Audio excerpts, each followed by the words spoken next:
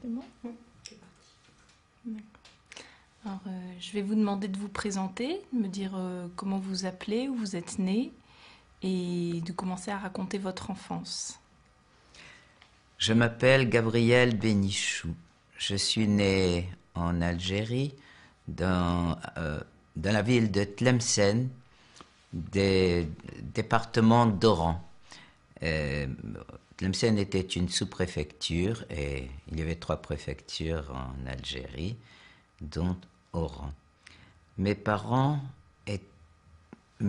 étaient... Enfin, je suis né d'une famille aisée. Mes parents avaient un grand magasin dans la ville, c'était peut-être le plus grand magasin.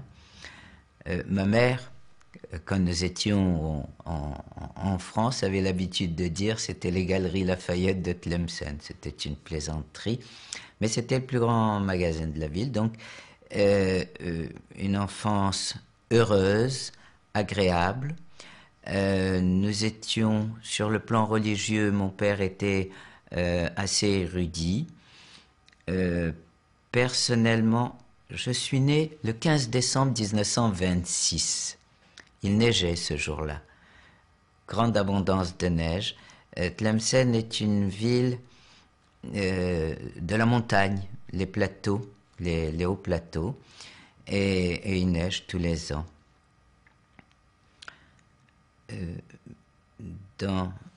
J'ai eu une instruction religieuse tout à fait correcte. Mon père était président de l'Alliance. Vous connaissez l'Alliance israélite universelle. Et donc, il s'occupait de l'instruction religieuse des enfants. Il était également président de la Hebra Kadisha. Mais il n'a jamais voulu s'occuper du consistoire lui-même. Ce qu'il disait, c'est je m'occupe des enfants et des morts et je n'ai de compte à rendre ou de compliments à recevoir que de Dieu. C'est une affaire entre Dieu et moi. Et les hommes, on n'y a pas toujours confiance. C'était son expression. Et je le reconnais fortement qu'il avait raison. Est-ce que vous aviez des frères et sœurs? Oui, bien sûr. Je suis donc d'une famille nombreuse, si on peut dire. Ma mère a eu 9 enfants. Mais de mon souvenir, nous n'étions que 5. Elle a eu deux jumeaux morts en bas âge, à quelques semaines, et 2 sœurs qui sont mortes, l'une à 4 ans et l'autre à 11 ans, de la fièvre typhoïde. La fièvre typhoïde était un fléau qui sévissait très fortement à cette époque et en Algérie. Et depuis combien de temps vos parents étaient en Algérie? Est-ce qu'ils étaient là depuis leurs parents? Enfin, depuis combien de temps votre famille était Alors, en du Algérie? côté de mon père, on peut remonter dans la nuit des temps. Est-ce qu'ils sont venus avec la destruction du premier ou du deuxième temple ou après avec l'invasion des Arabes, on ne sait pas, mais ils sont là depuis, ou peut-être des Espagnols, ils sont là depuis toujours. Du côté de ma mère, son grand-père était alsacien, il s'appelait Manémer et il était de Colmar. Et il a fait son service militaire et en 1830, il a fait la conquête de l'Algérie. Il a rencontré, c'était son père, hein, l'arrière-grand-mère de ma mère, et il s'est fait démobiliser, il est revenu en Algérie, il l'a épousé et il est resté vivre là-bas. Ce qui fait que ma grand-mère, la mère de ma mère, de son nom de jeune fille, elle avait épousé un Amselem, mais de son nom de jeune fille, elle s'appelait Manémer. Et j'ai des cousins actuellement qui s'appellent Manémer aussi.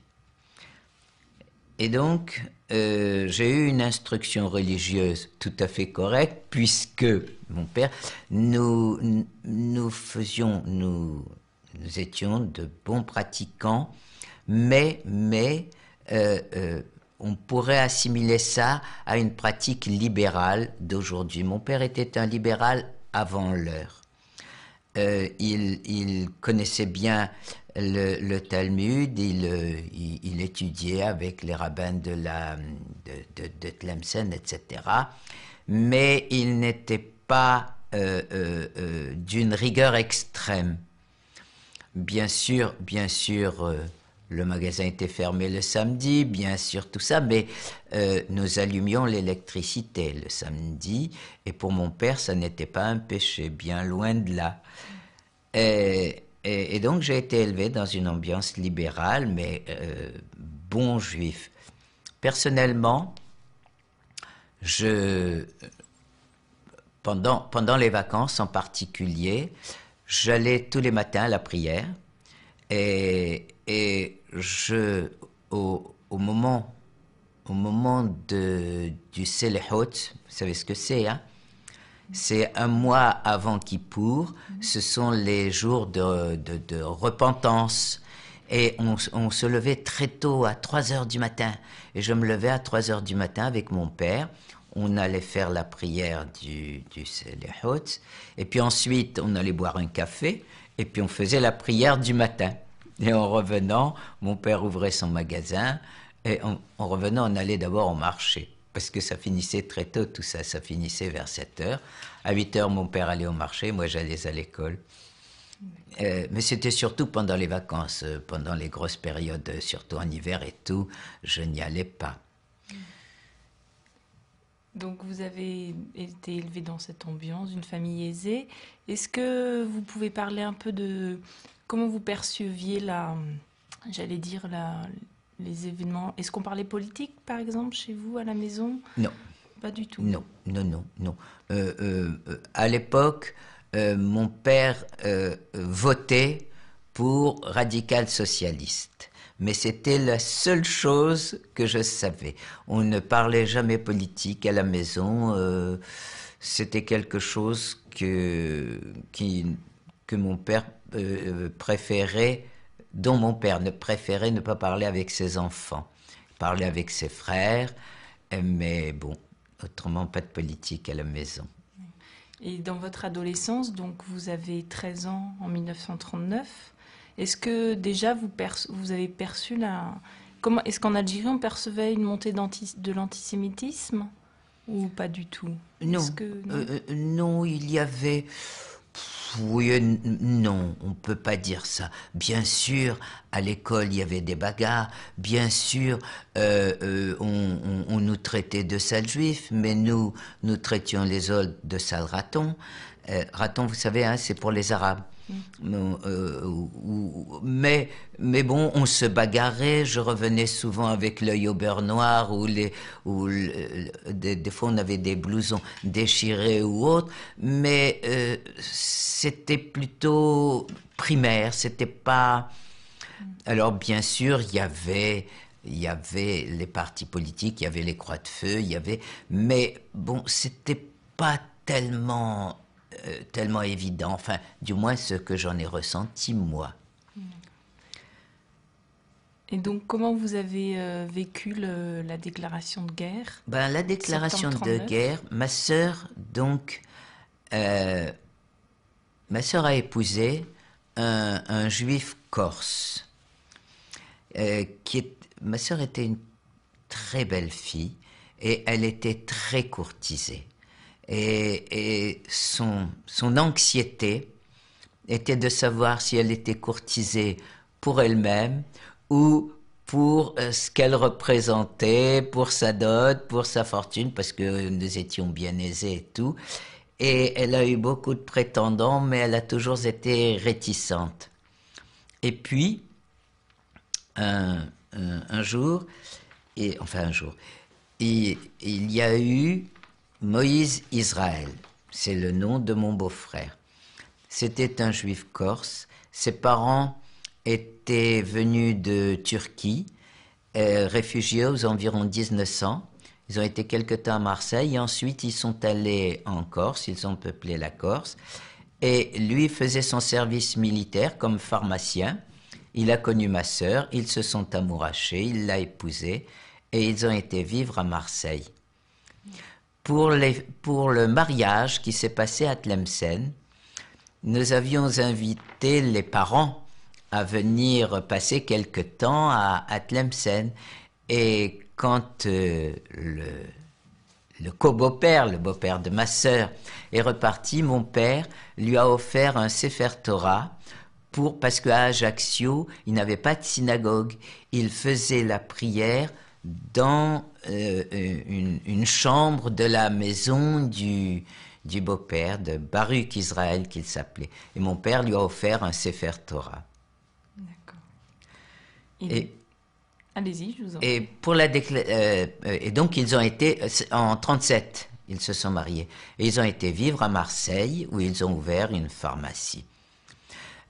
Ma sœur était en vacances chez ses parents au moment de la déclaration de la guerre. Et au moment de la déclaration de la guerre, elle était là et j'ai un souvenir très précis. Elle était affolée, elle pleurait, elle n'avait qu'une idée, aller rejoindre son mari.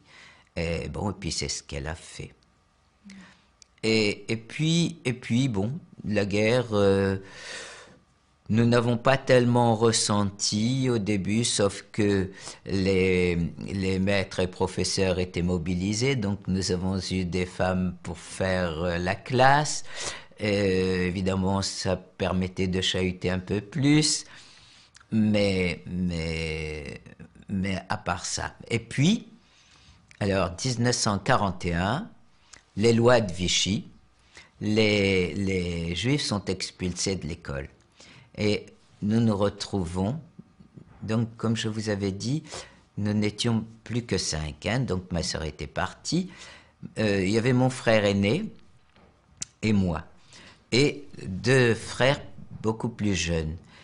Et ma sœur a demandé au lycée de Marseille s'il pouvait nous recevoir, et malgré le numerus clausus de 2%, qui était bien inférieur à celui d'Algérie, nous avons été acceptés, et donc nous avons été à Marseille. Nous sommes partis donc en 41, nous étions un petit peu en retard. Je peux vous raconter 1 ou 2 petites anecdotes de Marseille. Allez-y. Nous sommes arrivés au mois de décembre. Et j'avais 2 examens de passage pour rentrer en 3e. Un en français et un en histoire. Et donc, j'arrive et je me trouve, le jour où j'arrive, c'était la composition d'histoire. Alors, le professeur me dit, nous allons laisser faire la composition et venez à côté de moi sur l'estrade et je vais vous interroger. Alors, il m'interroge sur les guerres de Louis XIV. Puis moi, je ne lui cite que les guerres de Louis XV. Il me dit, vous connaissez pas très bien, hein, ce sont les guerres de Louis XV. Bon, vous connaissez pas très bien celle de Louis XIV, donnez-moi celle de Louis XV. Et je suis passé en histoire. Quant à l'examen de français, le professeur m'a mis dans un coin, il m'a dit, vous allez faire une rédaction. Et la rédaction, c'était quelles ont été vos impressions en arrivant en France. Pour lui, ce petit Algérien, cet Africain, c'était quelque chose d'assez inconnu et donc je ne sais pas ce qu'il s'imaginait et donc il voulait avoir un petit peu l'idée de ce pays-là qui était quand même, c'était la France, mais c'était pas connu en France. Voilà, donc je suis resté au lycée, je suis passé en 3e, et puis ça s'est très bien passé. Et puis, l'été 1942, mes parents sont venus d'Algérie passer les vacances chez leur fille au mois d'août 42. lorsqu'on pense aujourd'hui, août 42, venir d'Algérie en France, c'est insensé, c'est... J'ai oublié de vous dire aussi que un des frères de mon père habitait Paris.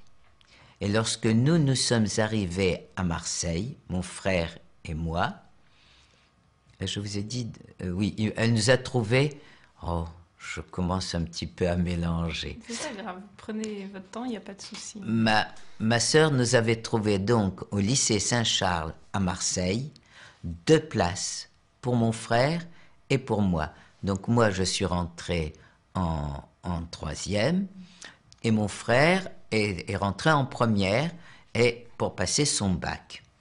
Et quand nous sommes arrivés à Marseille, mon oncle se réfugiait, descendait de Paris et il s'est arrêté chez sa nièce, donc chez ma sœur, à Marseille, avant de prendre le bateau. Et nous avons passé quelques jours à Marseille avec lui. Et lui se sauvait. Il retournait chez ses parents en Algérie, enfin ses parents, ses frères et sœurs, sa mère. Et il nous disait, mais c'est dangereux, mais nous étions très loin de penser au danger. Il y avait beaucoup de gens qui se sauvaient, puis d'autres qui étaient inconscients. Lui s'était fait recenser au moment où il est parti. Non, il est parti directement. Il est parti. Et donc, il est retourné à Tlemcen, où il a vécu là-bas. Et donc... on est en août 42, donc vos parents viennent de Tlemcen. Ils viennent de Tlemcen, ils passent un mois, et puis avec mes 2 petits frères. Ils passent un mois, et puis ils s'en retournent, mois de septembre, ils retournent ils retournent chez eux. Mon frère aîné, je peux vous dire les prénoms, mon frère aîné s'appelait David. Mon frère David, il avait passé son bac, donc il devait rentrer en faculté, et donc il est retourné avec mes parents passer ses vacances à Tlemcen. Et moi, j'ai dit aussi, je vais aller passer mes vacances, mais j'avais un examen de passage en histoire. Et donc ils m'ont dit, non, reste le mois de septembre, tu vas étudier l'histoire comme ça. Et donc ils sont retournés avec mes frères. Et moi, je suis resté, j'ai étudié l'histoire, j'ai très bien réussi, j'ai été 2e à la première composition d'histoire, mais novembre 42, débarquement, etc. L'invasion de la zone libre. L'invasion de la zone libre. C'est-à-dire novembre 42, débarquement des Américains en Afrique du Nord. Afrique du Nord, oui. Et en revanche, les Allemands ont occupé la zone libre. Oui. Et donc, nous nous sommes trouvés. Bien. Zone libre. Qu'est-ce qui se passe à ce moment-là, en fait Rien de particulier pendant les débuts. Et puis, vraiment, on a commencé à s'inquiéter au moment de la grande rafle du Vieux-Port, le 21 ou le 22 janvier 1943. Bon, quelques mois après. Hein. À ce moment-là, ils ont pris tous les Juifs de la Canebière et du Vieux-Port, etc.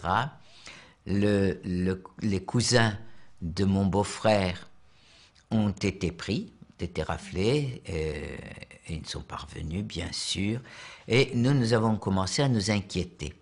Personnellement, au lycée, je ne sortais pas beaucoup. Je restais le dimanche, bien que je n'étais pas puni, à la surprise des autres écoliers, des professeurs. Je restais à la pension le dimanche et je ne sortais que rarement. Mais ma sœur et mon beau-frère ne dormaient pas chez eux. Ils allaient chez un ami américain qui était parti et qui avait laissé son appartement. Il dormait dans son appartement. Et donc... donc vous faisiez attention quand on même. faisait attention. J'ai eu des amis, et alors là aussi il y a quelque chose qui m'a impressionné. J'ai eu 2 amis qui étaient basques et qui m'avaient proposé de me faire passer la frontière espagnole avec mes parents, bien sûr, avec ma sœur et mon beau-frère. Et je leur en ai parlé, nous avons discuté, nous avons étudié la question, et bien sûr, nous avions un peu peur parce qu'on racontait toujours qu'il y avait beaucoup d'arrestations et que souvent les passeurs étaient des escrocs et qu'en réalité ils livraient aux Allemands et qu'en Espagne, eh ben, on les mettait en prison. Et donc, nous avons beaucoup hésité, puis finalement, on n'a pas été. Nous avions également des amis de Paris qui étaient antiquaires, Portenois qu'ils s'appelaient. Et ces antiquaires, eux, ils pouvaient voyager facilement, ils allaient dans n'importe quelle ville parce que leur métier, ils pouvaient l'exercer n'importe où. Ils allaient dans les fermes, ils achetaient de la brocante, enfin ils achetaient du vieux et ils revendaient de l'ancien. Et donc, ils se débrouillaient bien. Et puis, d'ailleurs, ils mangeaient tout, ils achetaient tout au marché noir, ils ne manquaient de rien. Puis un beau jour, ils sont venus, ils nous ont dit, vous savez, ils étaient réfugiés de Paris, hein, et ils nous ont dit, vous savez, ça sent mauvais, c'est pas bien, nous allons partir à Nice, ce sont les Italiens, c'est moins pénible, Et donc, la même chose, nous avons réfléchi, nous avons hésité. Alors, mon beau-frère aurait peut-être pu travailler dans une pharmacie à Nice, aurait-il trouvé du travail? Et puis, donc, il fallait vivre, nous n'avions pas d'argent. Et donc, on a beaucoup hésité, et puis finalement, on n'a pas suivi. Et puis, le frère de mon beau-frère, qui s'appelait lui Gaston Israël, s'était présenté avant la guerre comme député communiste. Il n'avait pas été élu, mais pendant la guerre, il était marqué sur les listes noires. Et donc, lui, il avait peur. Et il avait des connaissances, des clients, etc. Et on s'était réfugié avec lui du côté de Remoulins, dans les montagnes là-bas où il connaissait des cultivateurs, et nous avons passé quelque temps là-bas. Et puis, au bout de quelque temps, ma sœur s'est inquiétée. Elle a dit, c'est pas possible. Je ne peux pas laisser mon mari tout seul à Marseille, prendre des risques, et moi, ici planqué, etc. Et nous sommes retournés à Marseille à nouveau. Et donc, nous, comme je vous dis, on se doutait, on était inquiets, mais finalement, on n'a pris aucune résolution. Et puis, le 8 avril 1943, c'était un jeudi, au lycée, nous sortions le jeudi et le dimanche. Et donc, le jeudi, nous avions le droit de sortir de midi à 5 heures. Et le dimanche, nous pouvions sortir dès le samedi après-midi et rentrer le dimanche soir.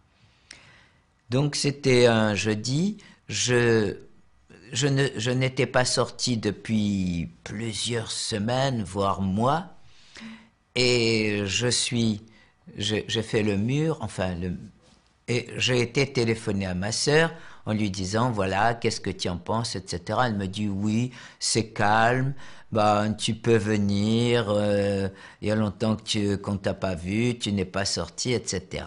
Et donc, je suis sorti ce jeudi après-midi. Dans l'après-midi, je me suis promené, j'ai fait du vélo, j'ai été faire réparer ma montre, j'ai fait des choses comme ça, puis je devais rentrer à 5 heures.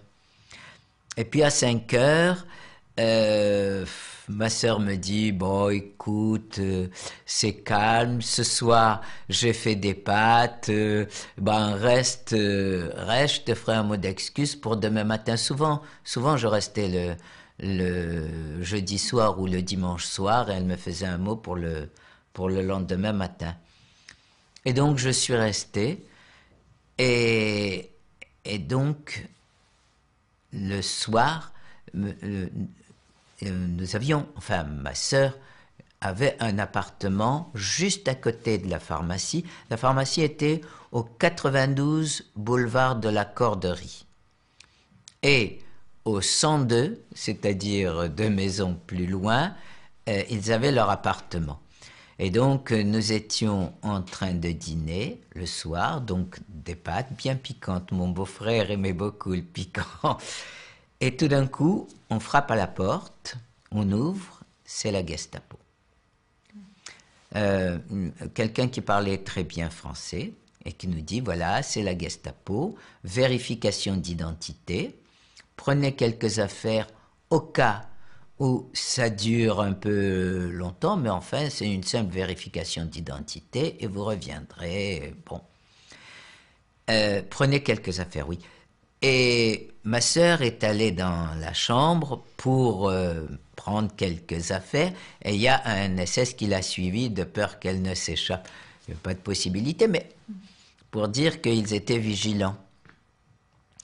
Et nous sommes descendus et il y avait une traction avant qui nous attendait et nous arrivons à la prison Saint-Pierre. Qu'est-ce que vous vous êtes dit à ce moment-là? Alors, prison Saint-Pierre, on arrive et on nous amène dans une chambre avec une grosse serrure, une grosse porte et tout. On ouvre ça, ça fait du bruit et on est plongé dans le noir. On ne voit rien, on n'entend rien, un noir absolu.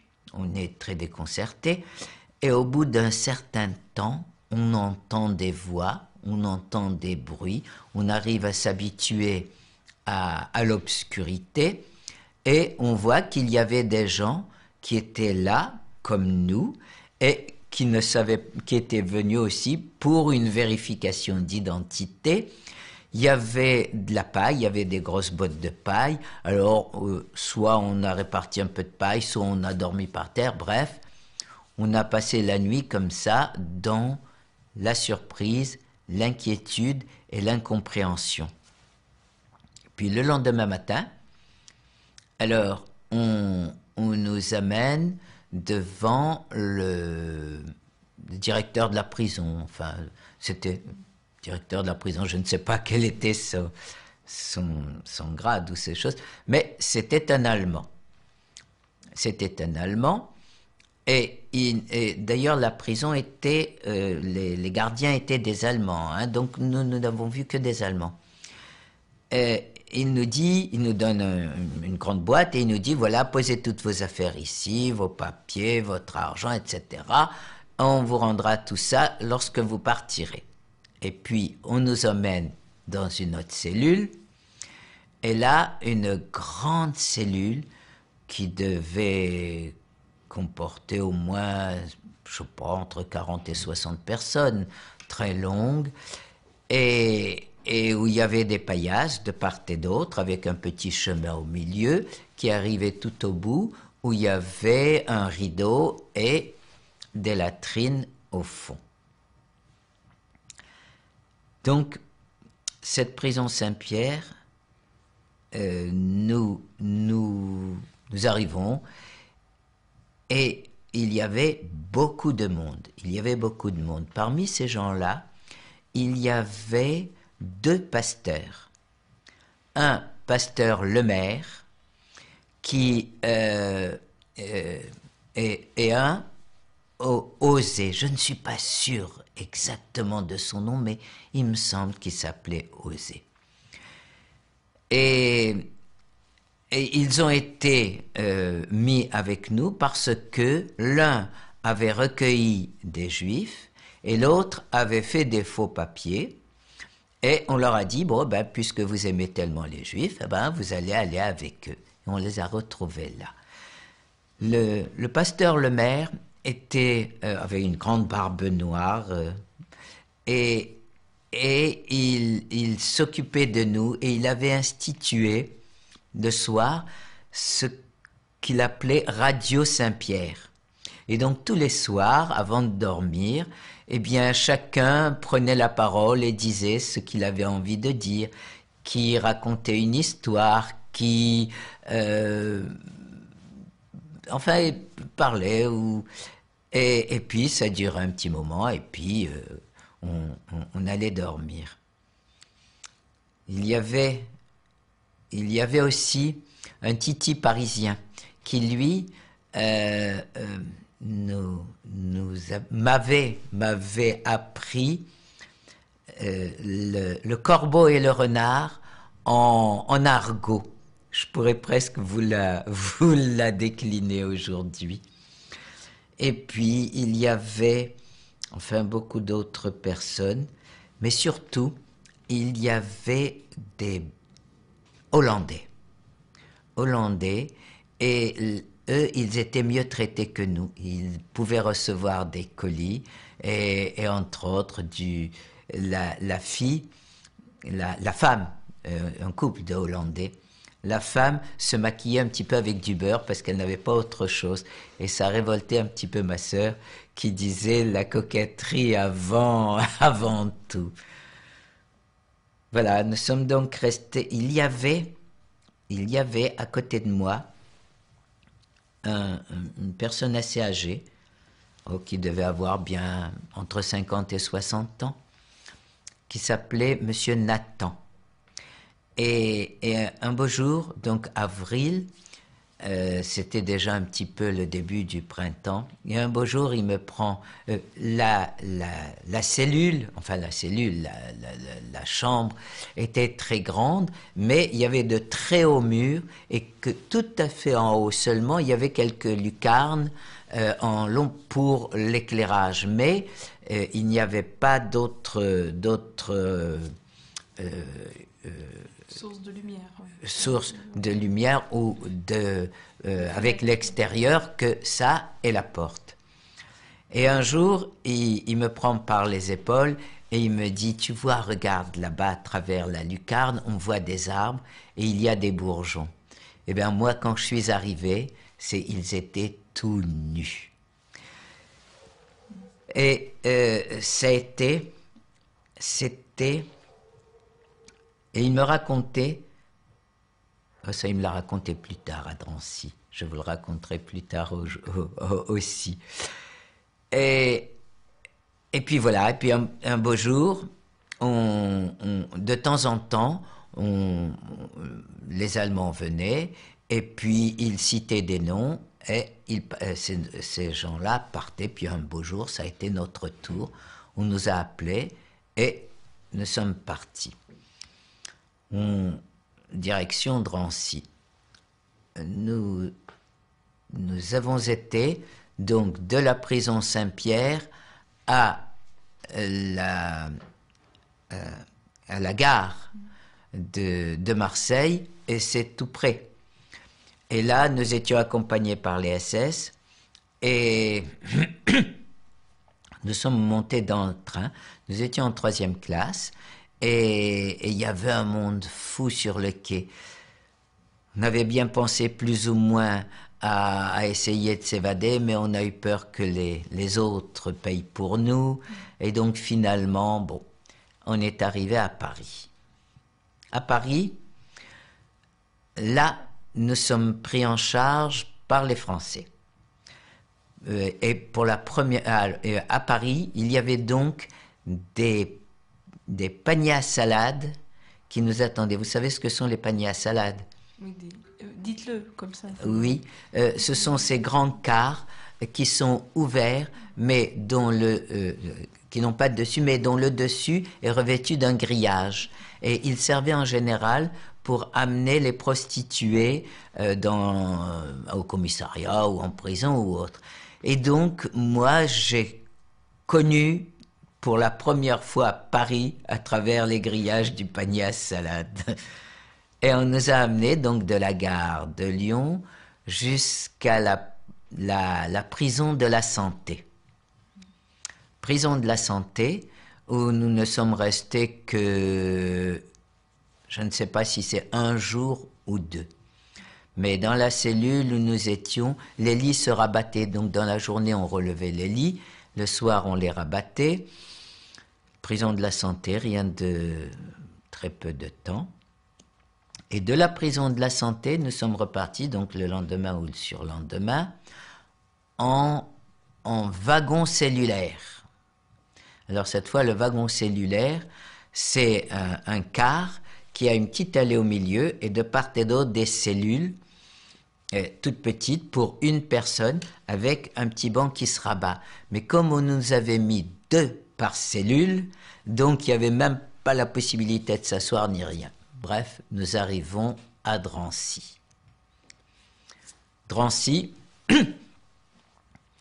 nous arrivons à Drancy et bien sûr nous passons devant les autorités, si on peut dire, et on nous demande de remettre nos affaires, mais nos affaires, nous n'avions plus rien, on avait déjà tout donné à la prison, et donc plus rien. Et on nous attribue des chambres. Donc je suis avec Drancy, donc c'est cette construction de HLM qui n'était pas terminée. Et donc il y avait le gros œuvre, mais il y avait séparation entre les escaliers, mais donc quand on montait à l'étage bien sûr, mais il n'y avait ensuite on rentrait et il n'y avait pas de séparation entre les appartements. C'était très très grand et là-dedans il y avait beaucoup de lits, souvent des lits superposés, pas toujours, pas forcément, mais il y en avait qui étaient superposés, d'autres qui ne l'étaient pas. Et quand on rentrait, sur la droite, il y avait un grand lavabo, si on peut dire, avec une dizaine de sorties d'eau qui servaient à faire la toilette. Et donc, mon beau-frère et moi, nous sommes et ma sœur, et dans un autre escalier, nous sommes à l'escalier 4. 4, oui. Vous avez été séparés entre hommes et femmes. Oui, mais on était séparés la nuit. Par contre, la journée, on se rendait visite, on n'avait pas d'obligation particulière. D'ailleurs, on ne faisait rien de la journée. On n'avait rien à faire. Et donc, on se rendait visite, on allait les voir, on bavardait. Et de souvenirs de Drancy, j'en ai quelques-uns. Par exemple, nous avions connu qui avaient été arrêtés en même temps que nous, à Marseille, des Blum. Et ils avaient un grand magasin, place de la Bourse, à Marseille. Et donc, ils étaient là avec nous. Il y avait les parents qui étaient beaucoup plus âgés et le fils qui était un petit peu de l'âge de mon beau-frère ou de ma sœur. Et le père nous avait raconté cette histoire-là, assez invraisemblable. Et quand il était militaire, il avait fait la guerre d'Algérie, et pas la guerre d'Algérie, pardon, la guerre en Algérie contre le Maroc, et aux environs Oui, aux environs, bah oui, aux environs de 1912 ou 1910. Et donc il nous racontait qu'il était dans le sud et un jour son capitaine lui donne un pli à remettre de l'autre côté. Et il fallait qu'il traverse un petit peu un fleuve, les lignes ennemies, etc. Et il a été poursuivi, il s'est sauvé et il a réussi par miracle à déposer le pli. Et le capitaine de l'autre côté qui lui dit « Oh, c'est bien gentil, mais c'était pas la peine de vous donner tant de mal, vous n'aviez qu'à retourner, etc. » Grosse déception. Et puis, après, il est mobilisé pour la guerre 14 et il se trouve dans la guerre 14, je ne me rappelle plus de quel côté, si c'était Verdun ou si c'était un autre. Et dans la bataille, les Français se replient. Et lui, cette fois, il s'est dit, je ne vais pas encore continuer. Il s'est planqué quelque part et il a attendu. Et puis, les Français sont revenus, ils ont repris position. Et alors là, on l'a retrouvé au devant, en première ligne et tout. Tout de suite, on l'a décoré, il a la croix de guerre, alors que il ne l'avait pas mérité. Mais il l'avait mérité la première fois. Oui, il y avait... Je vais vous arrêter. Drancy, Oui. vous me racontiez l'anecdote avec le monsieur Blum. Voilà. Et puis, au bout de quelques temps, il y a eu monsieur Nathan qui était avec moi à la prison Saint-Pierre, qui est arrivé. Et donc, il m'avait raconté que son fils faisait la traversée du Vieux-Port tous les ans pour Noël. Et, et, et son fils bon, avait été le chef du groupe Combat à Marseille dont nous faisions partie. Mais je ne le savais pas. Surtout à cette époque-là, je l'ai su bien plus tard. Excuse-moi, vous aviez fait de la résistance à un Marseille? petit peu, surtout mon beau-frère. Moi, je l'ai aidé un peu. Vous savez, à cette époque, la résistance, c'était très peu, c'était rien à côté de 44. Il y avait peu de moyens, il y avait peu de possibilités. Pour vous raconter, à Marseille, il y avait un antiquaire qui avait mis un portrait de Pétain et il avait mis en dessous « Fini ». Et une image de Laval, et il avait mis « Vendu ». On l'a mis en prison. Vous voyez, rien que ça, c'était très grave et ça risquait la prison. Mon beau-frère s'occupait ils avaient quelques armes, mais les armes de l'époque, c'était vraiment pas grand-chose. Il n'y avait pas encore les arrivées de... Et puis, on faisait un peu de propagande. Ça, oui, on faisait un peu de propagande. Mais bon, c'était ce qu'on pouvait. C'était vraiment... quand on entend, bien sûr, les déraillements, mais tout ça, c'est après. C'est plus tard. Et donc... il m'avait entraîné et tous les matins, j'allais prendre la douche glacée, la douche froide à 7 heures. Vraiment, c'est parce que j'avais beaucoup d'affection pour lui, parce que je suis très frileux. Et puis, le reste du temps, il y avait un monsieur Arluc, c'était un Russe blanc, qui jouait aux échecs. Et donc, je passais mes après-midi à jouer aux échecs avec lui, m'avait pris en sympathie, m'avait appris à jouer. Et bien sûr, je savais un petit peu le maniement des pions, mais pas grand-chose. Et il m'a beaucoup appris. Et il était très gentil avec moi. Et puis, il gagnait toujours, bien sûr, même s'il prenait des handicaps avec une reine en moins ou des choses comme ça. Puis un jour, j'ai gagné. Oh, il a été malade. Drancy. À Drancy, qu'est-ce qu'on disait dans le camp sur les convois déjà qui partaient? Quelle Pichipoy. perception vous en aviez? Pichipoy. Pichipoy, quand on demandait ce que c'est que Pichipoy, d'ailleurs aujourd'hui aussi on ne sait pas l'origine de ce mot, on nous répondait c'est l'endroit d'où personne n'est revenu pour dire ce que c'est. Et malgré la similitude de ça avec la mort, eh bien, on n'a jamais fait le rapprochement et on ne s'est jamais particulièrement inquiété. Et donc, on ne faisait rien, comme je vous dis, je jouais aux échecs. Et puis, vers le mois de mai, je ne sais pas si c'est fin mai ou début juin, il y a eu les Allemands qui ont pris la direction de Drancy.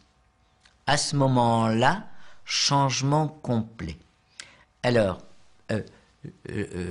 plus de colis. J'ai oublié de vous dire que les colis qui arrivaient étaient importants et impressionnants souvent, beaucoup de choses.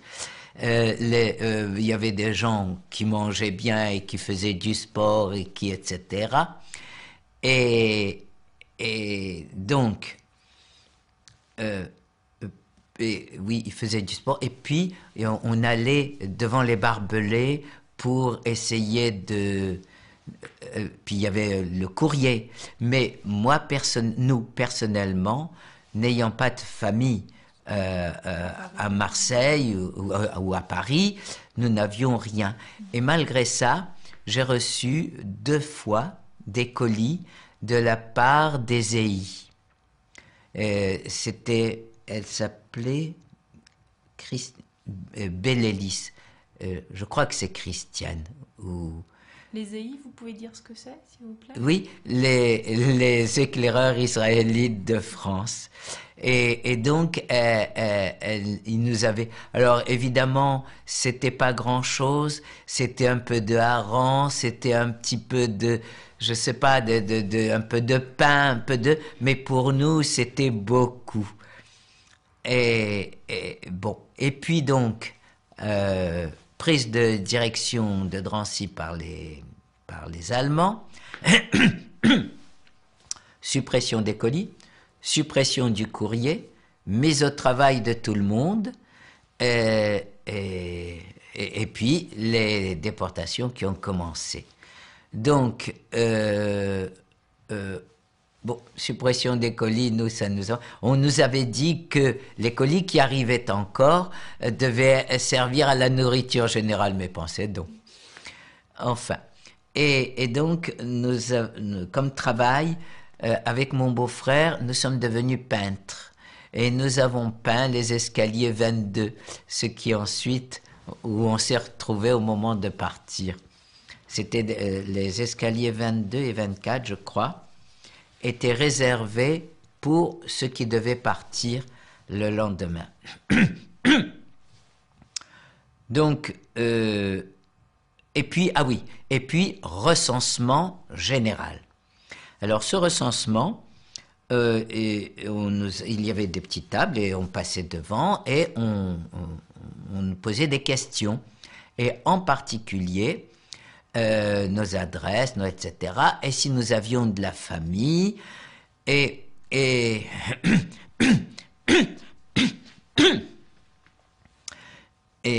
bien sûr, ensuite, ils ont réparti en catégories. La catégorie 1 était la catégorie qui était à déporter tout de suite. La catégorie 2 était peut-être chose. La catégorie 4, c'était celle où nous étions affectés, nous. C'était celle qui était en attente de famille. Alors on nous a demandé si nous avions de la famille. Évidemment, nous n'avons pas hésité à dire que nous avions de la famille et on a donné l'adresse en Algérie.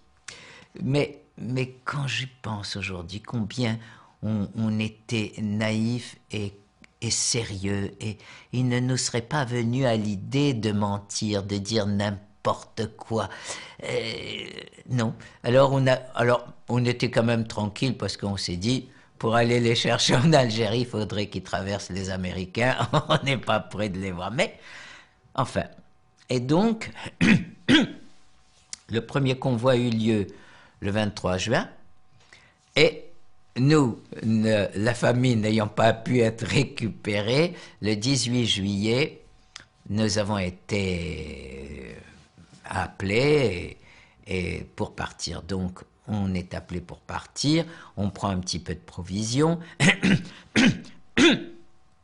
on est mis dans l'escalier 22 en quarantaine pour une nuit, et le lendemain, nous partons.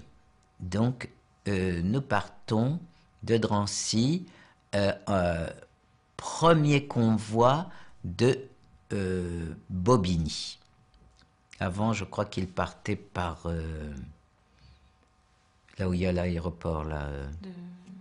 Vers Roissy. Non, non. Orly aussi, non? Non. Ah, non, le non. Bourget, du Bourget. Peut-être. Enfin, nous, c'est le premier convoi partant de Bobigny. Donc, nous arrivons à la gare de Bobigny. On nous met le long du quai. Et là, nous avons un discours de la part d'un SS. Et il nous fait tout un discours en allemand, bien sûr, mais comme il y a beaucoup de juifs qui parlent yiddish, et qui parlent yiddish comprend l'allemand, et qui parle allemand comprend le yiddish, donc il nous a été traduit, et qui nous a dit, voilà, donc cet SS nous fait le discours, il nous dit, voilà, vous allez aller en Allemagne, vous allez aller travailler dans des usines, vous serez bien traité, et vous allez travailler correctement, et surtout, nous comptons sur vous, pas de sabotage, parce que si vous n'êtes pas correct, nous serons sévères et impitoyables, et encore, a-t-il dit, vous avez de la chance, parce que vous allez en Allemagne, vous allez travailler, et après la guerre, vous reviendrez tranquillement chez vous, alors que nous, nos enfants, nos jeunes sont actuellement à Stalingrad en train de se faire tuer, alors soyez contents. Et il a ajouté, dans le train, s'il y en a qui cherchent à s'évader, on prendra 10 otages qu'on fusillera du wagon. Donc, inutile de dire que personne ne permettait à l'autre de s'évader. Le bruit courait que nous allions à Baden-Baden dans des usines de confiture. Comme quoi, n'importe quoi. Enfin. Et puis, là, nous rentrons dans les wagons. 40 hommes, 6 chevaux en long. Donc, nous rentrons dans ces wagons à bestiaux et on s'installe. Nous étions près de la fenêtre et le convoi part. Et de temps en temps, je pouvais regarder un petit peu par cette fenêtre qui est grillagée, qu'on voit un peu partout. Et un jour, on passe devant une ville, ou une banlieue, ou quelque chose comme ça, et je vois à travers la fenêtre une enseigne Bata, des chaussures. Et ça m'avait impressionné. Je me dis, voilà, il y a des gens qui vont acheter des chaussures tranquillement, etc. Et nous, où est-ce que nous allons? Ça a duré. Alors, combien de temps, je ne me rappelle plus. 3 jours peut-être. Enfin, en général, c'est le temps que ça dure.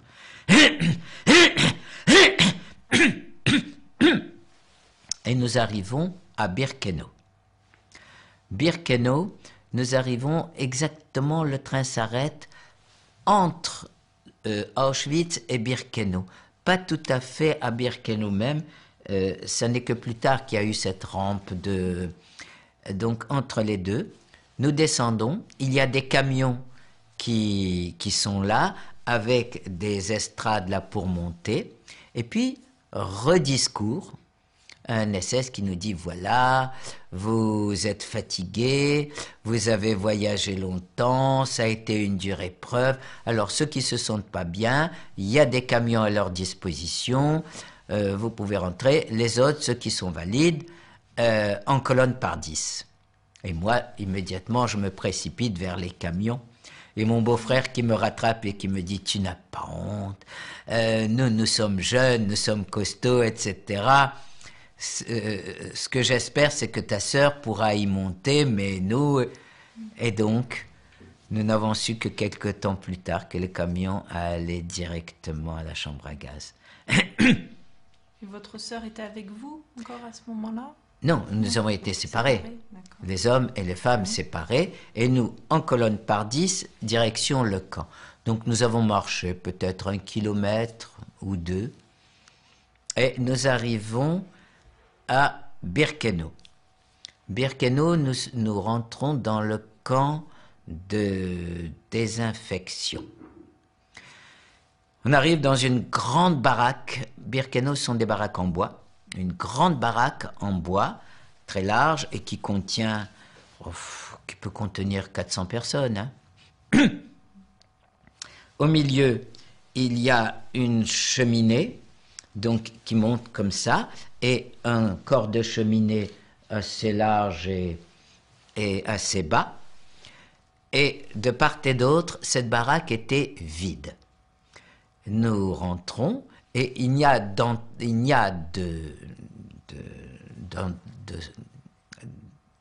avec l'extérieur que l'entrée d'un côté et la sortie de l'autre, mais rien sur les côtés, pas de fenêtre, pas de choses, rien.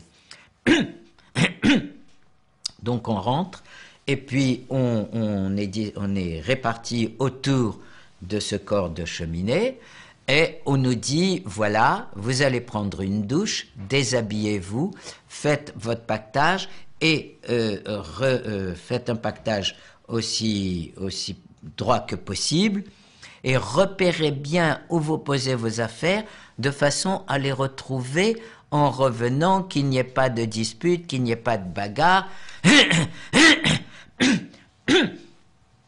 Vous vous rappellerez où vous avez mis vos affaires. Et en sortant, il y avait un capot avec un long bâton, et il disait les alliances, les bagues, etc., vous me les donnez, on vous les rendra à la sortie. Et il les enfilait. Et là, j'ai eu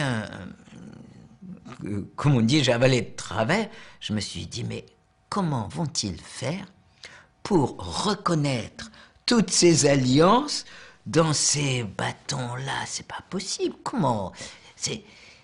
Mon beau-frère, moi je n'avais pas de bijoux, bien sûr, a hésité à avaler son alliance, mais comment la récupérer ensuite, etc. Et puis finalement, bon, on enfile et nous allons dans la salle de désinfection. Et là, dans la salle de désinfection, nous voyons pour la première fois les rayés. Les fameux costumes rayés, costumes des déportés, portés par des gens qui, en plus de ça, parlent français. Pour nous, c'était... Et dans cette salle de désinfection, donc ils avaient, ces déportés-là, ils avaient des tondeuses, des choses, et il y avait des fenêtres, et nous étions au mois de juillet, puisque 18 juillet, donc ça devait être le 22 ou le 23 juillet, en plein été, et il y a eu une tornade, une chose assez invraisemblable. Il y avait des éclairs, il y avait...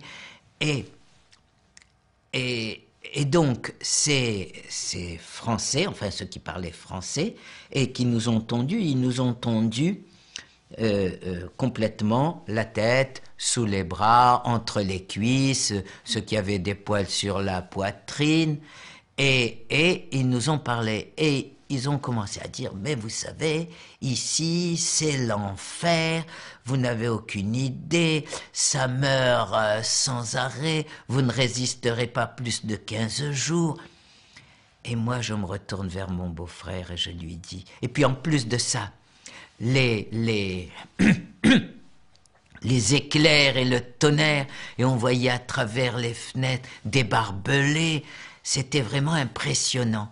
Et donc je me retourne vers mon beau-frère et je lui dis, tu te rends compte, voilà, on rencontre des Français, des compatriotes, et qu'est-ce qu'ils font?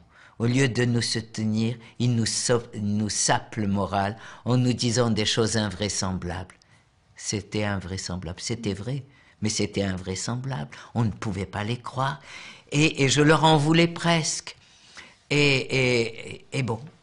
Et donc, ensuite, on a fini d'être tondu, on sort et on passe devant deux personnes avec des grands seaux et des grands pinceaux. Et donc, d'un côté, il trempe dans un pinceau, il nous passe sur la tête, de l'autre côté, sous les bras, on monte sur un petit tabouret, il passe entre les cuisses, entre les fesses, pardon, et puis on sort et on arrive dans une salle de douche, des vraies douches. On a eu une douche froide, bien sûr, bien qu'il y ait eu l'orage, c'était quand même au mois de juillet, et là, tout d'un coup, pour nous, l'horreur a commencé. Tout d'un coup, au milieu de la douche, on entend des cris énormes et un commando de déportés, rayés, etc., qui arrive et qui nous font sortir à coups de bâton. Et ils crient. Et nous ne comprenions rien. Et nous ne savions pas ce qu'ils voulaient. Et on a suivi le flot. Bien sûr, encore une fois, il y avait des gens qui parlaient yiddish, qui comprenaient, et ils nous aidaient Et donc, on est sorti, et en sortant, il y avait 4 personnes qui nous donnaient un pantalon, l'autre une veste, un tricot, un caleçon.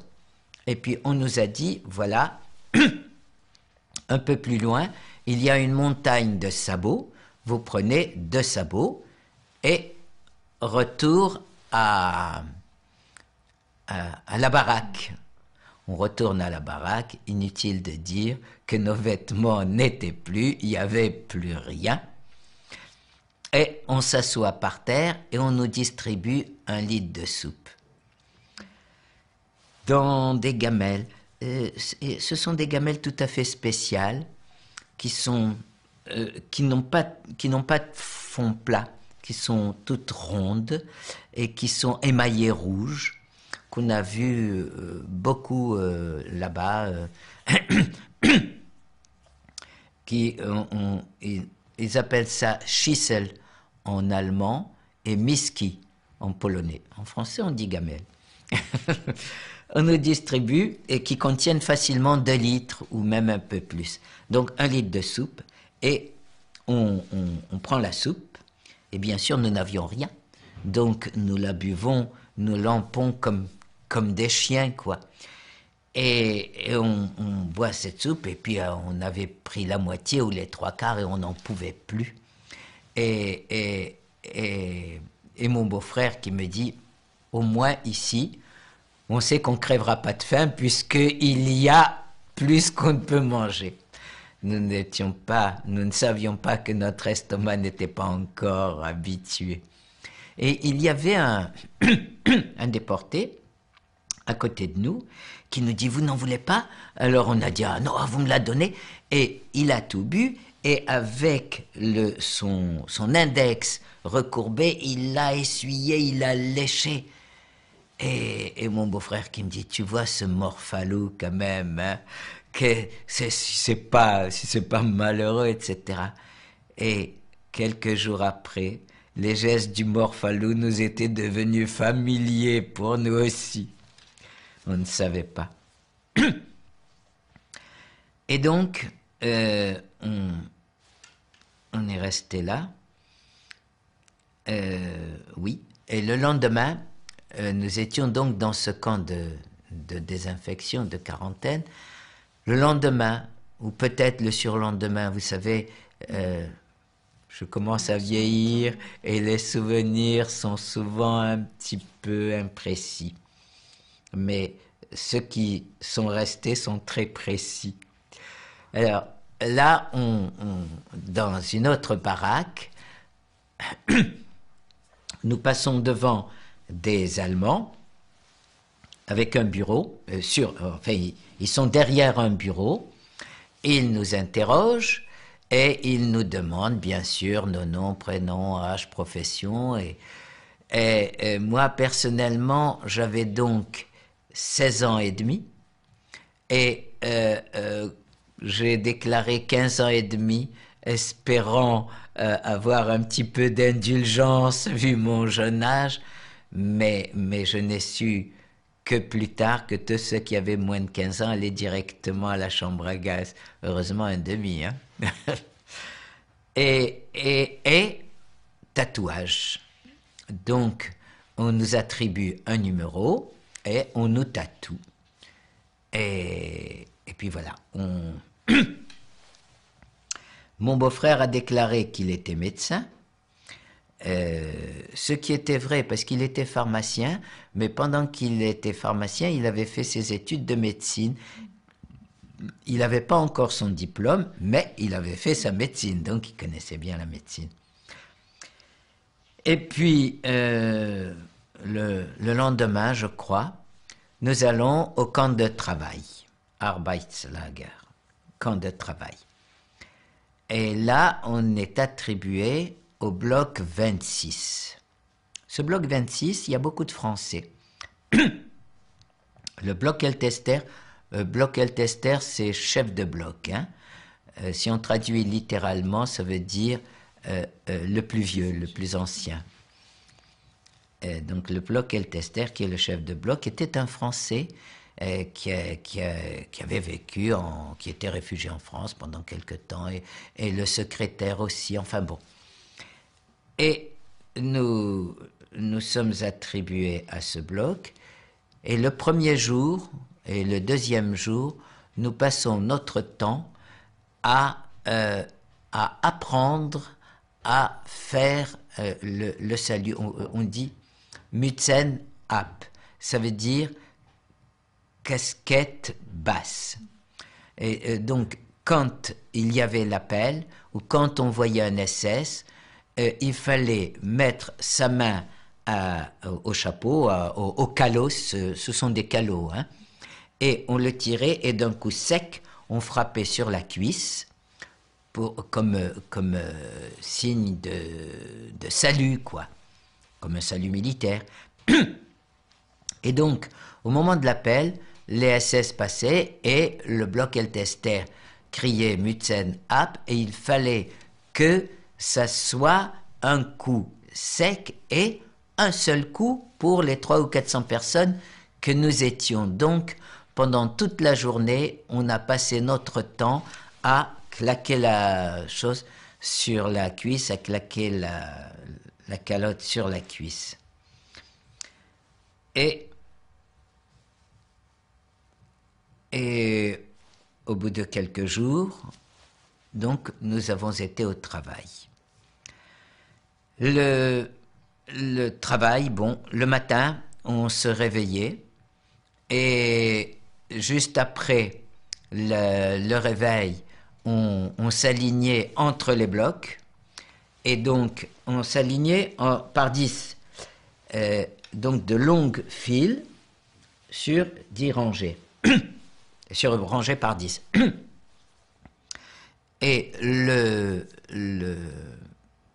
l'SS, commandant du camp, venait, s'adressait au Lagereltester, c'est-à-dire le chef de camp déporté, hein, et le Lagereltester lui donnait l'effectif. Ensuite, il passait à chaque bloc, et c'était toujours le même scénario, c'est-à-dire le chef de bloc se présentait, il annonçait l'effectif, les SS passaient, comptaient. Quand il revenait, il disait « stimmt », c'est-à-dire c'est bon, ça colle, et il passait au suivant. Ça durait 1 heure ou 2 peut-être, enfin suivant. Si toutefois le compte n'était pas bon, ben on recommençait. Et puis après alors donc il passait, et quand les SS passaient, le bloc Eltester criait Mützen ab, et il fallait d'un coup, et il fallait pas qu'il y ait des retardataires il fallait que ce soit, sans ça c'était grave. Grave, et quand on dit grave là-bas, c'est sérieux, hein. Et donc, après, c'était la formation des commandos de travail. Donc, la première fois, le premier commando où j'ai été, il y a eu un commando qui s'est formé, on m'a mis dedans, et nous avons été en dehors du camp. Donc, on sortait du camp au son de la musique. On sortait au son de la musique, et la même chose au moment de sortir, le capot. Le capot, c'est le chef du commando. On formait des commandos. Alors, il y avait des groupes de 20, c'était donc la vingtaine, c'était le groupe, c'était le Vorarbeiter. Ensuite, par centaine, c'était le capot, le commando, et s'il y avait dans un groupe supérieur à 100, s'il y avait 2 ou 3, il y avait le Oberkapot au-dessus de chaque capot. Donc le capot se présentait à l'entrée à l'SS, il annonçait l'effectif, et on sortait, et l'SS était devant la porte, et au fur et à mesure il comptait, et puis on allait au travail. Donc arrivé au travail, bien sûr, là nous étions tous des nouveaux, et donc quelqu'un, je crois que c'est un Allemand, il est venu, il a compté 20 personnes, et il lui a dit, toi tu seras Vorarbeiter. C'était un coup de peau parce qu'il parlait yiddish, donc il pouvait comprendre, mais nous, rien, on ne pouvait rien comprendre. Et donc, notre travail consistait on a construit, il faut vous dire que Birkenau a été construit par nous. Et donc, au fur et à mesure, ceux qui sont arrivés les derniers, c'était déjà construit, mais nous sommes arrivés au milieu. Ils avaient commencé, et donc, alors il y avait les grandes planches pour les planches carrées, en fait rectangle, pour les baraques, il y avait les poutres, et donc, on les transportait, et pour les grandes plaques carrées, on se mettait à 4, un de chaque côté. Pour les poutres, on se mettait à 2, et on les transportait tout à fait à l'endroit qu'il fallait.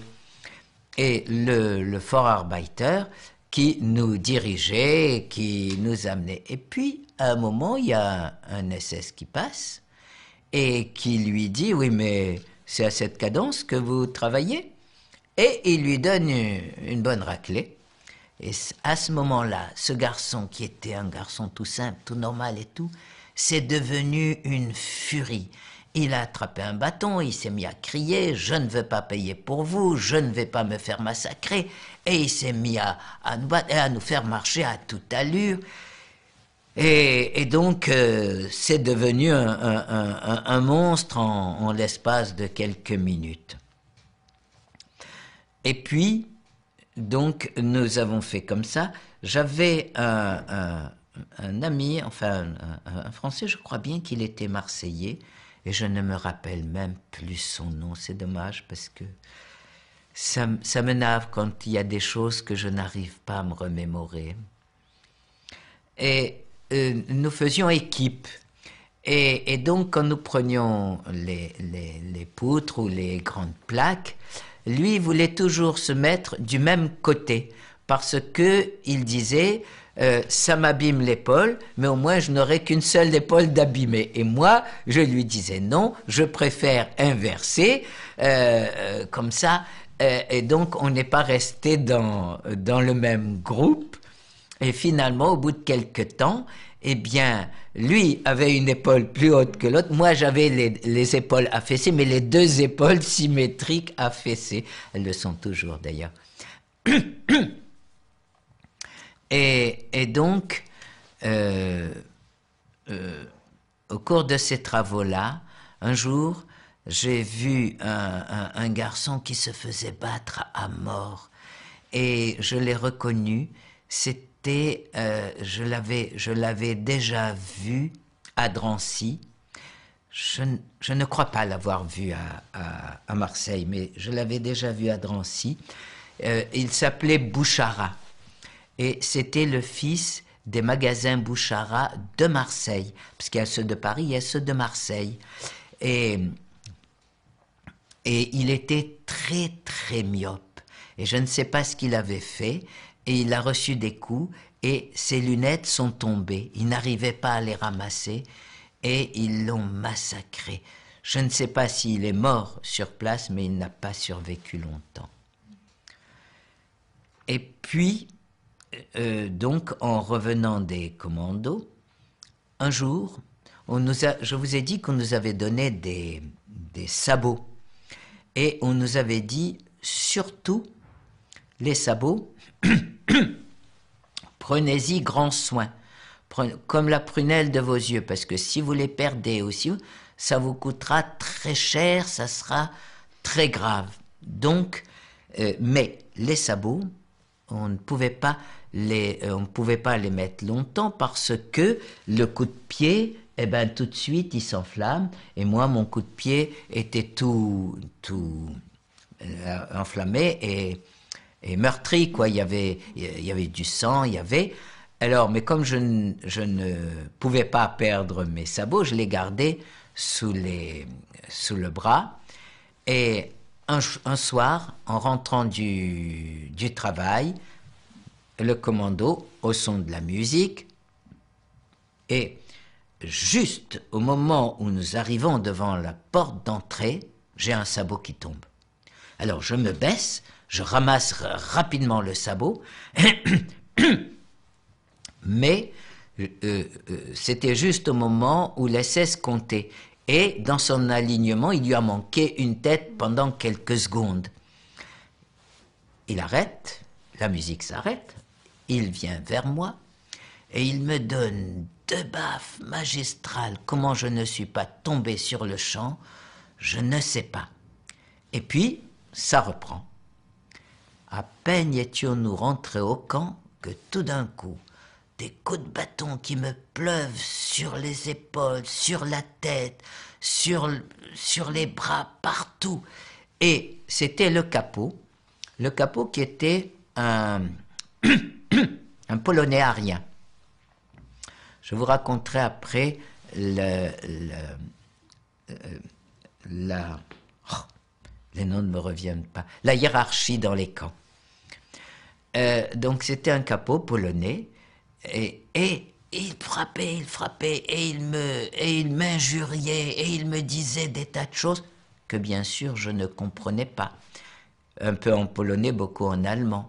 Et à côté de moi, il y avait un garçon, enfin une personne, un homme, qui parlait yiddish et qui donc comprenait et gentiment me traduisait. Et il me disait, voilà, il te traite de ci, il te traite de ça, de cochon, de ça. Et il a dit, lui, il veut pas recevoir des coups pour toi, il s'est fait battre à cause de toi, il va te massacrer, et ça a duré. Donc, je ne sais pas si je vous l'ai dit, mais nous avions été attribués au bloc 26. Et les blocs, donc, d'un côté pair, de l'autre côté impair. Donc, du 2 jusqu'au 26, on a passé tous ces blocs, et l'autre en train de me tabasser, en train de me frapper dessus, et enfin, bon. Et donc, le copain là à côté me dit, bon, là maintenant ça va être l'appel, essaye de te dissimuler là au milieu comme ça il va te perdre de vue, etc. Effectivement, je me dissimule et tout. Jamais un appel n'a été aussi agréable pour moi, un moment de répit. Et à peine l'appel fini, je sens mon oreille qui brûle, c'était un coup sur l'oreille, et ça a recommencé. Il a recommencé à me battre, à m'injurier, et le copain à me traduire. Et au bout d'un moment, le copain il est rentré au bloc, et il est allé voir, il y a un Français qui était Stubedienst. Stubedienst, vous savez ce que ça veut dire? Chef de chambrée. Et qui était français. Alors il est allé, il lui a dit, tu sais, on est en train de massacrer, de tuer un de tes collègues, de tes compatriotes. Et donc, il vient, Et il me dit, tu es français? Je dis oui. Il me dit, d'où es-tu? Je lui dis, de Tlemcen. Il me dit, ah, moi, d'Oran. Alors, inutile de dire. Bon, comme c'était un ancien, premier convoi de France. Il s'appelait Maurice Serrouillat, premier convoi de France. Et donc, il était natif d'Oran. Alors, comme c'était un ancien, 27 000, je ne sais pas si ça vous dit quelque chose. Les Premier convoi de premiers mars convois. 42. Voilà. Donc il lui dit, pourquoi tu le frappes? Alors l'autre qui lui dit, il lui dit, bon allez, laisse-le tranquille, il recommencera plus. Et il suffisait de ça, d'un ancien, parce qu'il est... Il était dans le camp depuis longtemps. Oui, et puis les anciens ont toujours barre, si on peut employer ce terme-là, sur les autres. Hein, c'était...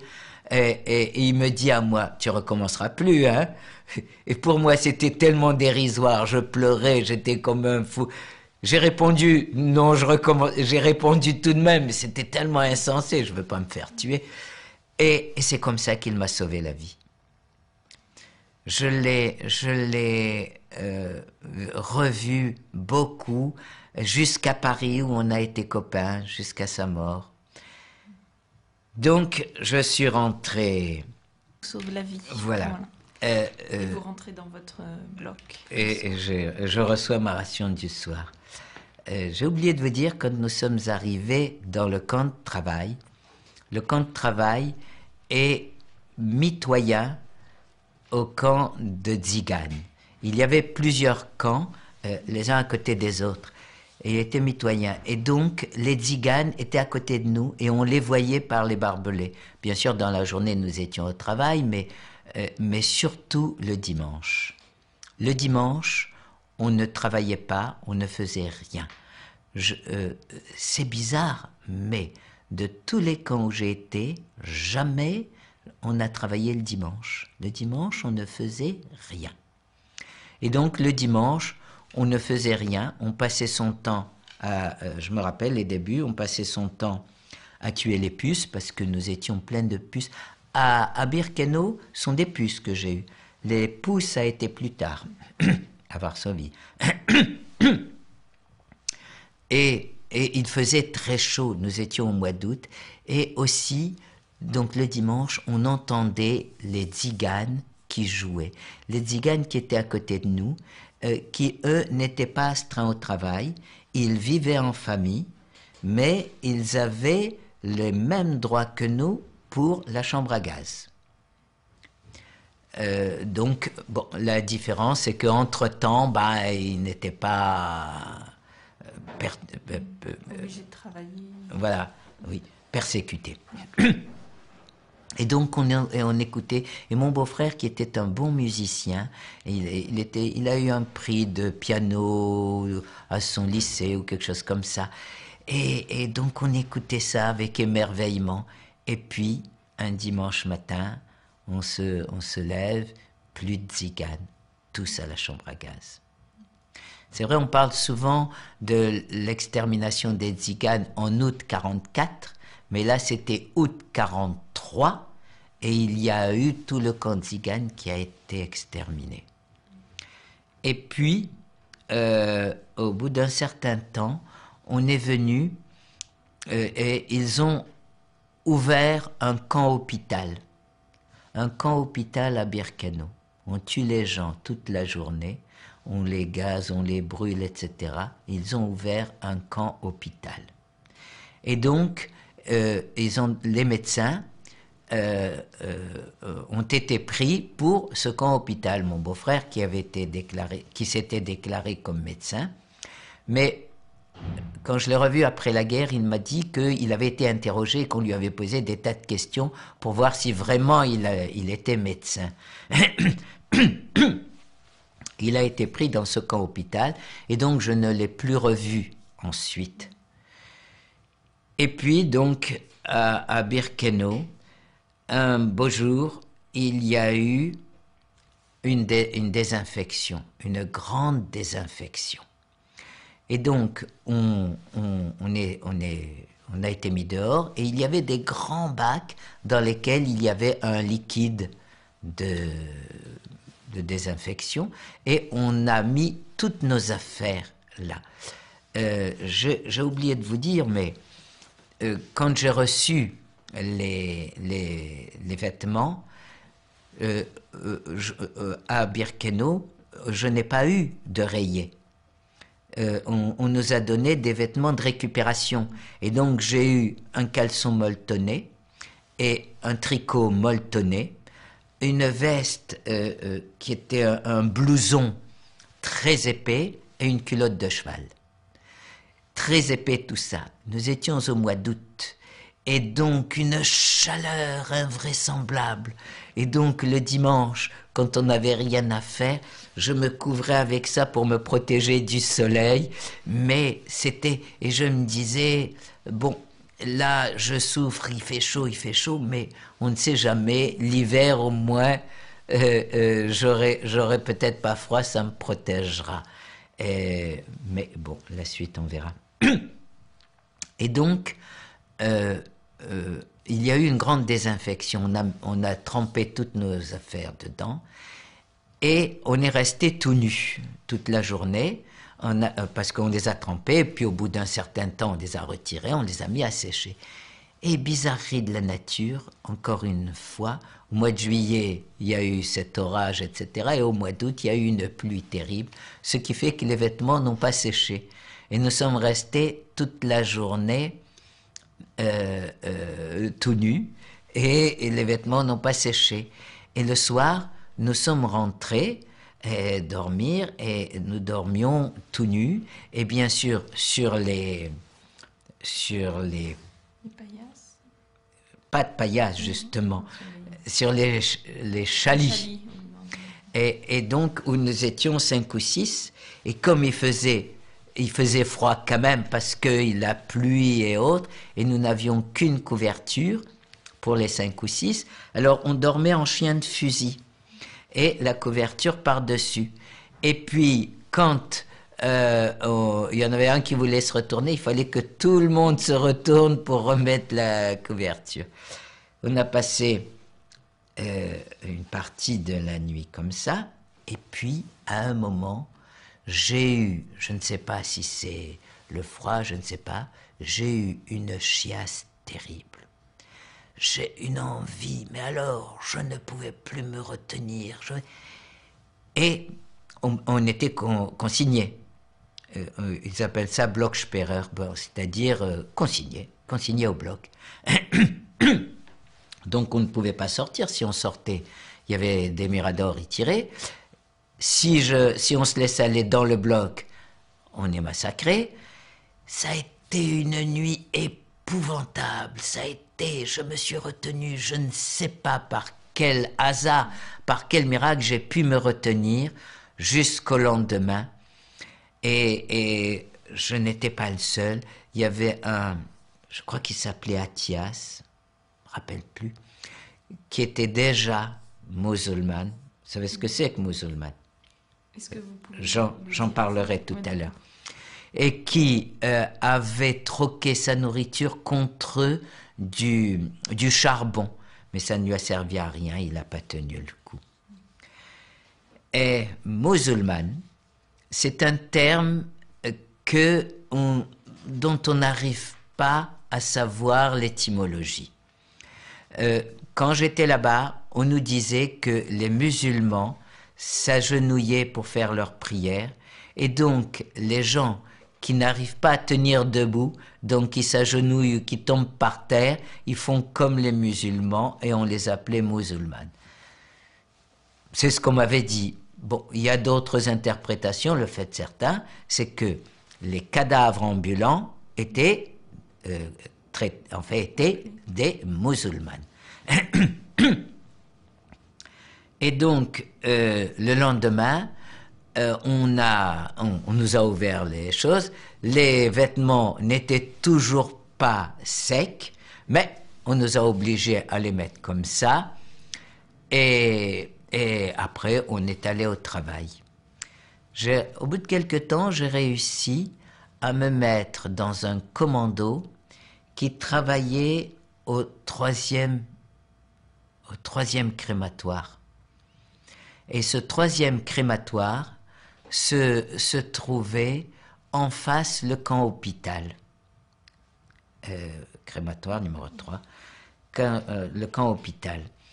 Et en plus de ça, c'était une chance, si on peut dire, parce que il y avait un Vorarbeiter qui était un Tunisien, qui s'appelait Maurice Houry, et qui était un brave type.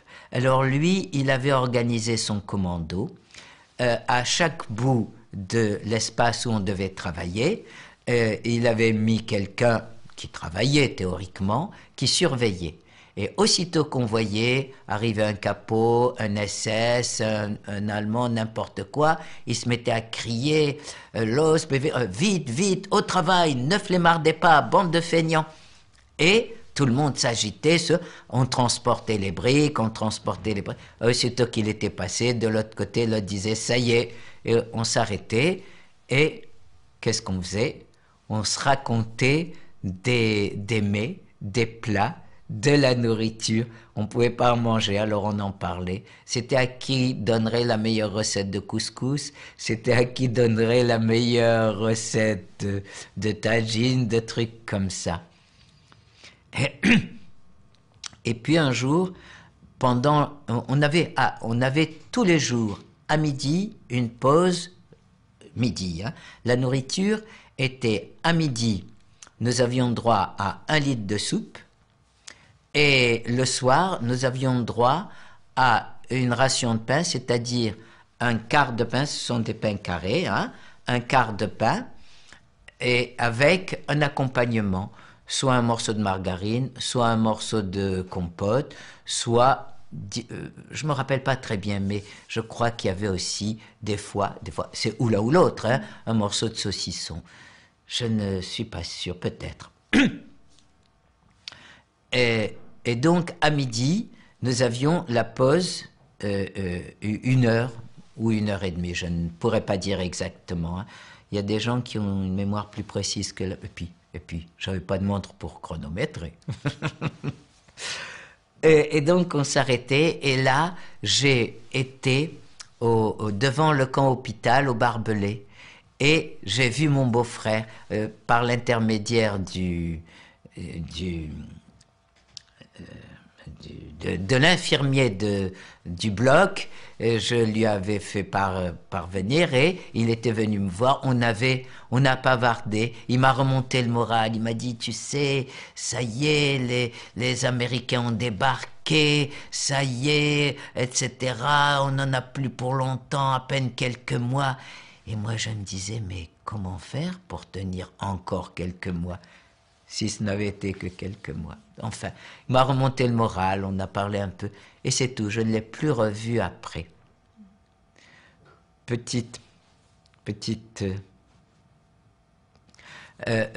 Nous travaillions là-bas, et puis une fois, il y a un SS qui passe, et qui plaisantait, en passant, qui disait « Travaillez, Arbeit macht frei ». Vous savez, le travail rend libre. Et c'était un grec, j'étais beaucoup avec des grecs aussi, qui lui répond « crématorium dry ». Ça rimait, mais parce que nous travaillions, dry c'est le 3e crématorium. Et avoir le courage dans une situation pareille de faire des plaisanteries comme ça nous arrivait quand même. Et puis Birkenau, un beau jour, alors il y avait de temps en temps des sélections. Mais quand il y avait des sélections, on ne savait jamais, parce qu'une sélection, c'est-à-dire on choisissait des gens qu'on désignait, mais on ne savait jamais le but de la sélection. On ne savait jamais pourquoi c'était. La première sélection qu'il y a eu, c'était peut-être une quinzaine de jours après notre arrivée au camp. Et alors, il y a des bruits qui courent, bien sûr. On dit que. Alors, on dit que c'est pour un camp de travail, on dit que c'est pour la chambre à gaz, on dit... Alors, bon, ou on se fie aux bruits qui courent, où on ne se fuit pas, mais de toute façon, si on se trompe, c'est grave. Et donc le bruit avait couru que c'était pour un camp de travail, qu'on était mieux nourri, mais que le travail était tellement dur qu'on résistait moins. Alors, le moyen de se faire désigner ou non, c'était simple. Si c'était pour un camp de travail, il fallait prendre l'air chétif, baisser les épaules, baisser un petit peu la tête, etc. On n'était pas désigné. Si c'était pour la chambre à gaz, c'était l'inverse. Il fallait lever la tête, regarder bien droit, serrer les fesses et bomber le thorax. Et à ce moment-là, on n'était pas désigné non plus. Donc cette première sélection, je n'ai pas été désigné et on disait que c'était pour des camps comme Bouna, etc. Mais c'est un nom que je n'ai plus jamais entendu, à tel point que je me suis demandé si vraiment ça existait. Et ce n'est que bien après parce qu'après la guerre, moi, j'ai perdu contact avec tous les déportés, avec tout ça. Ça n'est que bien plus tard que j'ai su et que j'ai vu des gens du même convoi que moi qui ont été désignés et qui ont été à Buna Monovic. Et je crois que effectivement, c'était moins pénible que Birkenau. Et puis, il y a eu d'autres sélections, bien sûr. Et il y a eu surtout une grande sélection un jour. Donc la sélection se passait comment? Après l'appel, normalement après l'appel, on disait, je ne me rappelle plus le terme qu'on disait, c'est terminé, et on rentrait au bloc et on touchait sa ration de pain. Après l'appel, un jour, on nous dit, quand il y a une sélection, on nous dit, restez sur place. Alors on restait sur place. Il y avait une autre équipe de SS qui venait et on se déshabillait, on posait ses affaires devant soi et puis quand l'SS arrivait, toute la rangée faisait un pas en avant et puis l'SS passait et désignait. Ceux qui étaient désignés passaient chez le secrétaire et le numéro était marqué par le secrétaire. Ou des fois, ceux qui étaient désignés, ils sortaient et ils étaient immédiatement amenés pour Buna Monovic, je crois qu'ils étaient directement. Enfin bon. Et donc, on a dit, c'est pour la chambre à gaz, il faut se méfier, c'est la chambre à gaz. Inutile de dire que quand les SS sont passés, j'ai bombé le torse, j'ai pris l'air alors que j'étais chétif, et je n'ai pas été désigné. Et à côté de moi, il y avait un costaud, un homme bien plus âgé que moi, il avait au moins la quarantaine, hein, et bien costaud, bien en chair, etc. Et il avait un bandage hernière. Vous savez ce que c'est, hein? Non, vous ne savez pas ce que c'est. À l'époque, donc il y a fort longtemps, maintenant les gens, ça n'existe plus, mais quand il y avait une hernie inguinale, eh bien on n'opérait pas, on poussait la hernie. Et pour qu'elle se maintienne poussée, il y avait une espèce d'appareil qu'on mettait là et qui tenait. Mon père en avait un bandage hernière comme ça. Et normalement, quand on est passé à la désinfection, on était tout nu. Je ne sais pas comment il a fait pour garder ça.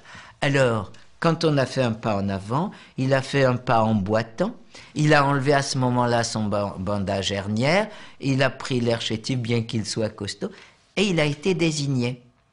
Et quand il a été désigné, je me suis retourné vers lui. Et je lui ai dit, mais tu t'es laissé désigner? Il me dit, oui, j'ai fait exprès.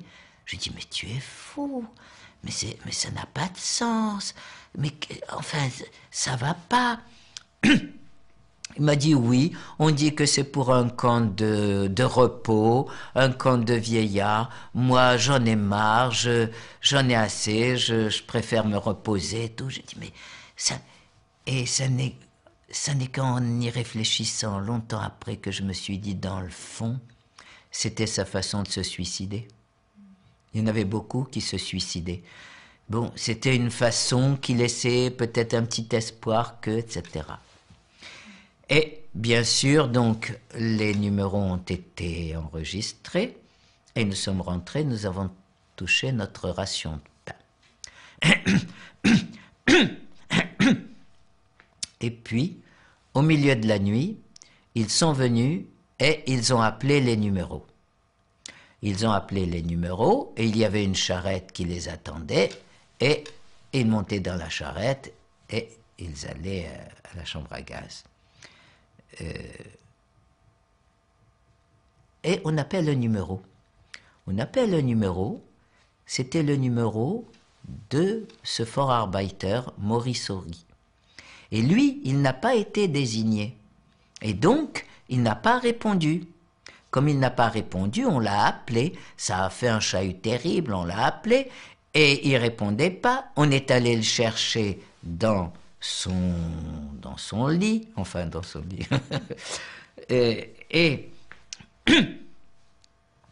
Et il ne voulait pas, il a résisté, on l'a tiré par force à coups de bâton, on l'a massacré, et il avait beau crier, et ils l'ont traîné, et ils l'ont pris dans la charrette, et il a été... Et quelque temps après, nous avons su que, en fait, le bloc Eltester les blocs Eltester avaient un people, enfin les blocs Eltester avaient des people. Un people, vous savez ce que c'est? C'est un protégé.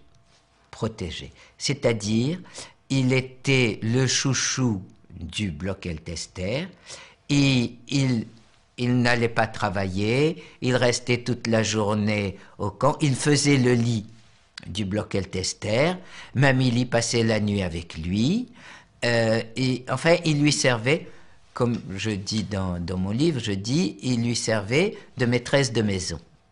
Donc il lui servait ses repas, il lui faisait, c'était la maîtresse de maison.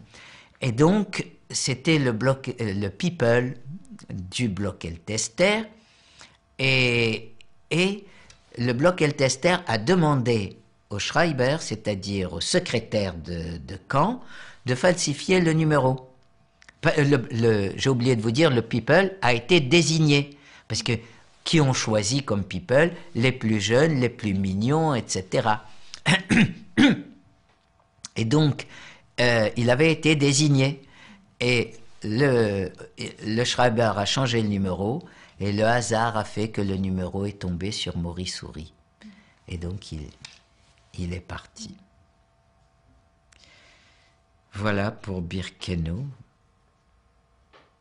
De Birkenau, un beau jour, donc, là, il y a eu, ça n'est plus une sélection, c'est une grande sélection. Ils ont fait déjà un premier convoi de Birkenau. C'était donc, nous sommes maintenant au mois de septembre 43. Au mois de septembre 43, il y a eu un genre de sélection, surtout chez les Grecs. Et donc, nous, je ne me rappelle pas très bien de ça, et ils ont envoyé tout un commando à Varsovie. Et puis, au mois d'octobre, ou fin septembre, ou début octobre, il y a eu donc à ce moment-là une espèce de grande sélection où ils ont désigné tous les gens valides. Mais tous, quand il y avait des sélections, par exemple, les blocs Eltester, les Schreiber, les Stubedins, les Capots, etc., étaient exonérés de la sélection. Tandis que là, tout le monde, et les anciens, et les choses, ils ont pris tout le monde. Et ils ont pris tout le monde, rassemblement, et je me rappelle du discours du Schreiber, on l'appelait David, je crois bien, Et il parlait très bien français puisqu'il avait vécu en France longtemps. Il était coiffeur en France. Et il nous a fait tout un discours pour nous dire: ah oui, vous les Français, vous croyez malin, vous avez été...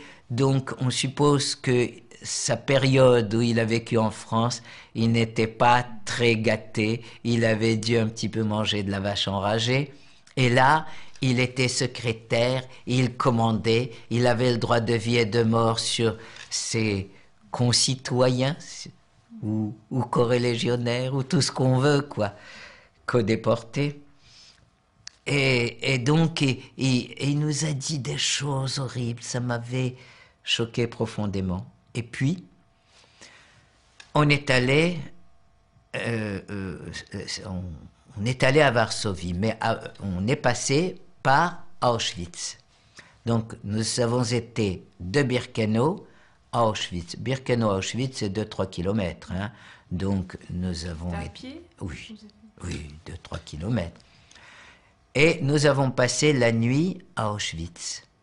Et là, ça a été ma grande surprise de voir des bâtiments en briques rouges. C'était, comment dirais-je, je voudrais trouver un terme. C'était Byzance, j'ai trouvé le terme. C'était Byzance, c'était des bâtiments en briques alors que nous avions des bâtiments en bois. Ils avaient des endroits où ils pouvaient aller, j'ai vu quelques pièces. Oui, ils avaient des pièces pour dormir, on a été absolument surpris. Bien sûr, nous avons vu seulement, et je n'ai passé qu'un jour. Je dis toujours, moi, Auschwitz, j'ai passé qu'un jour à Auschwitz. Et nous avons dormi dehors, bien sûr, il n'y avait pas de place pour nous. Et le lendemain, nous avons été envoyés à Varsovie. Là, alors là, c'est le trou noir. Auschwitz, Varsovie, je n'arrive pas à me rappeler ce trajet-là. J'ai beau faire des efforts, j'ai beau me concentrer, j'ai beau réfléchir, je n'arrive pas à me rappeler. Obligatoirement, ça ne pouvait être qu'en train, parce que d'Auschwitz à Varsovie, il y a au moins 300 ou 400 kilomètres. Enfin, nous arrivons à Varsovie, et à Varsovie, c'est dans le ghetto. À l'intérieur du ghetto de Varsovie, on a construit un camp de concentration. Je ne sais pas si vous le savez, ça. Peu de gens le savent. Je peux vous raconter un peu l'histoire de Varsovie tout de même. Hein.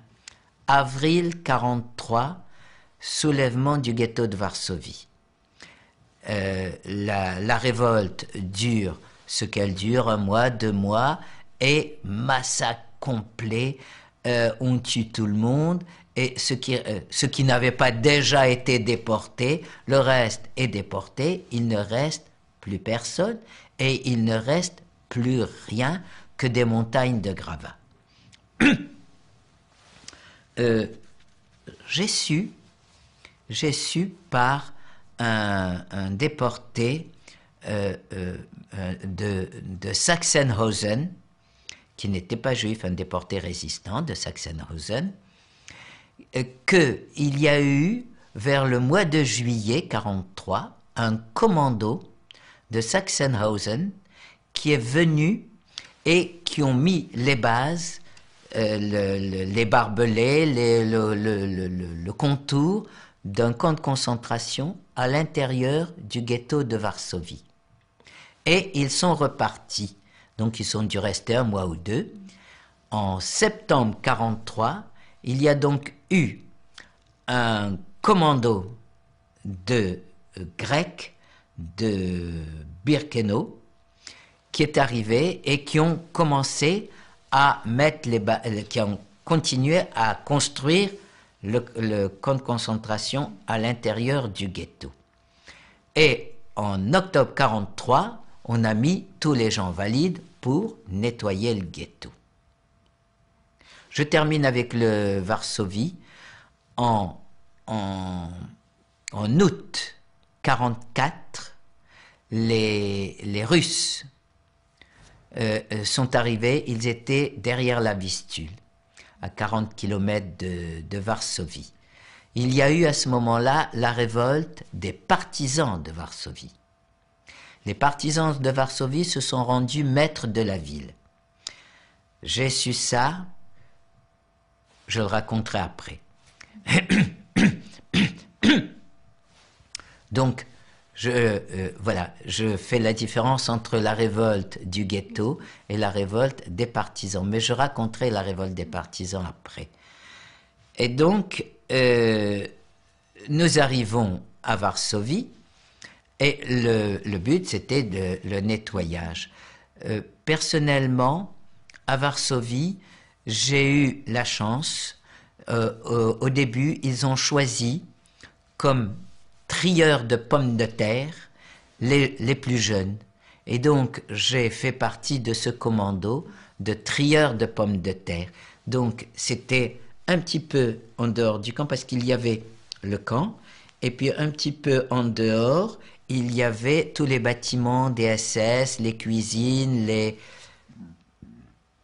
Et donc, les cuisines étaient un petit peu à l'extérieur. Ça consistait, on avait une montagne de pommes de terre, et ça consistait à trier, on avait mis des seaux derrière nous, alors il y en avait 3, pour les pommes de terre grosses, les petites et les pourries. Et donc, on triait comme ça.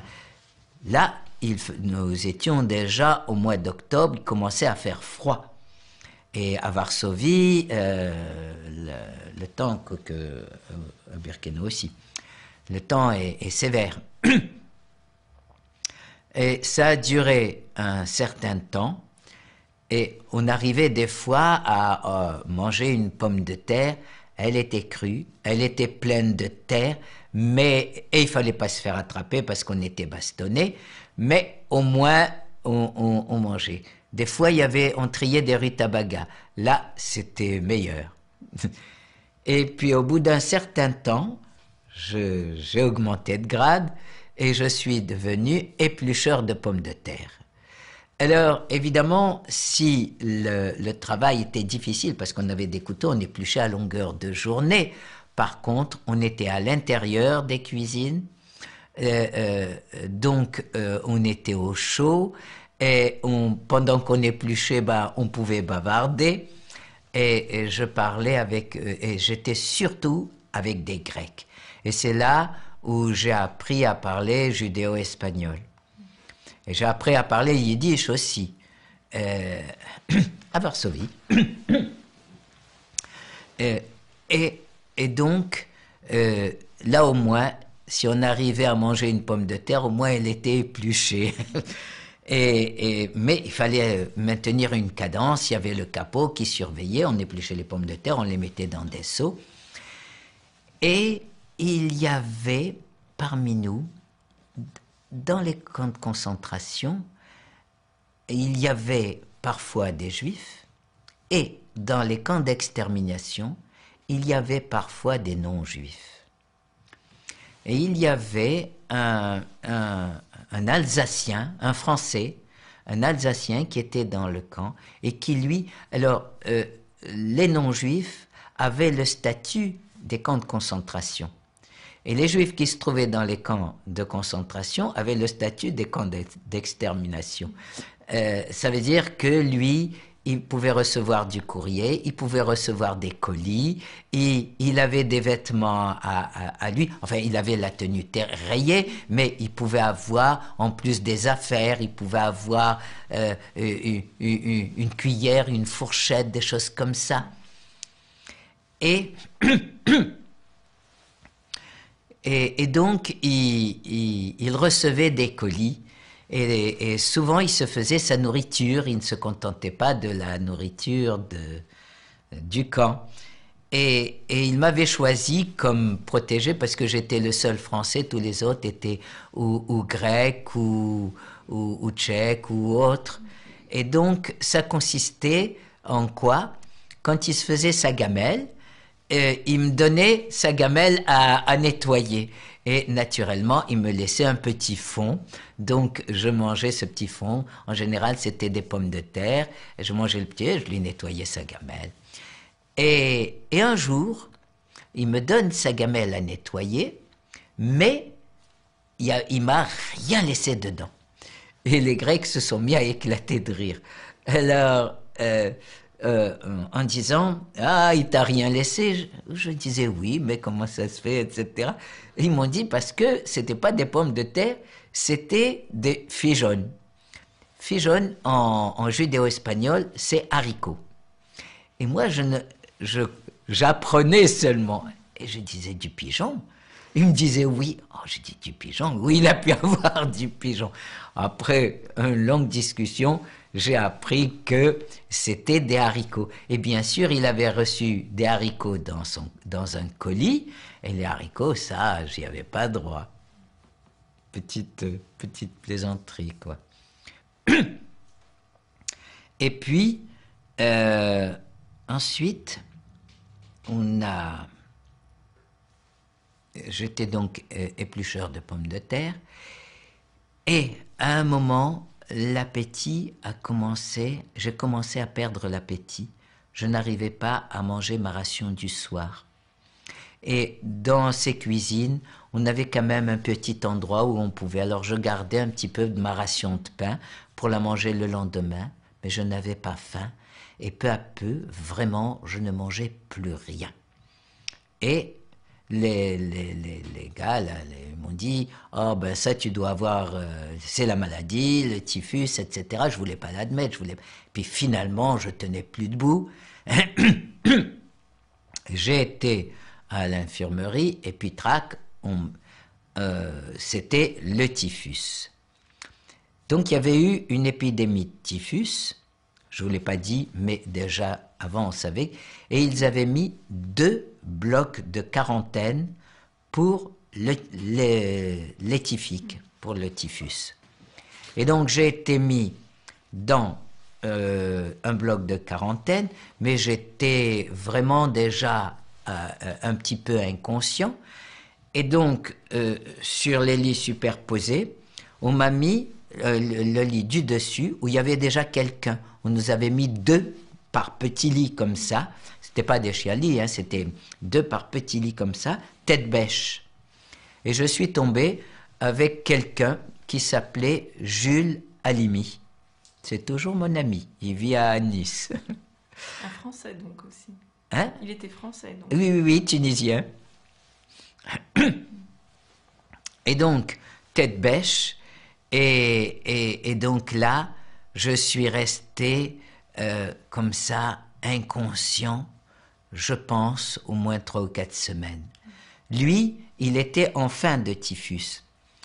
Et quand il s'est levé, il a obtenu le poste de veilleur de nuit. Ça consistait parce que nous avions quand même une cheminée. Et donc, ça consistait à alimenter la cheminée. Et il me faisait chauffer de l'eau. Et mon seul remède, ça a été des quarts d'eau bouillante qu'il me donnait, que je buvais comme ça, de l'eau bouillante.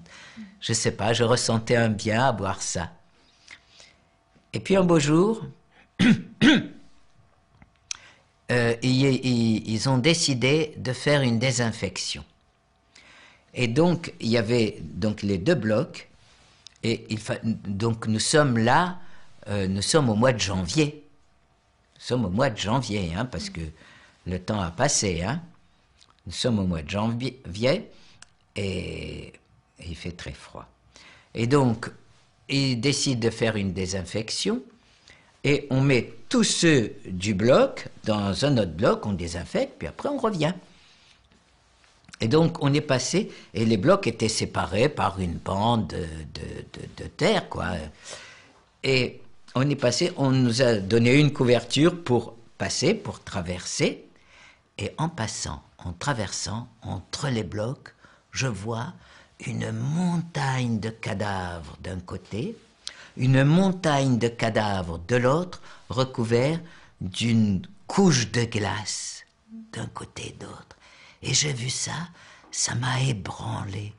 Et je me suis dit, mais c'est pas possible, je ne peux pas me retrouver là-dedans, je ne peux pas me retrouver avec ça, c'est pas possible. Et je crois que ça a fait une telle réaction en moi que j'ai réagi et j'ai survécu au typhus.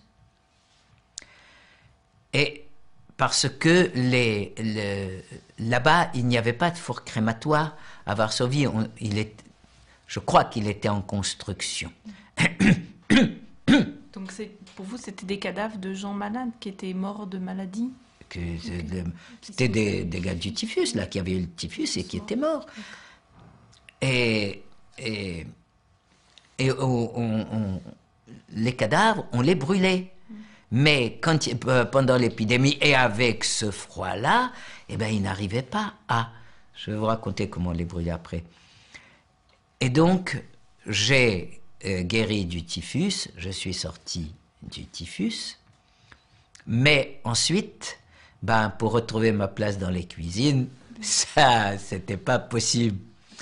Et donc, ils ont recruté ce qu'ils appellent Maurerschule, c'est-à-dire une école de maçons. Donc, ils ont pris ceux qui étaient jeunes, puisque c'était une école de maçons. Et donc, je suis devenu maçon. Est-ce que je suis devenu maçon tout de suite ou après avoir fait plusieurs commandos? Mais je vous raconterai les commandos après, qu'ils soient avant ou après la maçonnerie. Donc, je suis apprenti maçon. Notre travail consiste à faire du bagali, c'est-à-dire du mortier, avec de la chaux, avec du ciment, du sable, etc., et à le transporter. Et nous sommes encadrés par des maçons professionnels polonais et des maçons professionnels allemands, des gardiens dont c'est le métier.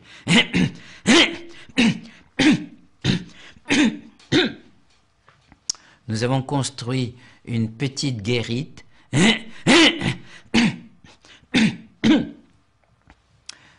pour remplacer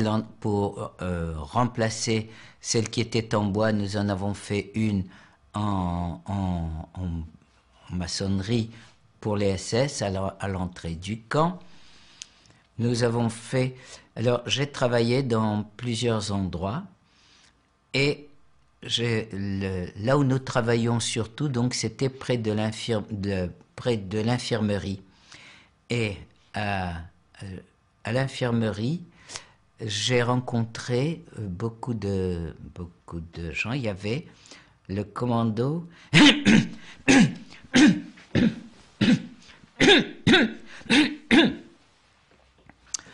J'ai rencontré là-bas le Todt Commando. Le Todt Commando, ça veut dire le commando de la mort, c'est-à-dire ceux qui s'occupaient des morts. Et donc, ils vivaient là-bas. Et là-bas, j'ai fait la connaissance des anciens. Comme quoi, je disais tout à l'heure que le convoi pour Varsovie, on avait pris tout le monde, même les anciens du premier convoi de France, il y en avait 3. Il y avait Maurice Serrouillat, il y avait Bernard Pressman et il y avait Joseph Bernstein, on l'appelait Jojo. Et eux, leur travail était de brûler les morts. Donc, ils amenaient les morts dans un espace et ils mettaient une couche de bois, une couche de cadavre, une couche de bois, une couche de cadavre. Ils arrosaient ça de pétrole, ils enflammaient. Et ensuite, avec une grande pelle, il ramassait et il remettait sur le foyer tout ce qui tombait sur les côtés, que ce soit du bois, que ce soit des os, que ce soit des crânes, et il remettait sur le foyer. Et naturellement, quand il y avait beaucoup de morts, ben, il travaillait beaucoup, et quand il y en avait moins, il travaillait moins.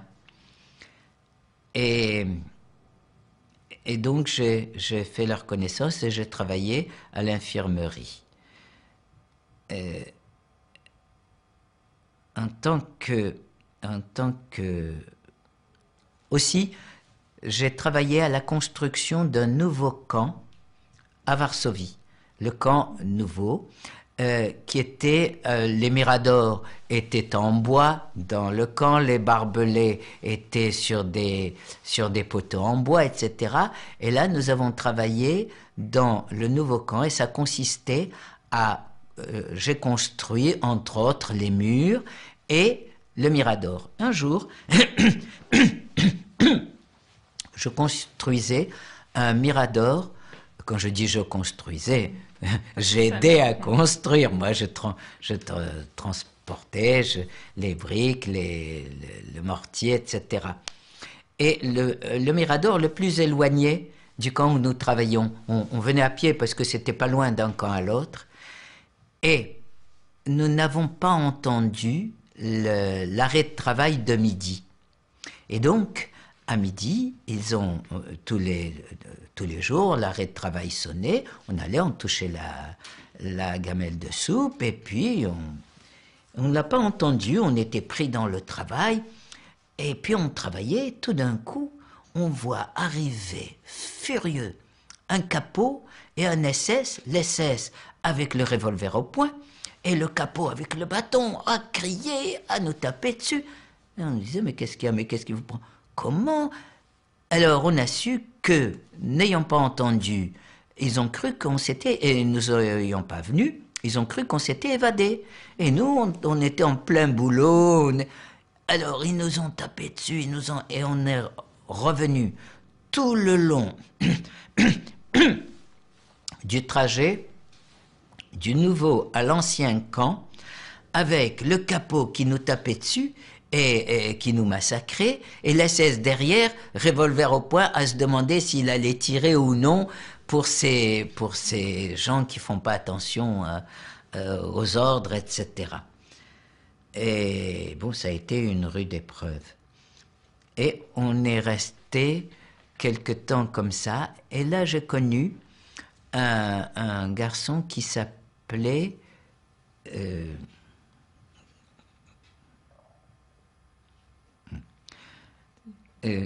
oui. Ça vous reviendra peut-être, si vous voulez me redire le nom. Ça me reviendra.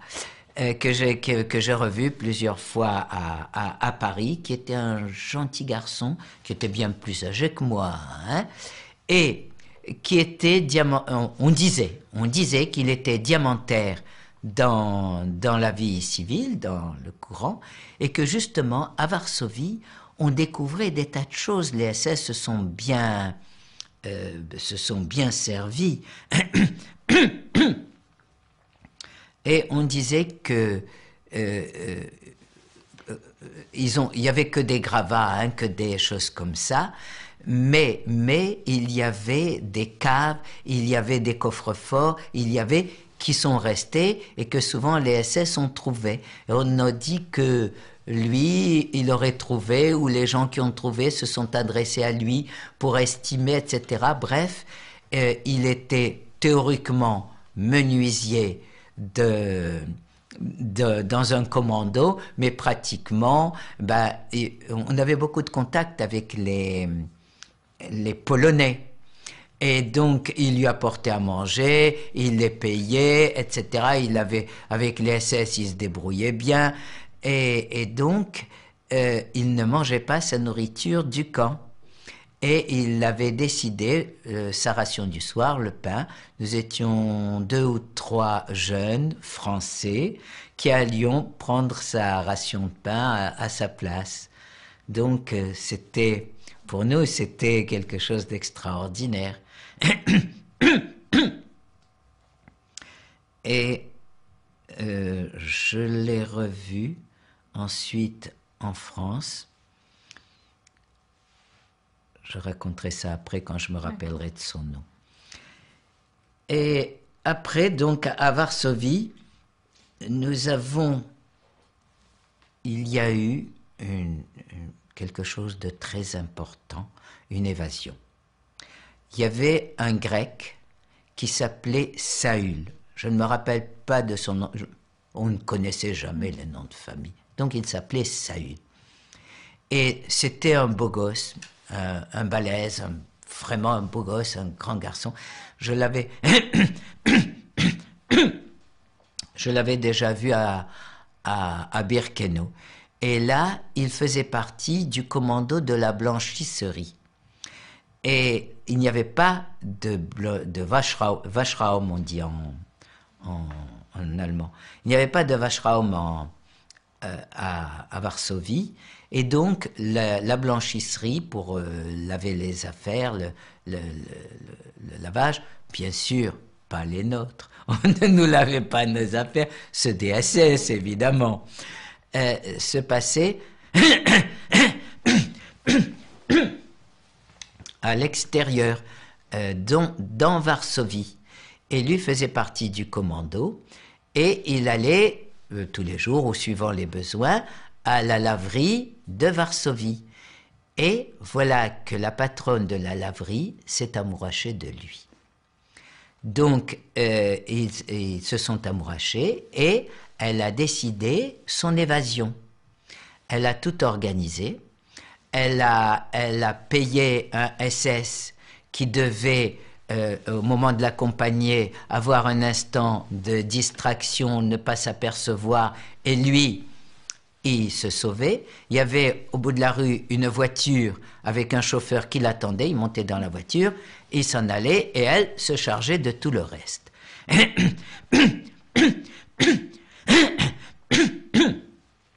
Et puis, au moment de l'évasion, au moment où le SS devait avoir un instant d'inattention, il a changé d'avis. Et le Saül, comme il était costaud, il a tabassé, il a jeté par terre, il a piétiné un peu et il s'est sauvé. Le chauffeur, voyant que ça tournait mal, il a démarré. Saül s'est accroché à la voiture et il s'est agrippé à la voiture derrière et il a démarré. À ce moment-là, de l'autre côté de la rue, il y a un SS qui passe. Il voit ça, bien sûr il était enrayé, il tire son revolver, tac, et il lui met 2 balles dans les fesses. Le Saül s'effondre, il tombe, on le ramasse et on le ramène au camp. On le ramène au camp et on le soigne à l'infirmerie. Ils l'ont soigné pendant au moins 3 semaines et là je l'ai vu à l'infirmerie. Et au bout d'un laps de temps, environ 3 semaines, il était guéri, il était bien. Et à ce moment-là, on l'exécute. Alors, un dimanche, on réunit tout le camp, et le deuxième camp, le camp 9 aussi, sur les hauteurs, et devant tout le monde, il arrive et il marche dignement et on le pend. J'ai su par la suite, les gens qui étaient à l'infirmerie et tout, que juste avant la pendaison, on l'avait drogué pour ne pas que ça fasse trop de tumulte, etc. Et le lendemain, moi, donc j'étais maçon, et comme travail, ce qu'on faisait, c'était la morgue. Et moi, j'étais chargé de crépir la morgue. Donc je passais du crépi, de choses... Naturellement, c'était un petit peu vallonné, mais... Le lendemain, j'ai vu son cadavre.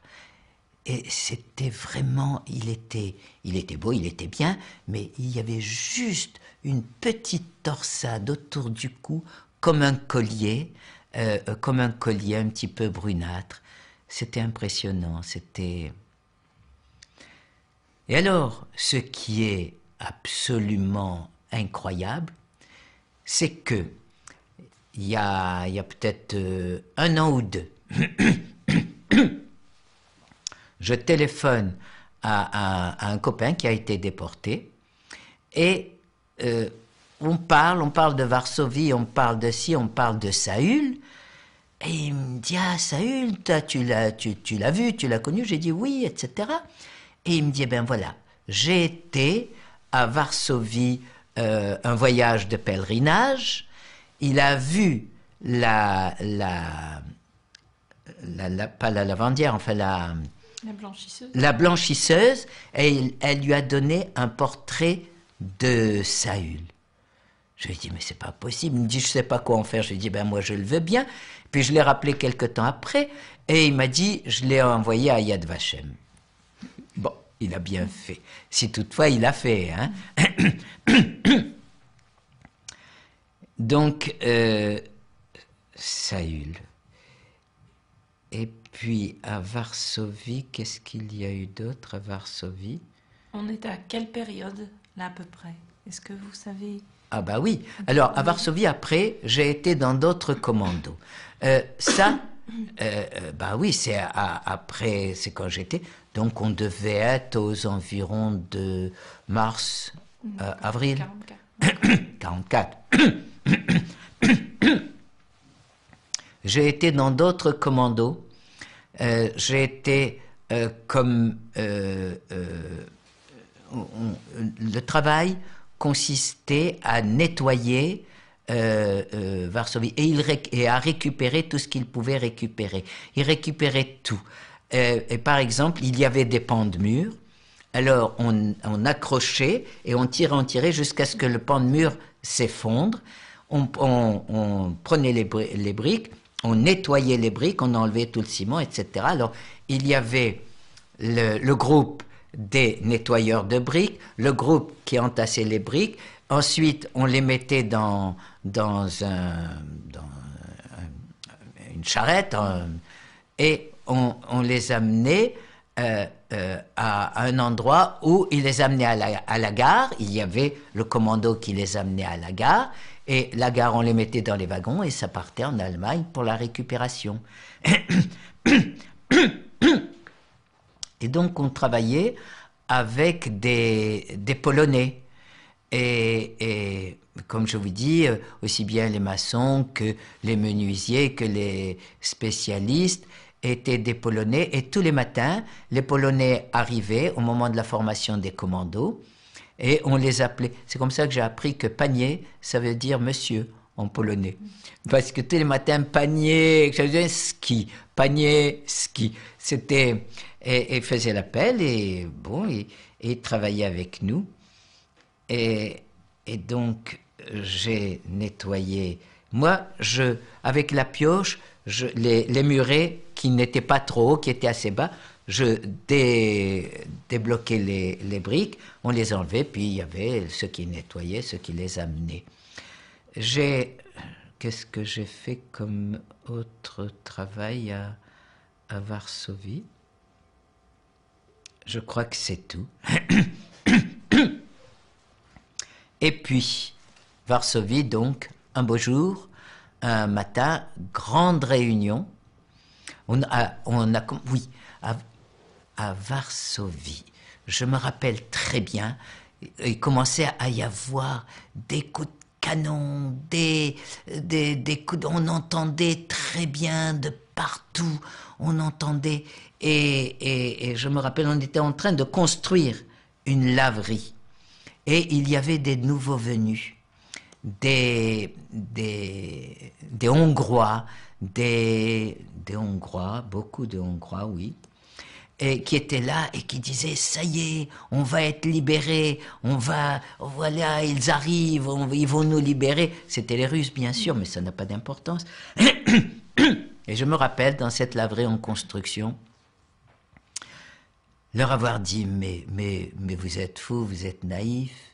Si, et ça, ce sont exactement les paroles que j'ai dites, si on doit être libéré à midi moins 5, les SS nous extermineront tous.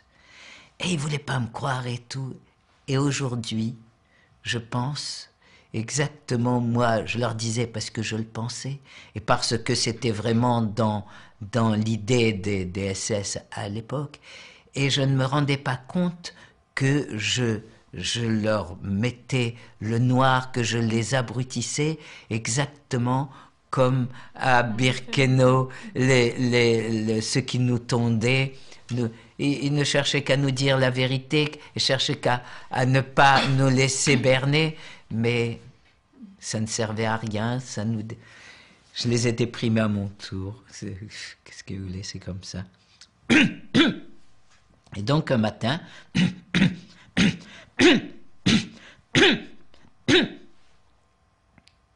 après le travail, j'ai eu les pieds le talon qui s'était éraflé, qui s'était écorné. Et à côté de moi, là où je dormais, à côté de moi, là nous avions une espèce de lit superposé, mais à une place, nous avions une paillasse à Varsovie. Et à côté de moi, il y avait un Français aussi, et je ne me rappelle pas son nom. Et quand nous allions travailler, on revenait le soir, on était exténués, on était fatigués. Et malgré tout, comme j'avais ça qui s'enflait, qui s'envenimait, qui saignait, j'allais à l'infirmerie pour me faire mettre un pansement. C'était un pansement en papier, etc. Et lui avait le doigt qui s'était enflammé et qui avait gonflé, etc. Et on allait tous les soirs, on faisait la queue pendant une demi-heure, 1 heure, au lieu de se reposer pour avoir un pseudo-pansement. Et au bout d'un certain temps, il voulait plus venir. Il a dit, j'en ai marre, je suis fatigué et tout. Puis un beau jour, il m'a dit, je vais aller carrément. Il y avait une espèce d'hôpital en dehors des choses. Je lui ai dit, mais non, mais tu es fou, mais n'y va pas. Et puis il y est allé, puis je ne l'ai jamais revu. Une fois, c'était à Varsovie aussi, on rentrait au camp et je vois un gars qui était avec moi à Drancy. Et lui, il faisait de la gymnastique tous les matins, il faisait, etc., etc. Et là, je le vois, il était déprimé, abattu, il me disait, on s'en sortira jamais. Et moi, j'ai essayé de le regonfler et tout. Et j'ai dit, dans 15 jours, il est fini. Et 15 jours après, il n'a pas tenu le coup. Il fallait vraiment avoir un moral d'acier et certainement être beaucoup inconscient, hein, parce que le moral c'est bien beau, mais quand on sait que, hein, vraiment il fallait. Et puis un beau jour, rassemblement général. Il devait y avoir environ 4 à 5 000 prisonniers à Varsovie. Rassemblement général, on nous réunit environ 4500 et j'ai oublié de vous dire que pendant 2 ou 3 jours, ça canonnait, ça bombardait. Et un soir, il y a eu des fusées éclairantes, tout le camp était illuminé toute la nuit. Et nous disions, il y a des bombes qui tombent pourvu qu'il y ait une bombe qui tombe en plein milieu du camp, sans réaliser qu'ils nous auraient peut-être libérés, mais ils nous auraient peut-être tués les premiers. Mais bon, on voulait qu'une bombe tombe au milieu du camp. Et puis donc, rassemblement général, au lendemain de ce grand bombardement, rassemblement général, 4500, on part en colonne par 5 ou par 10, et on laisse 500 pour détruire toutes les traces du camp et du reste. Et on part, et pour la première fois, je vois des rues de Varsovie.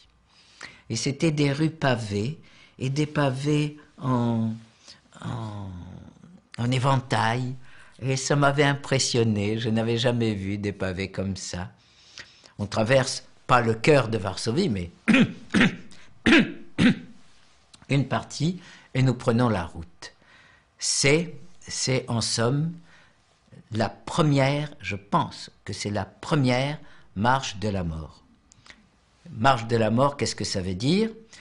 En colonne par 5 ou par 10, un SS tous les 20 ou 50 mètres, et on marche. Et ceux qui ne marchent pas, une balle dans la nuque et le corps dans le fossé. Je dis c'est la première parce que la marche de la mort la plus connue, celle de Auschwitz, ça a été au mois de janvier 1945. Et là, nous sommes au mois d'août 1944. Donc, la marche, et nous marchons.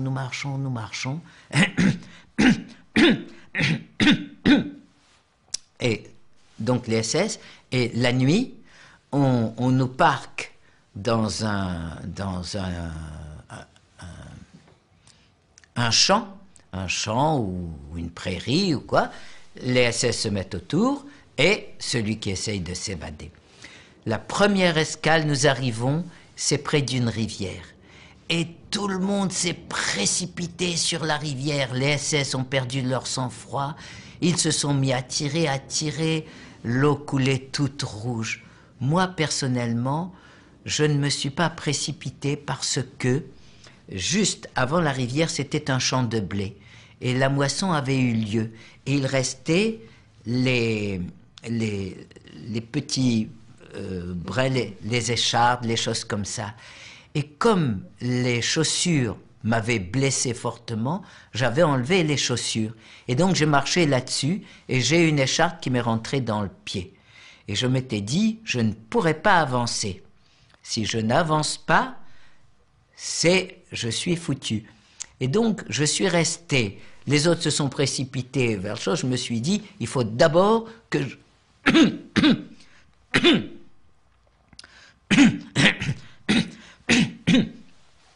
que j'enlève l'écharde. Et donc, je suis resté, j'ai fini par enlever l'écharde. Et quand j'ai été là-bas pour boire, ils avaient ressaisi leur sang-froid, les SS, ils avaient empêché d'aller. Le calme était revenu, mais on n'a pas bu. Et puis, nous avons repris la marche et nous avons marché. Nous avons marché comme ça. Pendant combien de temps? On s'arrêtait. Et j'ai vu une caravane de chameaux au loin. Je me suis dit, des chameaux en Pologne, c'est quelque chose d'insensé. Mais il y a quelques années, Simone Veil faisait un discours et elle a parlé elle aussi de chameaux. Alors je me suis dit donc, c'était pas une vision, c'était pas mon esprit, c'était pas un mirage, c'était vrai. Au loin, hein, pas tout près. Parce que on évitait les villes, on évitait les choses. Et nous avons marché comme ça. Comme je vous dis, je ne me rappelle plus pendant combien de temps. Et nous sommes arrivés à une petite ville qui s'appelle Kutno. À Kutno, ils ont préparé des wagons, des trains pour nous emmener. Mais, donc, on nous a mis dans les trains. Et là, parce que d'habitude, dans les trains, 40 hommes, 8 chevaux en long, hein, 40, 50, des fois quand ils sont surchargés. Mais là, on était au moins à 80 ou 100. Bien sûr, je ne les ai pas comptés, bien sûr, mais ce dont je me rappelle, c'est qu'on nous a tassés debout. Et une fois qu'on était entièrement debout, ils n'ont même pas fermé les portes, il ne fallait pas dépasser, et il y avait les SS au milieu, et à ce moment-là, on se débrouille. Et donc, pour s'allonger, eh ben, il y en a qui s'allongeaient, et ceux qui s'allongeaient, les autres s'allongeaient par-dessus, et de temps en temps, on tirait un bras qu'on mettait dessus, on tirait une jambe qu'on mettait dessus, et nous sommes restés 3 jours dans ces wagons, sans manger, mais surtout sans boire. Mois d'août, Varsovie, enfin, la Pologne, c'est un climat continental, très chaud l'été, très froid l'hiver. Et là, bon, c'est l'évidence, nous avons bu notre pisse. Et nous avons quand même voulu garder un espèce de restant de civilisation. Nous avons tenu à boire chacun la sienne. Et il y avait un copain, Bernard Pressman, qui lui vit actuellement du côté de Béziers, qui était près de la fenêtre. Ces fameux wagons, il y a toujours une fenêtre. Et je ne sais pas d'où on s'était procuré un quart, une espèce de timbale, un quart, et chacun urinait, on lui passait, il le mettait au bord de la fenêtre pour que ça refroidisse, et il le rendait à son auteur, il buvait, et on passait au suivant. On m'a dit par la suite, bien des années après, on m'a donné l'explication de ce séjour pendant 3 jours dans des wagons à Coutenot sans bouger, qu'ils ne savaient pas où nous envoyer. C'était la première fois, ils ne savaient pas. Et ils ont demandé des consignes, des directives directement à Berlin. Et le temps qu'ils demandent, qu'ils reçoivent, eh ben on est resté comme ça sur place. Et finalement, nous avons été dirigés sur Dachau. Dachau, c'est un camp de concentration. Les camps de concentration sont interdits aux Juifs. Je dis interdits, mais c'est vrai quoi, on n'acceptait pas les Juifs dans les camps de concentration. Et je pense que c'est pour ça qu'ils ont tellement tardé à décider, parce que où nous envoyer dans les camps de concentration, on n'admettait pas les Juifs. Et donc finalement,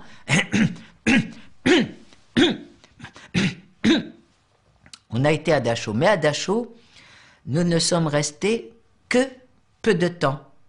Nous sommes restés quelques semaines et en quarantaine.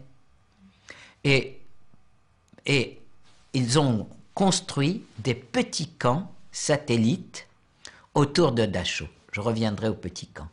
Donc nous arrivons à Dachau, et pour nous, Dachau, on arrive, et l'expression, encore une expression qui est de là-bas. Je ne dirais pas qu'elle était de moi, mais elle était de là-bas. Mais l'expression était, ici au moins, on ne meurt pas. Par rapport à Auschwitz, enfin à Birkenau, etc., etc. Et donc, Dachau, on est en quarantaine, ce qui fait que je n'ai pas très bien connu le camp de Dachau. On ne travaillait pas, mais on a vu, bon, ils avaient des baraques en bois, certes, mais on a su, ils avaient un terrain de football. Et quand on nous a dit ça, du football, mais qui peut jouer au foot? Qui a la force d'aller courir après une balle? Et on a su que c'était les SS contre les prisonniers. Mais Dachau, c'était un camp de concentration. Ils recevaient du courrier, ils recevaient des colis, ils recevaient des affaires personnelles. Il y avait la Croix-Rouge qui les aidait. Bien sûr, ils avaient le travail forcé, c'était un camp de concentration, il ne faut pas diminuer l'horreur, mais ils ne mouraient pas de faim. Ils avaient la nourriture qui était dégueulasse comme toutes les nourritures, mais ils avaient droit au colis, puisque les déportés qui n'étaient pas juifs, même à Varsovie, je vous ai raconté, ils avaient des colis.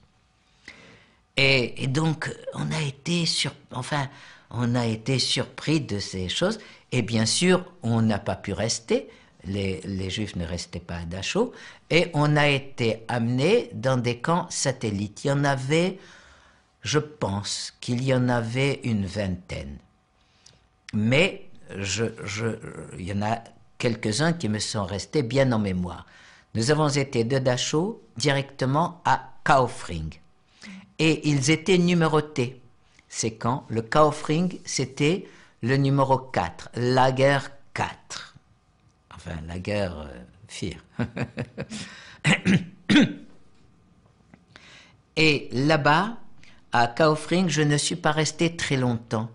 J'y suis resté quelques semaines ou quelques mois, je ne pourrais pas dire, mais pas très longtemps. J'ai travaillé dans un commando, j'ai travaillé comme bûcheron. Et comme bûcheron, on nous avait dit justement que on était en train de faire une autoroute et donc on coupait les arbres où l'autoroute devait passer. Et donc on était à 3. Il y en a 2 avec une longue scie et 1 avec la cognée. Et on faisait tomber les arbres comme ça. Et donc j'ai été bûcheron. Et puis j'ai été aussi... Je ne me rappelle plus qu'est-ce que j'ai fait comme travail encore à Kaufring. Et puis au bout d'un... Ah oui, et bon, donc j'en ai conclu que, effectivement, parce qu'il y a l'autoroute qui passe par là-bas à côté, et c'est certainement, j'étais un des initiateurs de l'autoroute. Puis au bout d'un certain temps, il y a eu un convoi qui a été fait. Alors évidemment, quand il y en a qui ont des planques, eh ben, quand on arrive dans un camp, dans un nouveau camp, eh bien, il y a tout de suite ceux qui prennent, les anciens, ils ont l'habitude, ils savent trouver les planques. Et donc, et ceux qui ont une planque, eh ben, ils y restent. Et ce sont ceux qui sont dans des commandos quelconques, etc., qui sont transportés lorsqu'il y a quelque chose. Et donc, à Kaufring, il y avait, comment il s'appelle, Bernard Pressman. Il était avec moi à Kaufring, mais lui est resté à Kaufring. Et moi, j'ai été transféré à Landsberg. Landsberg, camp numéro 7, Lagersieben. Et là, le camp n'était presque pas construit, presque pas du tout. C'était vraiment les débuts, il y avait tout juste l'entourage embarbelé et c'est tout. C'était au milieu d'une forêt. Et donc, c'est nous qui l'avons tout construit. Alors, j'ai commencé, bien sûr, le matin, quand on demandait, quand on avait besoin de ci ou de là, on demandait qui est maçon, qui est plombier, qui est... Alors, je me suis tout de suite nommé comme maçon. Et le camp de Landsberg est tout à fait spécial, dans ce sens que les baraques sont hautes de 80 cm à 1 mètre, et elles sont en angle qui descendent, et ensuite, donc ça descend comme ça, et puis ensuite il y a la terre, et au milieu, il y a un chemin qui est creusé. Ce qui fait que ce sont des triangles qui font le toit. Et donc, ça arrive à cette hauteur. Et donc, sur les côtés, il y a la terre. C'est là où nous dormions, ça faisait les lits. Et au milieu, il y a un passage. Et nous étions obligés de descendre quelques marches et on allait dans le passage. Les toits étaient recouverts de gazon, ce qui fait que d'en haut, pour les avions, on ne pouvait pas reconnaître le camp d'une prairie. Et donc, alors j'ai fait le recouvrement des toits. On pelait du gazon, ou on nous en apportait, on le découpait et on le collait sur les toits. Et puis, j'ai été pris comme maçon. Et comme maçon, nous avons quand même construit des cheminées parce que nous étions à ce moment-là, à Landsberg, nous étions fin de l'année, hein.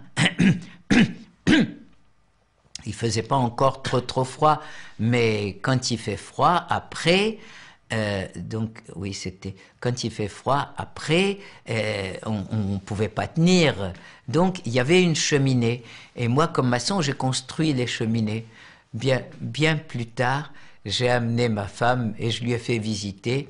Et je lui ai dit, tu vois cette cheminée là-bas qui est un peu tordue? C'est moi qui l'ai construite. Je l'ai reconnue parce qu'elle n'était pas très droite. Et donc, j'ai construit des cheminées. On a recouvert des gazons, on a fait. Et au bout d'un certain temps, j'ai eu la chance, j'ai été pris comme infirmier, Pfleger. Je crois que l'infirmier qui existait était malade. Il y avait une infirmerie, bien sûr. J'étais pris comme infirmier. C'était la bonne planque.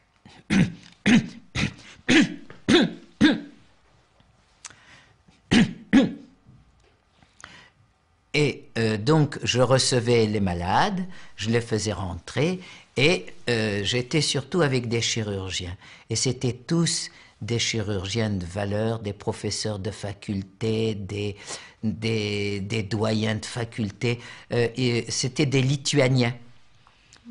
Et donc, et très braves types, ils m'ont enseigné. Et donc, je les aidais. À faire quoi? Pas grand-chose. Il y avait beaucoup de plaies, alors on nettoyait les plaies. Quand il y avait des chairs mortes, on coupait les chairs mortes. Alors, des fois même, je le faisais moi-même. Et donc, moi, comme j'étais un peu un ancien, je me débrouillais un petit peu mieux que eux. Et donc, j'avais un petit peu de nourriture que je réussissais à organiser. Vous connaissez le terme organiser? Non. Vous pouvez le Oui, expliquer dans tous les cas, on disait organiser pour dire se débrouiller, avoir quelque chose. Comme en France, on disait le système D. C'était quand on arrivait à avoir quelque chose, on avait organisé quelque chose. Alors, j'organisais par exemple, le Maurice Serrouillat, je l'ai retrouvé à Landsberg et il était dans les cuisines. Alors, quand j'allais le voir de temps en temps, il me donnait un petit quelque chose. Et,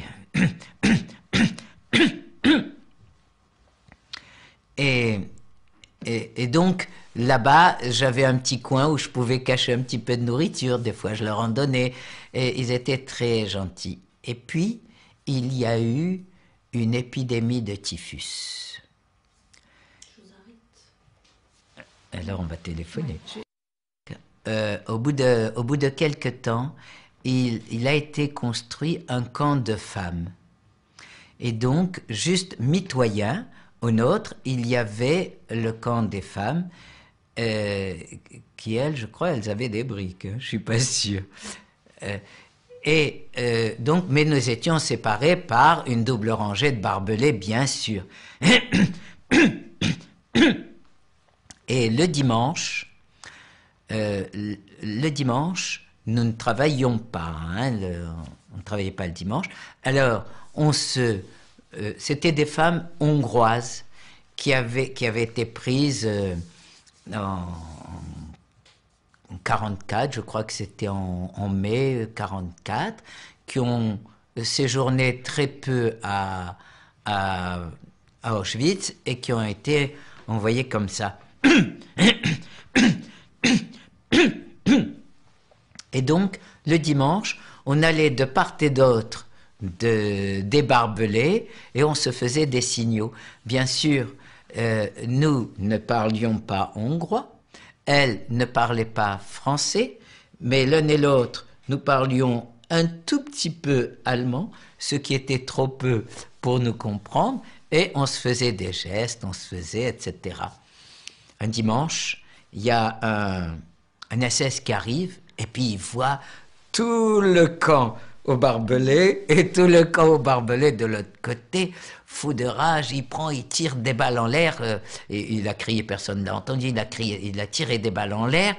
Et bien sûr, tout le monde, et il y a eu une balle qui est tombée une balle perdue, qui est tombée sur la main d'un des détenus.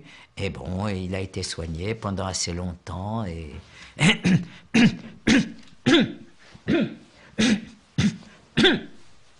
Et donc, il y a des idylles qui se sont nouées. Et bon. Et donc, je suis infirmier et il y a l'épidémie de typhus. Toujours dans les camps, quand il y a une épidémie de typhus, on fait des blocs de quarantaine. Alors, on a fait un bloc de quarantaine où on a mis les typhiques, les médecins. Bon. Et puis, un beau jour, il y a une femme qui a attrapé le typhus. Je dis une femme, c'était une jeune fille.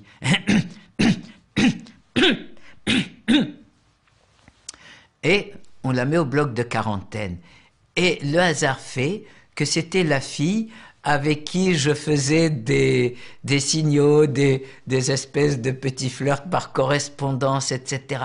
Alors quand j'ai su qu'elle était là, tout de suite j'ai été la voir. Les médecins ne pouvaient pas aller au bloc des typhiques parce qu'ils risquaient d'avoir le typhus. Mais moi, j'avais déjà eu le typhus à Varsovie, donc j'étais immunisé, je ne craignais rien. Alors j'ai tout de suite été la voir. Elle était dans le même bloc que les autres, mais elle était en bout et séparée d'une place ou deux des hommes, et puis c'est tout, bon. Et donc j'étais là, j'étais à ses petits soins, je ne savais pas quoi faire pour lui faire plaisir. Et elle m'a demandé une bouillotte.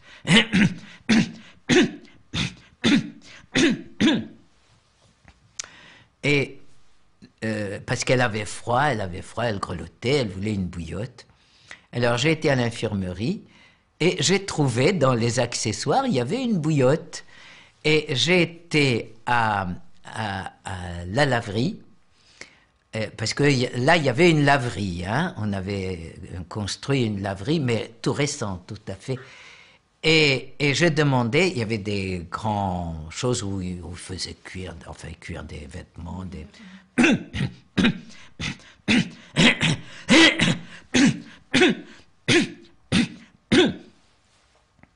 le camp de Landsberg était à peut-être 500 mètres de la route.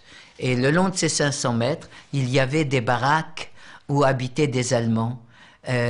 Soit des professionnels, soit les SS, soit etc. Hein. Et donc c'était sûrement pour eux que cette laverie servait. Et donc je vois le capot de la laverie et je lui demande de l'eau chaude pour remplir ma bouillotte. Et le gars il me remplit. Et il me remplit, mais vous savez, les bouillottes, si vous ne prêtez pas attention, il y a de l'air. Et alors, j'ouvre, je vide toute l'air, il restait à peine un peu d'eau. Alors j'ai dit, non, ça ne me suffit pas, remplis-moi de l'eau.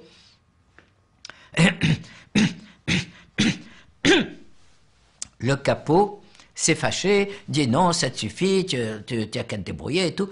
Alors j'ai insisté, mais comme je disais tout à l'heure, moi j'étais beaucoup plus ancien que lui. Lui, c'était je ne sais pas s'il était hongrois ou tchèque, mais qui était venu après.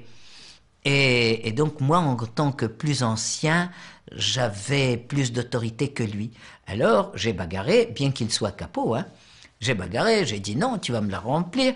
Et il n'a pas voulu, grosse bagarre, je prends la bouillotte, je lui jette sur la figure, je lui brûle la figure, enfin. Et je m'en vais, et je vais au bloc de désinfection. Il y avait un bloc de désinfection.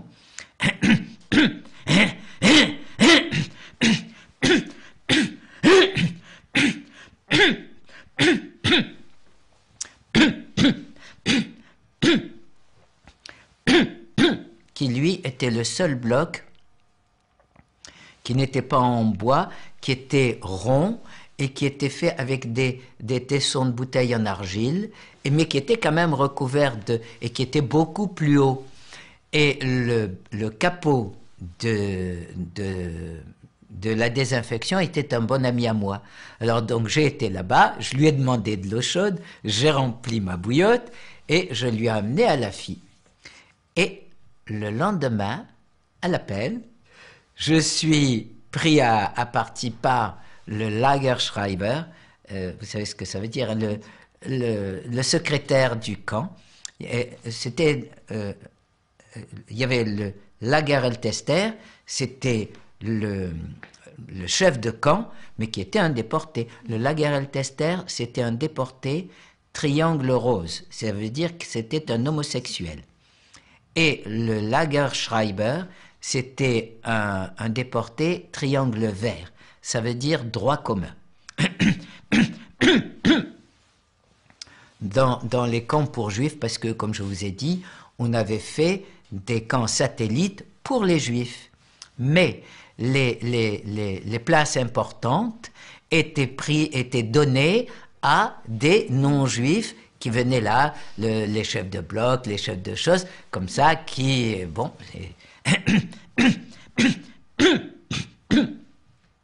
qui me prend à partie et qui me dit, voilà, tu t'es disputé avec le capot, alors tu seras puni, et il m'a versé au Scheiß Kommando.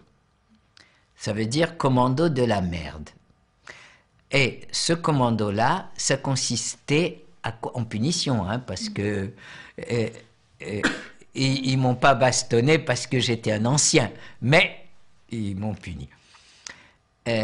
C'était le commando de la merde. Alors, ça consistait, il y avait les latrines. Les latrines, c'est un bloc, et à l'intérieur, il y a un grand trou où on fait les déjections, hein, et ce grand trou, et il y a un petit espace pour circuler autour. Et disons à 30 cm du trou, il y a une grande barre et de 30 cm de profondeur et peut-être 30 ou 40 cm de hauteur. Une grande poutre. Et un peu plus haut, à 60 ou 80 cm, il y a une autre poutre, ce qui fait qu'on pose ses cuisses sur la poutre du bas et ses épaules sur la poutre du haut, et on fait ses besoins. Et donc, si on glisse ou si on tombe, eh ben on se noie dans la merde. Et il y avait aussi, alors tout autour, il y avait beaucoup de chaux, de produits de désinfectants, ces produits blancs qui puent, qui... Et donc, le travail du Scheiß Kommando consistait à... Nous avions une espèce de grande écuelle, grande chose, avec un long manche, très long, et on puisait dans le fond, on ramenait et on versait dans des espèces de wagons, comment on appelle Des chariots, des petits chariots? Non, pas des chariots, des choses fermées là, comme on transporte du mazout ou comme on transporte Ah oui, des cuves. Des grandes cuves, mais cuves fermées, vous voyez, et avec un trou au milieu en haut et un robinet en bas. Et donc, on remplissait par le trou du haut. Et bien sûr, il fallait faire très attention, sans ça, on s'éclaboussait, mais de toute façon, on s'éclaboussait. Alors, on remplissait.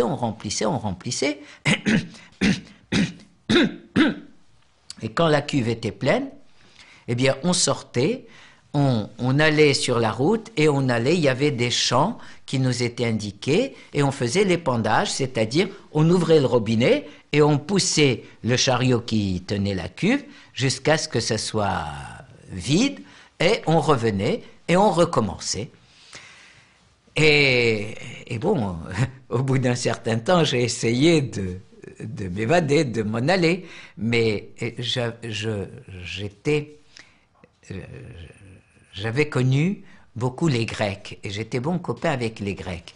Et le Todt Kommando était pratiquement que des Grecs.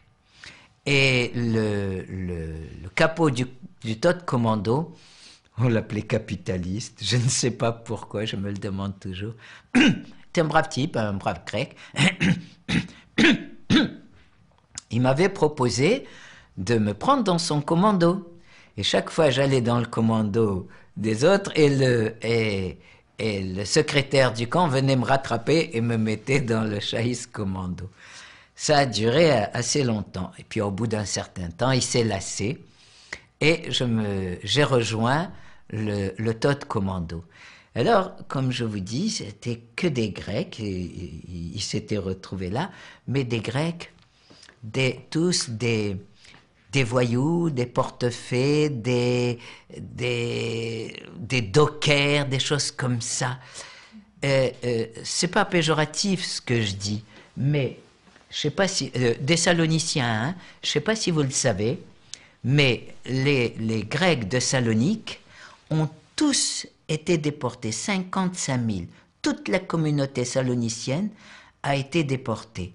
Depuis les énarques, si on peut dire, jusqu'au rien du tout. Et bien sûr, sur 55 000, qu'est-ce qu'il en est resté? Quelques milliers, à peine. Et qui a pu survivre? Eh bien, ceux qui étaient habitués à la misère, ceux qui étaient habitués à avoir faim, les autres, eh bien, ils ne pouvaient pas supporter et ils ont succombé rapidement. C'est peut-être malheureux, c'est peut-être bien, c'est peut-être pas bien, on ne peut pas dire, mais il y a un fait certain. Mais c'était tous des braves types, j'étais très ami avec eux. Et alors, le soir, quand on allait, le travail du Todd Commando, c'était d'enterrer les morts, parce que là-bas,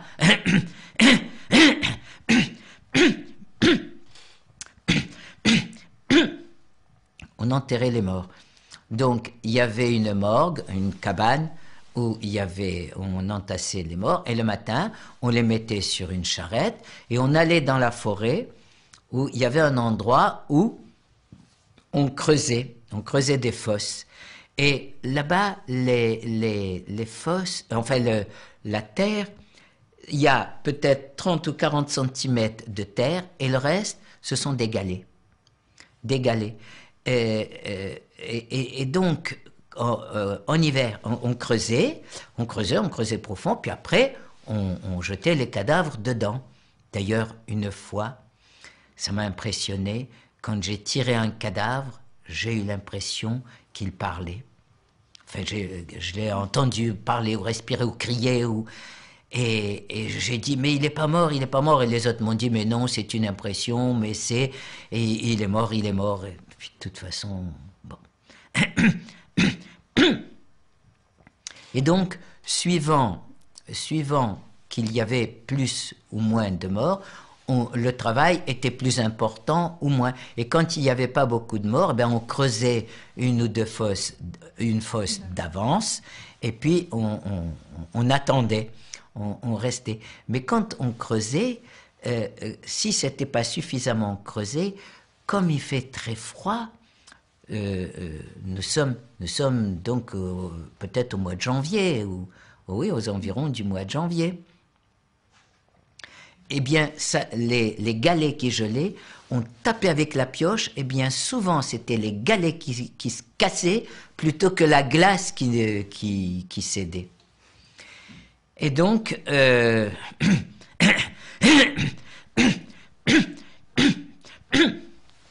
on creusait, et puis on rentrait, quand il fallait rentrer, on restait sur place même si on n'avait pas de travail, et on rentrait le soir à 5 heures. Et alors le soir à 5 heures, ils avaient leur bloc. Et moi j'allais avec eux, et ils se racontaient des histoires marrantes, enfin marrantes pour les uns pour les autres. Il y en a un qui racontait son cambriolage qui n'avait pas bien réussi et comment il s'était fait pincer, l'autre qui racontait bon, puis chacun. Mais vraiment je les ai beaucoup appréciés. Et puis au bout d'un certain temps j'ai arrêté d'aller au Todd Commando. J'allais les voir le soir pour bavarder avec eux, mais j'ai arrêté. Et quand ils demandaient, j'ai fait plusieurs boulots, plusieurs métiers. À un moment, j'ai été couvreur. On couvrait les baraques avec du papier goudronné, on rajoutait. Et puis, j'étais... qu'est-ce que j'ai fait encore bon, maçon, ça, j'avais terminé. Et puis, on allait, je me rappelle d'une fois, nous avons été à la gare, qui était en dehors de la ville. Et donc, je n'ai pas connu Landsberg avant la libération, hein, qui était en dehors de la ville. Et j'ai vu les poteaux électriques, qui étaient des poteaux en béton, et sur lesquels on pouvait monter, etc. Et j'ai été soufflé, et je me suis dit, quand même, voilà, nous, les poteaux électriques sont en bois, on monte avec des espèces d'échasses, et eux, ils sont si modernes, et voilà ce qu'ils font de nous, ils sont si cruels. Ça m'avait, de temps en temps, j'ai des réflexions comme ça. La même chose à Kaufring. À Kaufring, une fois, nous avions été comme ça en ville aussi, faire je ne sais pas quoi. Et en revenant, on est passé devant un petit village et où j'ai vu des maisons avec des petits carreaux, des petits, genre tout à fait maison de Marie-Claire, avec des petits rideaux en couleur, etc.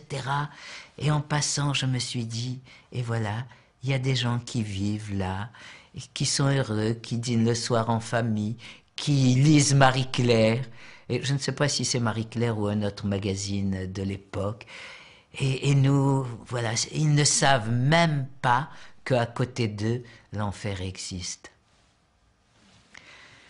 Et puis, une autre fois, alors j'étais dans un commando, on avait été travailler dans la forêt.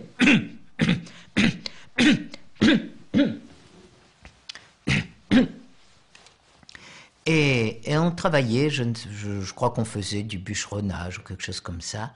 Et puis l'SS qui nous gardait, et il s'est assis dans un coin, il s'est mis à pleurer.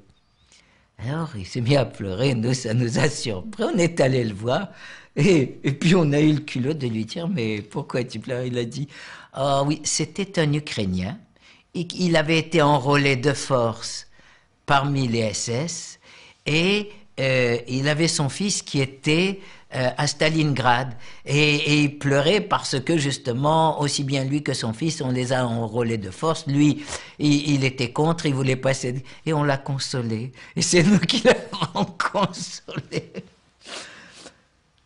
Et puis après je n'ai plus été dans les commandos, je me planquais le matin après l'appel. Les commandos se formaient, et puis, quand les commandos étaient sortis, ceux qui n'étaient pas partis dans un commando, ils restaient au camp, ils faisaient rien. Et on allait juste à midi à la cuisine, on récupérait une gamelle de soupe et on faisait rien. Alors, le coup, c'était de s'évader, de se sauver, de se planquer, jusqu'à ce que les commandos soient sortis. Et donc, je me planquais derrière une baraque, derrière une chose. Et un jour, j'étais planqué là comme ça. Et il y a je ne sais pas si c'était un Hongrois ou un Tchèque ou comme ça. Et il est venu à moi, il m'a dit, allez au travail. Parce que quand il manquait pour les effectifs des commandos, on allait chercher partout dans le camp pour récupérer. Alors il me dit, allez, va, etc. Oh, je lui dis, ah non. Il me dit, oui, mais va. Je lui dis, d'abord, je suis plus ancien que toi, donc ou tu t'en vas, ou gare à toi. Je te casse la gueule. Il m'a dit, mais alors, pourquoi tu prends pas un bâton, tu fais aller les gens, puis après tu restes, tu deviens policier du camp. Oh, j'ai dit non, moi ça m'intéresse pas. Tu ne m'as pas vu, un point c'est tout. Voilà, pour dire que suivant les circonstances, il y en a qui devenaient capots. J'ai parlé des capots tout à l'heure, et c'est vrai qu'il y avait des capots juifs. Et comme je le dis souvent, les capots, il y en avait qui étaient des braves types, c'était rarissime, très très rare. La plupart du temps, c'était des méchantes personnes, mais un capot juif, il fallait qu'il ait fait ses preuves, il fallait qu'il ait montré suffisamment de méchanceté pour, pour accéder à cette place-là, et qu'il le maintienne. Et puis, voilà pour Landsberg. Et puis on a commencé à alors oui, j'ai été, ah oui, comme j'ai dit, j'ai fait plusieurs métiers. J'ai été aussi planton. Planton, c'est-à-dire il y avait une petite guérite et les commandos sortaient, les commandos rentraient. Et quand il y avait des gens qui rentraient ou qui sortaient en dehors de la sortie et de la rentrée des commandos, c'était moi qui leur ouvrais la porte.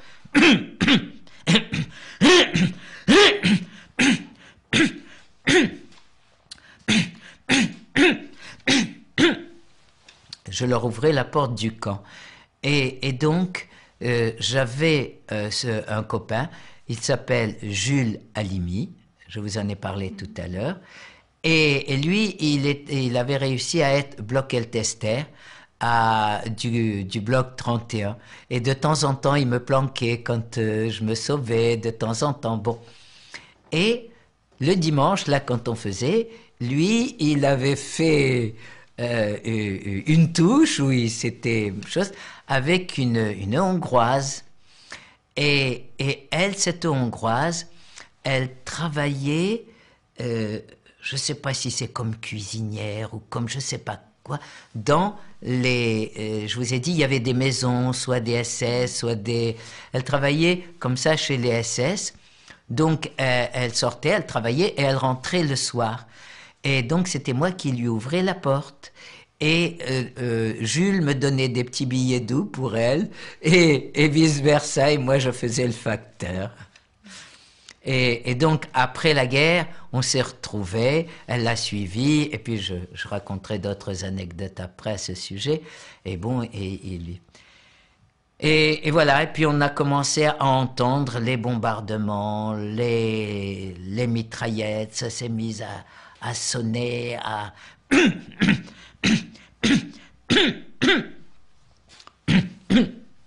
Et un matin, on nous réunit à Landsberg, on nous réunit tous et on nous dit on va s'en aller et on nous réunit sur la place d'appel. Et puis juste avant de s'en aller, on amène deux gars qui soi-disant, enfin on ne sait rien, auraient tenté de s'évader et on avait construit une potence et on les a pendus. Donc le bloc Eltester, hein, c'est lui qui a... pas le bloc Eltester, le lager Eltester. C'est lui, le triangle rose. Hein.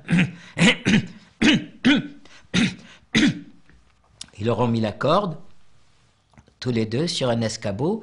Il a donné un coup de pied à chaque escabeau. Ils sont restés à gigoter et le convoi est parti en colonne par 5 ou par 10 le long des routes. Et deuxième marche de la mort. Nous avons marché. Et donc nous avons traversé des paysages, c'était quand même... C'est bizarre parce que c'était quand même le printemps et nous avons traversé des forêts avec un paysage d'automne, des feuilles toutes jaunes, le parterre un peu humide et rempli de feuilles, etc. Vraiment, c'est un beau pays, la Bavière.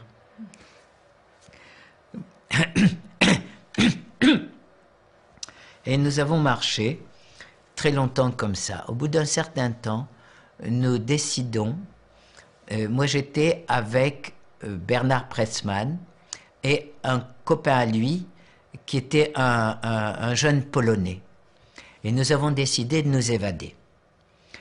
Là, on s'était dit, pour s'évader, parce qu'en Pologne, on ne peut pas s'évader.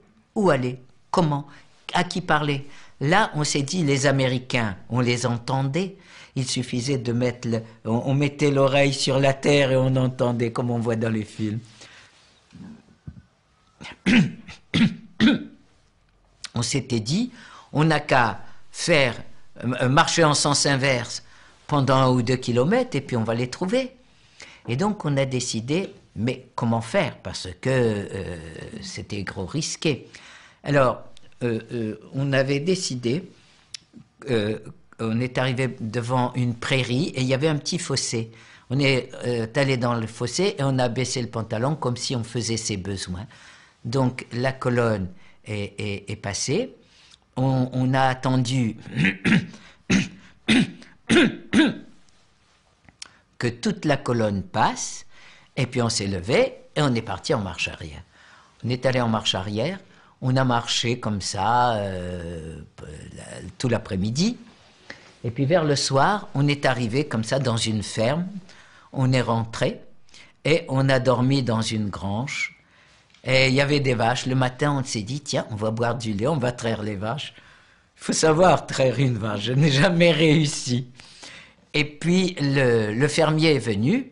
Et on lui a dit, voilà, il nous a dit, oui, mais il y a les Américains qui sont proches. Eh ben, on a dit justement, les Américains sont proches, on va rester ici et on va attendre qu'ils viennent. Ah, il nous a dit, ah non, jamais de la vie. Il avait trop peur parce que si des SS revenaient et les choses...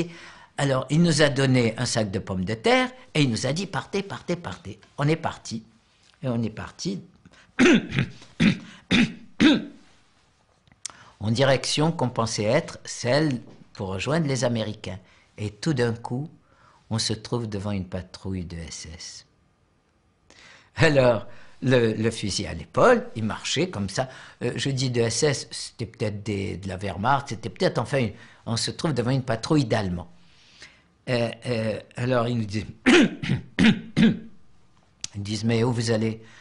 On dit, ben, on ne sait pas, on s'est perdu, on était avec la colonne, là, on s'est perdu, on la cherche, on ne la retrouve pas, on a fait nos besoins, mais voilà, mais ça ne va pas. Il dit, ah, mais c'est pas de ce côté, c'est en sens inverse. Et là, un coup de peau formidable. Au lieu de nous abattre, ils auraient dû nous abattre, normalement. Et ils nous ont ramenés jusqu'à la colonne. Et donc, on s'est retrouvés encore en marche. C'est pourquoi je dis, c'était peut-être de la Wehrmacht, c'était peut-être pas... Les autres, ceux qui nous gardaient, celui qui marchait pas, c'était une balle dans la tête. Et eux, ils nous ont ramenés à la colonne. Bon.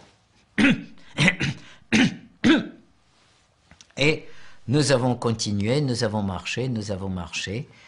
Et puis, un beau soir, il a neigé le 1er mai en Bavière. Et puis, donc, un beau soir, donc ça devait être le 1er mai, puisque le 2 mai, le matin, on se réveille, on se lève, et puis plus d'SS autour de nous. Le pré où nous étions, enfin l'endroit, plus d'SS autour de nous. Ils avaient fui, disparu dans la nuit. C'est quand même invraisemblable qu'on ne s'en soit pas aperçu. On était tellement épuisés, tellement... Alors, inutile de dire... La surprise, plus personne. Alors on rejoint une route et on voit des voitures, des cars, des voitures qui passent. Et il y avait une étoile de dessinée et on regarde des militaires. Et qui sont ces militaires? Est-ce que ce sont des Allemands, des Polonais, cette étoile, on n'avait jamais vu. Finalement, on a su que c'était les Américains, mais eux, ils avaient leur travail, ils passaient. Après, il y en a quelques-uns qui ont jeté de la nourriture.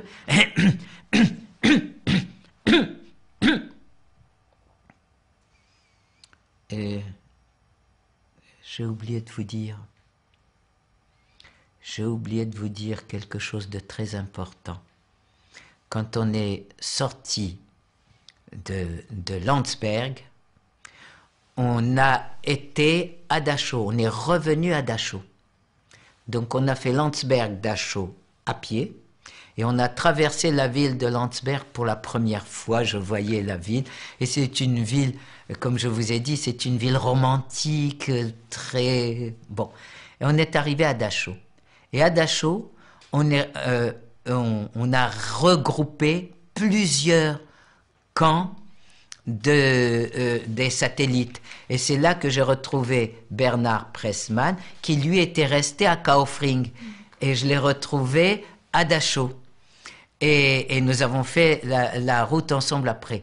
À Dachau, avant de partir, ils nous ont ouvert les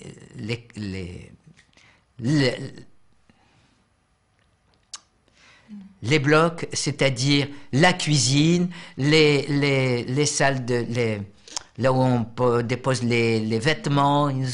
Et on pouvait tout prendre, on pouvait se servir, et après, on est parti. Alors, inutile de dire qu'on a pris toute la nourriture qu'on a pu. Moi, j'ai pris un petit blouson. Petit blouson jaune.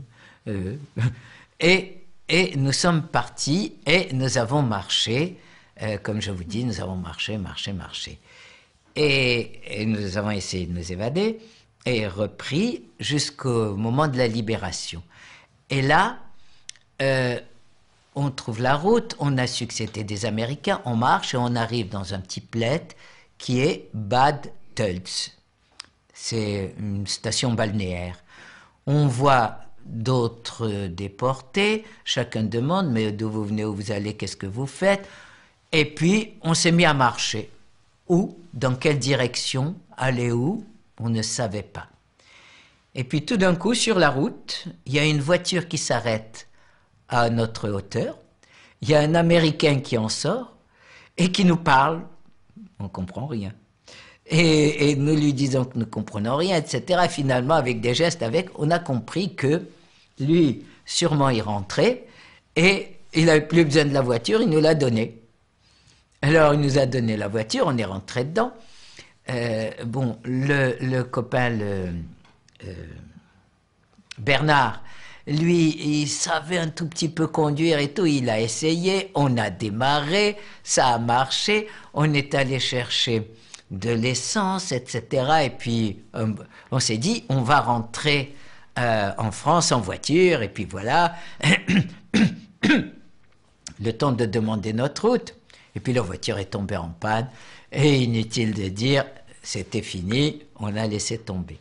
Alors on a continué à marcher et on est arrivé dans une petite ville dont je ne me rappelle pas le nom. Et là, nous voyons des prisonniers de guerre français. Alors français, on sympathise, etc. Et ils nous racontent qu'ils ont été libérés il y a peu de temps et ils ont réquisitionné une école. Alors si vous voulez, on vous héberge dans l'école, d'accord, on est allé à l'école. Et donc là, on s'est installé dans cette école-là. Et là, je ne sais pas... alors, je vous l'ai dit, quand on est parti de Dachau, on avait pris toute la nourriture. Mais on a mangé. Et pendant toute la chose, je n'ai pas cessé de manger. À tel point que... Au moment où on a été libéré, j'avais encore des boîtes de nourriture, etc. Et j'avais fait une indigestion terrible. J'avais des renvois d'œufs pourris toute la journée et tout. Et arrivé donc dans cette école, là, mais ça n'empêchait que je me forçais à manger quand même, hein, parce que ça avait été trop long, cette période de crever de faim. Et là, j'ai attrapé une dysenterie, mais alors extraordinaire. J'allais 20 et 25 fois par jour aux toilettes. Je ne pouvais plus tenir debout. Et je me rappelle, je me suis mis à pleurer et je lui ai dit à Bernard, je lui ai dit, on ne sait jamais, si tu retournes, va dire à mes parents qu'est-ce qui m'est arrivé, etc. J'ai toujours pensé à dire à mes parents. Et donc, on est resté, bien 8 ou 10 jours. Et puis, au bout d'un certain temps, la diarrhée s'est tassée, j'ai commencé à récupérer, j'ai commencé à manger. Et puis un beau jour, il y a les Français qui viennent et qui nous disent, voilà, on vient vous dire au revoir, on s'en va. Ah, où vous partez? Ben, on est rapatriés. Ah ben, rapatriés, nous aussi, on est Français, on va être rapatriés avec vous. Ah non, non, non, non, ça n'est que pour les prisonniers de guerre. Les autres, vous verrez après. Alors, bon, mais ils nous ont laissé l'école en héritage. Alors, on est resté quelque temps à l'école, et puis on s'est dit, on va pas vivre ici indéfiniment. On est parti, on a pris la route, mais aller où? On a pris la route, et puis dans une autre petite ville, également, je ne me rappelle pas le nom, on a vu un camion français, un camion avec des militaires français qui déchargeaient. Alors on leur a dit, voilà, vous pouvez pas nous rapatrier, nous amener en France, etc. Non, c'est pas possible. Eh bien, au moins, nous réquisitionner des vélos. On retournera à vélo. Ah, nous ont-ils dit, on ne peut pas, parce que l'armistice a été signé ou dit, vous seriez venu 4 ou 5 jours plus tôt, on aurait pu, mais là, les lois, on n'a plus le droit. Alors que faire? Alors on a continué à marcher, puis finalement ils nous ont dit, il y a un camp de rapatriement à Wolfratshausen. Un camp de rapatriement dirigé par les Américains. Alors on a marché et on est arrivé à Wolfratshausen. Là-bas, j'arrive au camp et puis je retrouve mon ami Jules, qui était là depuis quelque temps, et lui, il avait eu un périple différent. Il s'est évadé de l'autre côté dans une bouche d'égout, il était... Bref, et...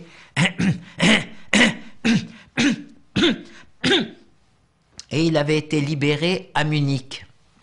Et à Munich, quand il avait été libéré, il avait connu un pharmacien, est-ce qu'il s'appelle Fischer? Je ne suis pas sûr, mais qui était un opposant au régime. Et donc il l'avait plus ou moins hébergé. Il habitait, j'ai encore l'adresse dans la tête, Riedelstrasse, enfin bon, Forstel-Riedelstrasse. Bien. Et il m'a dit, là-bas, il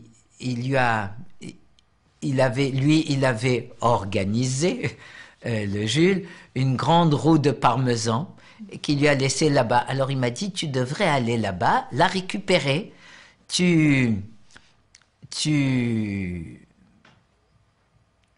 vas de ma part, tu la ramènes, mais malgré tout, c'était au moins à 30 ou 40 kilomètres.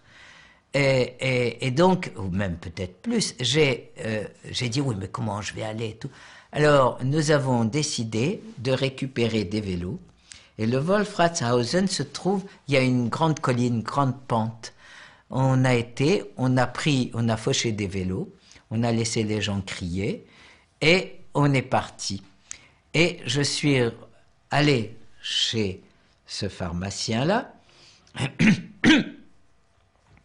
J'ai récupéré la roue de parmesan, je lui ai laissé le vélo parce que, je ne sais pas, il avait prêté le sien à Jules ou un truc comme ça.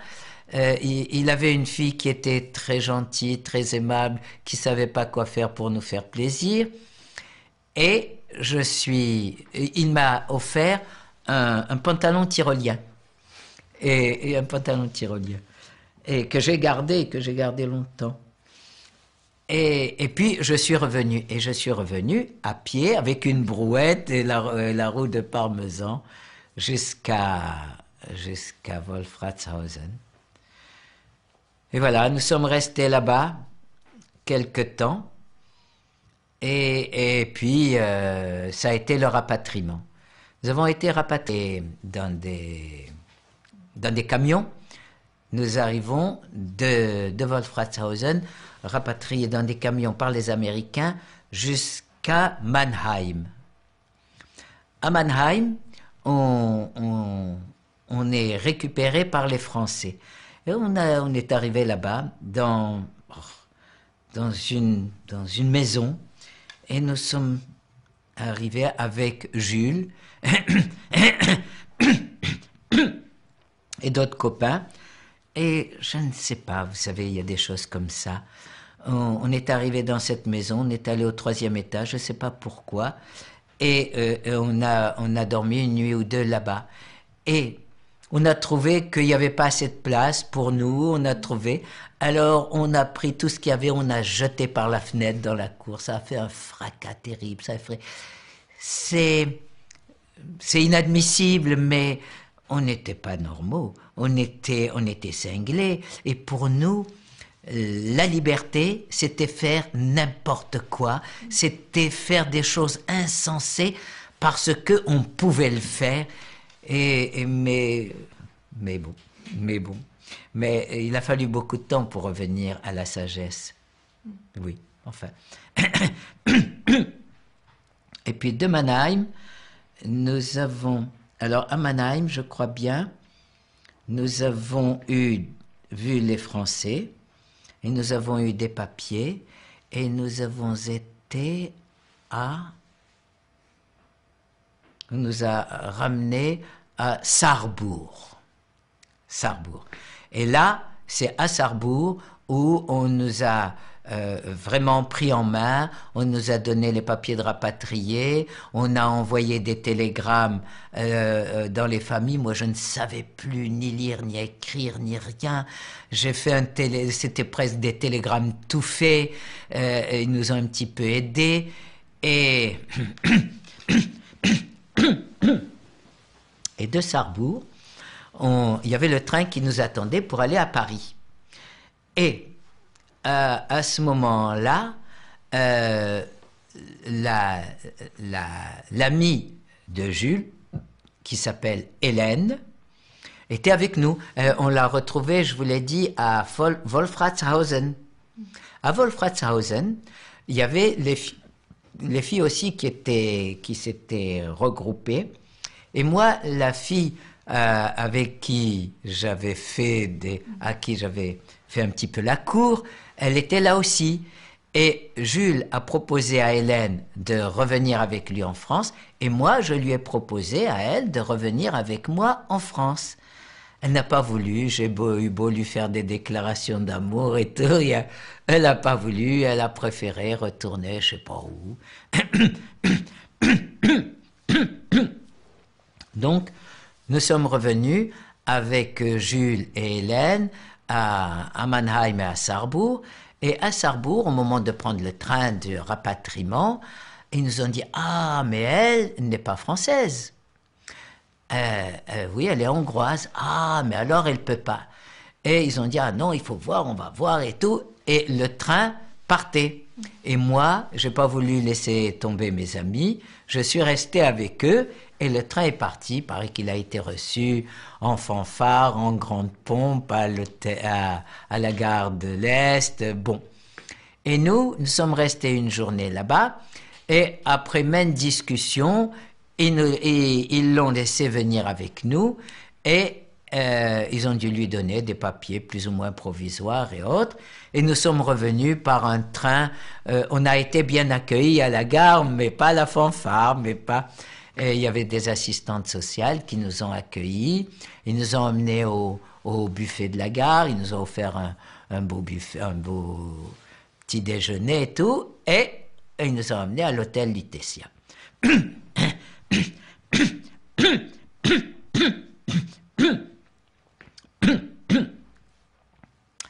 À l'hôtel Lutetia, aussitôt arrivé, nous avons eu droit au coup de la désinfection, la DDT. C'est quelque chose que plus personne ne connaît aujourd'hui, mais c'était une poudre désinfectante.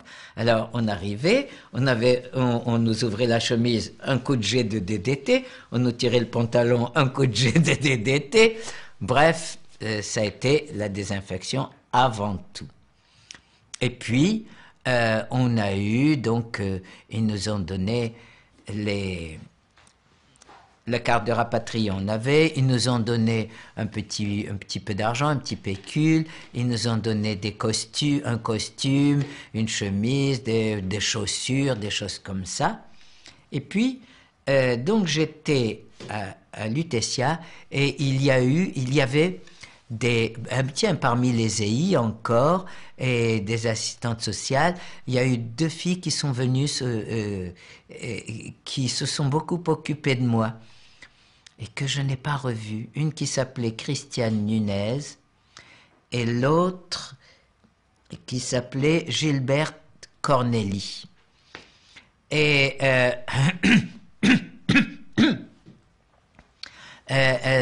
surtout Gilberte Corneli, elle m'amenait promener, elle m'a fait visiter Paris, elle a été très gentille, très aimable avec moi. Et donc j'étais un après-midi comme ça à Lutetia, quand tout d'un coup j'entends au haut-parleur, on demande le docteur Israël, Je fais un bond, je cours et je vois les personnes du micro et je leur dis, mais où est-il? Ils me disent, justement, on le cherche. Alors je dis, mais comment? Alors ils me disent, voilà, on pense il sera là cet après-midi vers 15h. Alors moi, j'ai attendu, je me suis dit, est-ce que c'est vraiment lui? Est-ce que c'est possible? Est-ce que, miracle, je suis revenu et lui aussi, comment? Puis à 15h, il arrive, et puis même ébahissement de sa part, de la mienne, c'était lui, c'était moi. Alors bon, on était contents de se retrouver, on a un petit peu peiné parce que ma sœur, on n'avait pas de nouvelles, on espérait que peut-être. Lui, vu ce qu'il avait passé, moi ce que j'avais passé, je me disais c'est impossible. Bon, et puis elle n'est pas revenue, bien sûr. Et puis, donc on est sorti et on est allé au square juste en face, il y a un square.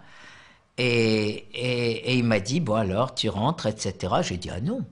Il me dit, pourquoi? Mais comment? Mais tes parents qui t'attendent à Tlemcen, mais c'est pas possible, ils n'ont pas de nouvelles de toi. J'ai dit, j'ai envoyé un télégramme. Et il me dit, mais comme ils t'attendent avec... Je dis, alors là, maintenant, moi, j'ai 18 ans, je vais faire ma situation, après j'irai... Mais tu es fou, mais c'est pas possible. Il a eu beau insister, je n'ai rien voulu savoir. Et puis, donc à l'hôtel Lutetia, ils n'ont pas pu m'héberger parce qu'ils étaient pleins. Et ils m'ont réquisitionné une chambre avec Jules et un autre ami qui était avec nous et qui s'appelait... dernièrement, on en a parlé avec Jules, et qui était avec nous. Et ils nous ont donné une chambre pour 3. On était tous les 3, bons copains, à l'hôtel Turgot, rue Turbigo, près de la République. Et donc, je suis resté quelque temps, là, comme ça. Je mangeais toute la journée. On nous avait donné, à Lutetia, on nous avait donné des colis de prisonniers, puisqu'il n'y avait plus de prisonniers, donc les colis, ils nous les ont donnés. On nous avait donné des cartes de ravitaillement, des cartes des bons gratuits pour aller au restaurant. Et donc, le matin, quand je me levais, je mangeais dans les colis, on mangeait des poissons, des harengs, des œufs, tout ce qu'on veut. À déjeuner, j'allais dans un restaurant avec une carte gratuite et je mangeais et je sortais, j'allais dans un autre restaurant à carte gratuite et je mangeais. Le soir, la même chose, 2 restaurants. Dans l'après-midi, je rentrais et je mangeais du fromage et des trucs comme ça. Et puis à minuit, quand je rentrais, je mangeais des pains d'épices, de la confiture. Mais pendant un mois, j'ai mangé, je n'arrêtais pas de manger. Et puis donc j'allais promener avec chose. J'ai essayé de voir ma marraine que j'avais à Drancy qui m'avait envoyé des colis, Jacqueline Bellélis, et elle était très gentille, mais elle était un petit peu oiseau sur la branche, tête de linotte. Elle avait fait ça pour faire sa BA parce qu'elle était dans les éclaireurs, mais elle n'était pas investie, alors que la Gilberte Cornélie, vraiment. Et puis, un beau jour, il y a le copain, peut-être qu'il s'appelait Maurice, je ne suis pas sûr. Avant-guerre, il était forain. Et donc, il avait, c'était le gigolo de la patronne de la foire. Et quand il est revenu, là, il est allé retrouver, mais sa place était prise. Il y avait un autre gigolo. Alors, il était embêté. Alors, moi, je lui dis, ah ben, t'inquiète pas, on va le dénicher. Et il me dit, tu ferais ça? Oui, tu veux? Ben, je dis, mais bien sûr. Et un jour, il s'est débrouillé un revolver. Mais comme moi j'étais beaucoup plus jeune et donc j'étais beaucoup plus peut-être cinglé, peut-être de... Enfin bon. Alors, il a fait courir le bruit qu'il avait un copain. Alors lui, c'est un casse-cou, lui, on discute pas avec lui et tout. Et il avait récupéré l'adresse et j'ai dit, on va aller le voir. Et on a été, et il s'était sauvé et par la fenêtre, et on a fini par rentrer, il n'y avait plus personne, et j'ai su ultérieurement qu'il avait repris sa place comme gigolo près de la foraine. Et non, pour dire, je raconte ça pour dire combien je suis revenu et je n'étais pas normal. Et j'ai lu quelques livres comme ça de Samuel Pisard ou quoi, et après il a fait des choses insensées, invraisemblables, puis après il est redevenu normal, mais entre-temps, bah, c'est sûr que ça se paye une période pareille. Et puis un beau jour, à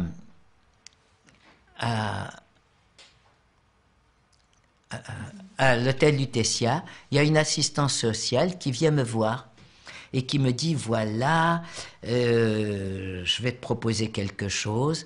Il y a une famille dont le fils a été déporté et qui a à peu près ton âge et qui n'est pas revenu et il voudrait t'adopter. Alors, je dis, oh, moi j'ai mes parents. Elle me dit, mais non, mais quand même, tu peux les voir, ça leur ferait tellement plaisir et tout. Oh, j'ai dit, ah non, non, non, non, je ne veux pas leur donner de faux espoirs quand même. J'étais cinglé, mais pas au point de... Non, elle a eu beau insister, je n'ai pas voulu. Elle m'a dit, mais quand même, mais réfléchis, mais réfléchis. Et puis, mon beau-frère a écrit à mes parents. Et il leur a donné, il leur a dit qu'ils pouvaient me joindre à Lutetia, etc. Oui.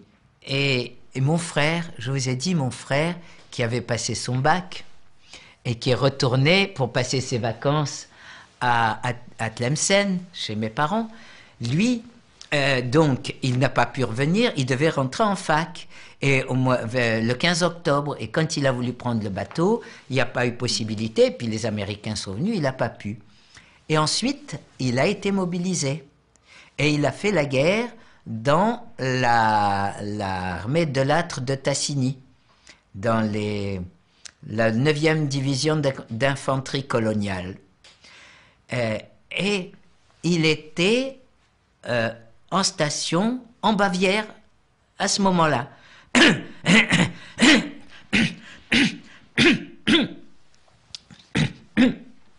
Mes parents lui ont écrit en lui disant, voilà, il y a ton frère, il veut pas revenir et ça va pas, etc. Va le voir. Et donc, il a demandé une permission à son capitaine et il n'a pas obtenu, il a obtenu l'autorisation, pas la permission. C'est-à-dire, il est venu en fraude, couvert par son capitaine.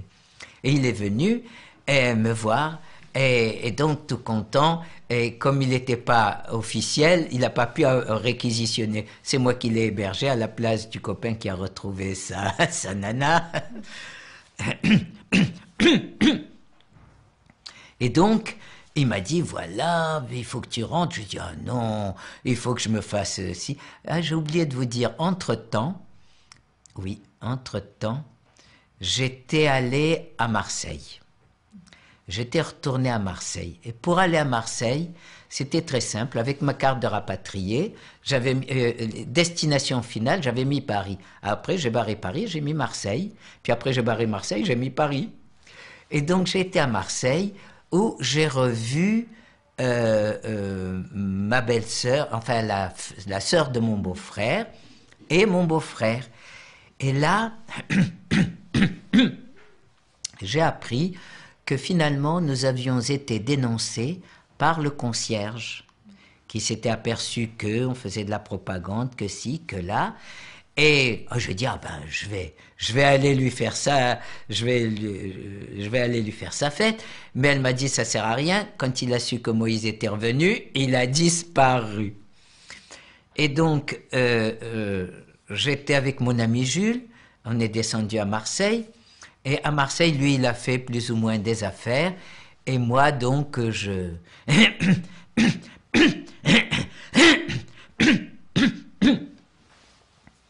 Et puis, nous avons rebarré Marseille, nous avons mis Paris. Ah oui, à Marseille, j'ai essayé quand même de retourner voir mes parents. Alors, j'ai été au port, voir le capitaine du port, et j'ai dit, voilà, j'ai le droit, je peux réquisitionner. Ah, il me dit, ah oui, on peut vous réquisitionner une place. J'ai dit, oui, mais moi, je veux bien y aller, mais je veux revenir, parce que mon beau-frère m'avait dit, il faut que tu ailles.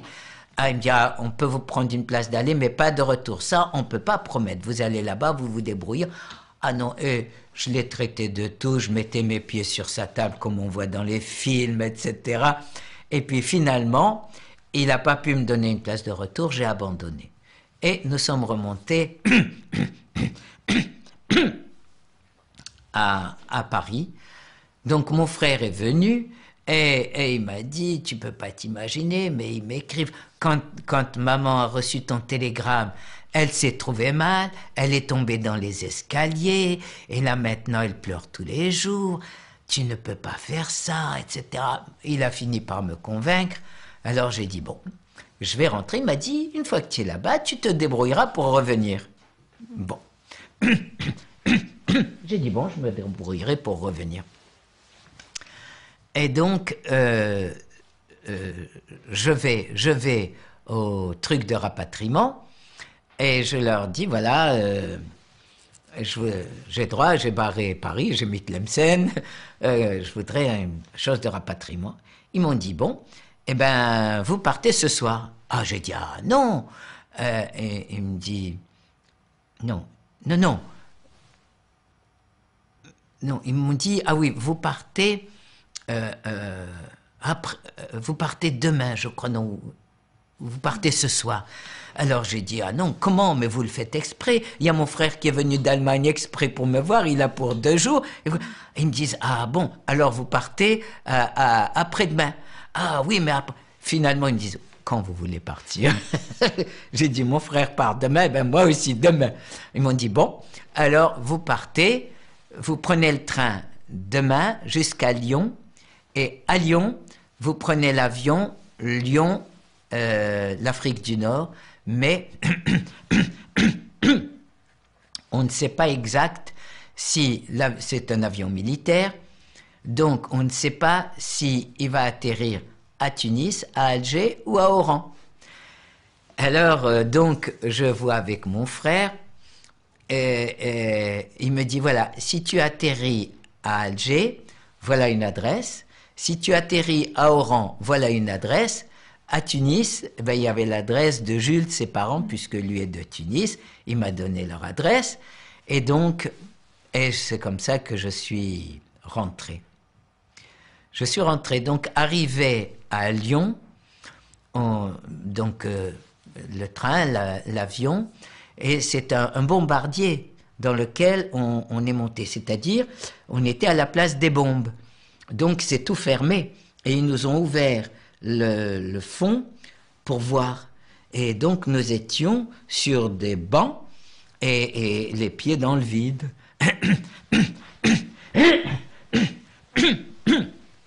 Et nous avons atterri à Alger. À Alger, nous avons atterri et j'avais l'adresse à Alger de son ami qui était beaucoup plus âgé que lui. Ils avaient fait la guerre dans le même corps le même corps d'armée, mais lui étant beaucoup plus âgé, il avait été démobilisé et mon frère pas encore. Donc, et il était à Alger. Il s'appelle Gabriel El Koubi, il s'appelait. Hein.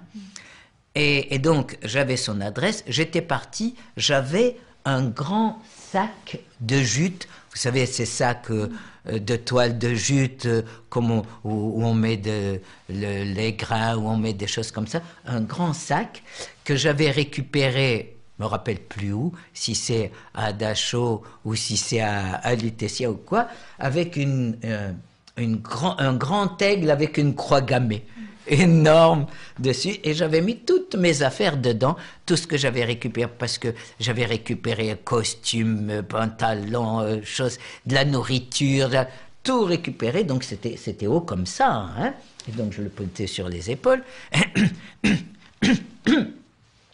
et donc je l'ai,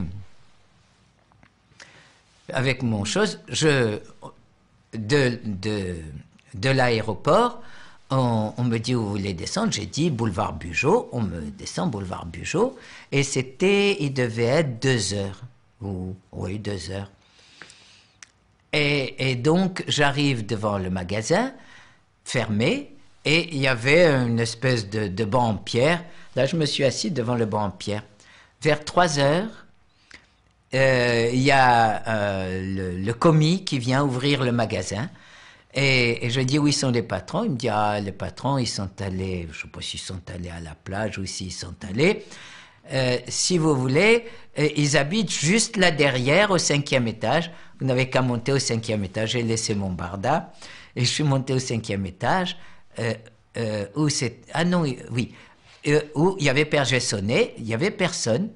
Alors je me suis assis sur l'escalier et j'ai attendu. Au bout d'1 heure ou d'une demi-heure, ils sont venus. Et donc, quand je me suis nommé, ça a été la grosse surprise, évidemment, etc. Donc, toujours bien reçu et tout. Et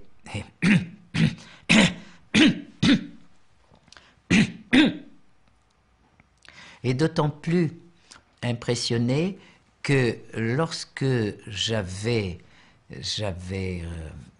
envoyé le télégramme, mon jeune frère, de la joie de savoir que j'étais vivant, avait organisé une surprise party à Tlemcen. Et eux étaient de passage à Tlemcen, parce que lui, je ne vous l'ai pas dit, il était marchand de tapis. Donc ils avaient un magasin de tapis et il allait, et à Tlemcen, il y avait des fabriques de tapis. Donc, et ils sont allés voir mes parents parce que mon frère leur a donné l'adresse. Et donc quand ils sont allés voir, mon frère a organisé une surprise party, ils ont été invités à la surprise party, et donc ils ont entendu parler de moi, ils ont sans me connaître, sans m'avoir vu.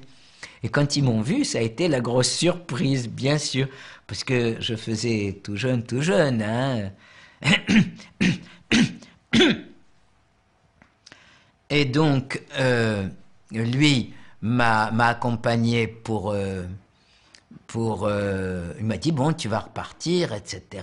Oh, j'ai dit, ah non, maintenant je suis à Alger, je vais aller visiter. Il m'a dit, mais non, mais jamais de la vie. Il m'a forcé, il m'a accompagné aux choses militaires pour le rapatriement, pour me réquisitionner une place dans le train. Et alors là aussi, donc je vais voir le commandant de la place de Paris, pour me d'Alger, pour me réquisitionner une place. Alors je lui dis, voilà, j'ai droit, voilà ma carte de rapatrié. Il me dit, ah bon, mais c'est quoi ça, cette carte de rapatrié? Je dis, ben voilà, j'ai été déporté. Ah, il me dit, ah bon, mais c'est quoi ça? Alors je dis, ben c'est comme un prisonnier de guerre. Ah, prisonnier de guerre, ah oui, vous avez droit. Alors quel est votre matricule? Mais j'étais pas militaire. Ah, alors vous n'avez pas droit. Et ça a duré au moins un quart d'heure de discussion. Finalement, je lui ai donné mon matricule que j'avais sur le bras. Je lui ai dit, voilà mon numéro. Et il m'a réquisitionné une... Alors, vous vous rendez compte, un commandant, un militaire, un commandant de la place d'Alger qui ne sait pas ce qu'est un déporté, comment voulez-vous que les civils sachent ce que c'est? En Algérie, on ne connaissait pas tout ça. On ne savait rien. Vos parents n'avaient pas su? Est-ce que vos parents avaient su ce qui vous était arrivé? À la Libération, mon père a demandé, on a dit qu'on avait disparu. Mais c'est tout. Mais c'est tout. Et même quand moi, après, je parlais de camps de concentration, eh ben, on me regardait ébahi, on ne savait pas ce que c'était et on ne se rendait pas compte. Alors je disais prisonnier de guerre. Ah d'accord, prisonnier de guerre, mais prisonnier de guerre, pour moi, c'est, qu'est-ce que vous voulez, ça n'a aucun sens. Mais pour eux, ça représentait un petit peu. Et donc, j'ai réussi à avoir réquisitionné une place, mais il y avait, on m'a donné une place, mais dans le couloir. Alors, j'ai posé mon barda dans le couloir, et je me suis couché, et j'ai quand même été dénoncé au chef de train, parce que nazi, parce qu'il y avait une croix gammée avec. Sur votre sac. Je les ai envoyés promener, je me suis fâché, je les ai envoyés promener. Et puis je suis arrivé à Tlemcen où toute la famille m'attendait. Voilà, je suis arrivé. J'embrassais ma mère comme ça, et c'est ma tante qui a vu mon numéro et qui a dit « Ah tiens, qu'est-ce que c'est ça ?» Bon.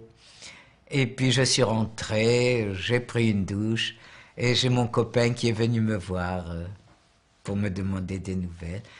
Et je suis rentré dans le giron familial. Voilà. Et est-ce que vous pouvez juste me raconter un petit peu après, qu'est-ce que vous avez fait? Vous avez repris vos études? Alors, oui, je suis rentré dans le giron familial. Je vous dirais que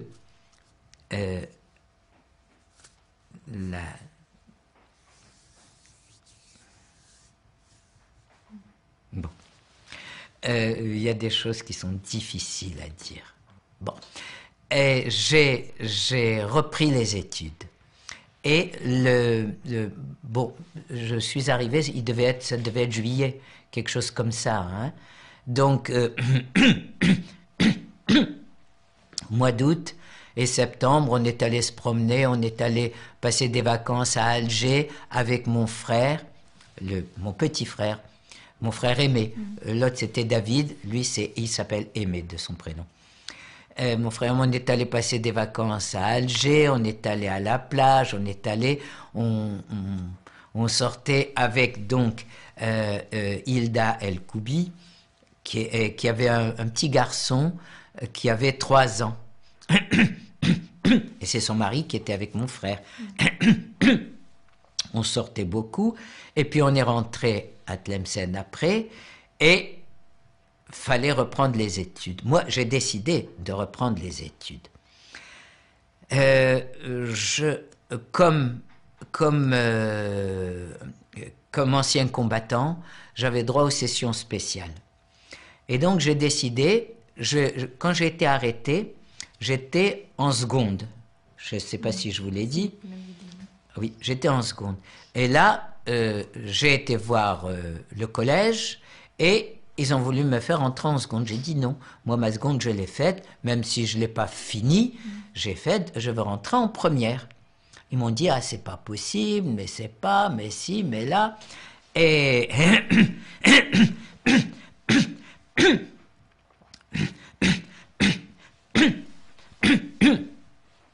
j'ai écrit à Marseille en leur disant, voilà, vraiment, ils ont été très bien, le proviseur de Marseille, en leur disant, voilà, je voudrais rentrer en première, si vous voulez bien m'envoyer un certificat comme quoi j'ai fait ma seconde et que j'étais apte à rentrer en première.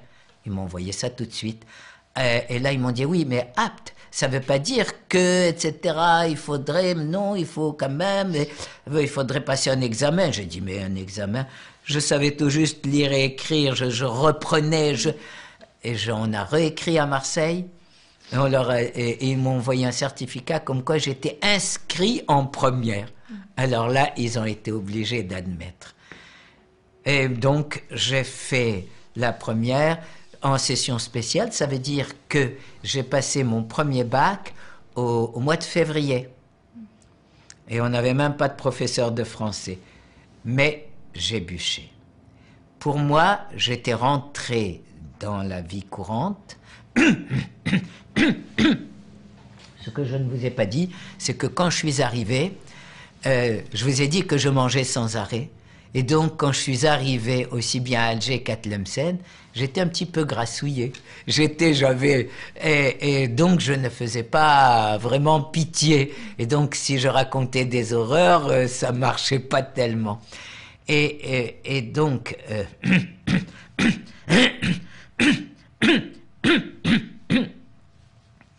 et comme dit mon fils, les oreilles étaient fermées. Ce qui fait que, rapidement, je n'ai pas beaucoup parlé.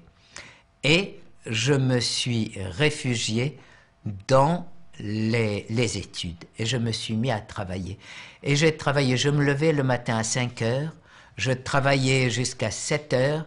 À 7 heures, ma mère m'apportait un petit déjeuner, je mangeais. À 8 heures, j'allais au collège. Et quand je revenais le soir, je travaillais jusqu'à 11 heures, minuit. Et ça recommençait, je travaillais beaucoup. Ce qui ne m'empêchait pas de sortir. J'allais faire le boulevard avec les copains, etc. Je reprenais. Et comme je dis, j'ai repris une vie familiale agréable. Mes parents ne savaient que faire pour me faire plaisir. Ils étaient à mes petits soins et je n'avais qu'à ouvrir la bouche pour avoir n'importe quoi. Et donc, je sortais avec les copains, j'allais faire le boulevard, et toutes les nuits, je retournais à Auschwitz. Toutes les nuits. Mais ça, j'en parlais pas. Donc, je me suis réfugié dans le travail, je travaillais beaucoup. Et j'ai passé mon examen au mois de février. Au mois de février, quand j'ai passé l'examen, on ne le passait pas à Tlemcen, on le passait à Oran. Et donc, il n'y avait pas d'oral, il n'y avait que des écrits.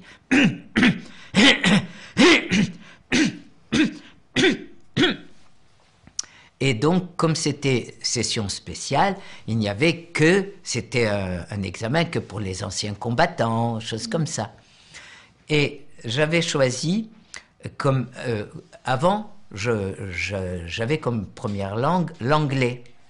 Et là, quand j'ai repris, l'anglais, j'avais trop oublié, j'ai pris comme première langue l'allemand. Je parlais couramment allemand, mais il y avait les questions de grammaire et de syntaxe, alors j'ai pris des leçons d'allemand.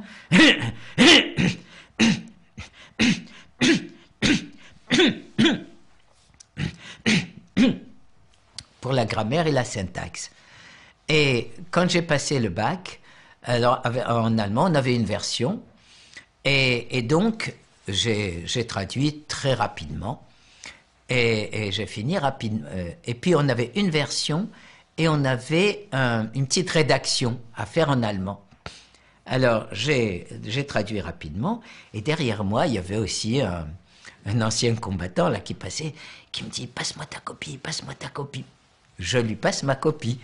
Et puis, je fais ma rédaction très rapidement aussi. Il me dit là, j'ai dit, non, là tout de suite, on va s'apercevoir. Alors, il m'a tellement cassé les pieds, je lui ai fait une rédaction en vitesse et je lui ai passé. Je parlais tellement couramment l'allemand, inutile de me dire de le parler aujourd'hui. Et puis, j'ai passé le deuxième bac en juillet. J'ai collé à cause de l'histoire. Toujours la même chose. Et encore, là c'est un professeur d'histoire qui m'a fait, le professeur d'histoire qui m'a fait une saloperie. Parce que quand je suis passé donc je suis passé de première, il fallait choisir ou philo ou matélème. À l'époque, il y avait que ça. Hein. Il n'y avait même pas sciences expérimentales. Il y avait ou philo ou matélème. Moi, j'ai choisi matélème. Et le professeur de philo voulait me donner des leçons. Et donc, moi, comme j'ai fait matélème, j'ai pris des leçons de maths. Et donc, il s'est arrangé. Sa femme était professeure d'histoire. Il s'est arrangé pour que j'ai une mauvaise note en histoire au bac. Je voulais porter plainte, mon père m'a dit non. Alors j'ai pris quelques leçons d'histoire avec sa femme au mois d'août et j'ai eu une très bonne note en octobre. Voilà. Et puis ensuite, j'ai comme étude, j'ai fait la pharmacie. J'ai fait la pharmacie et il fallait choisir. Je vous dirais que je suis tombé amoureux de Hilda El-Koubi. Je suis tombé très amoureux. Et comme ils habitaient Alger, et la faculté, il fallait choisir ou une ville de France ou Alger. Mon frère David a choisi Grenoble, mon frère Aimé a choisi Marseille, mon frère Georges a choisi Toulouse, et moi, j'ai choisi Alger. Pourquoi?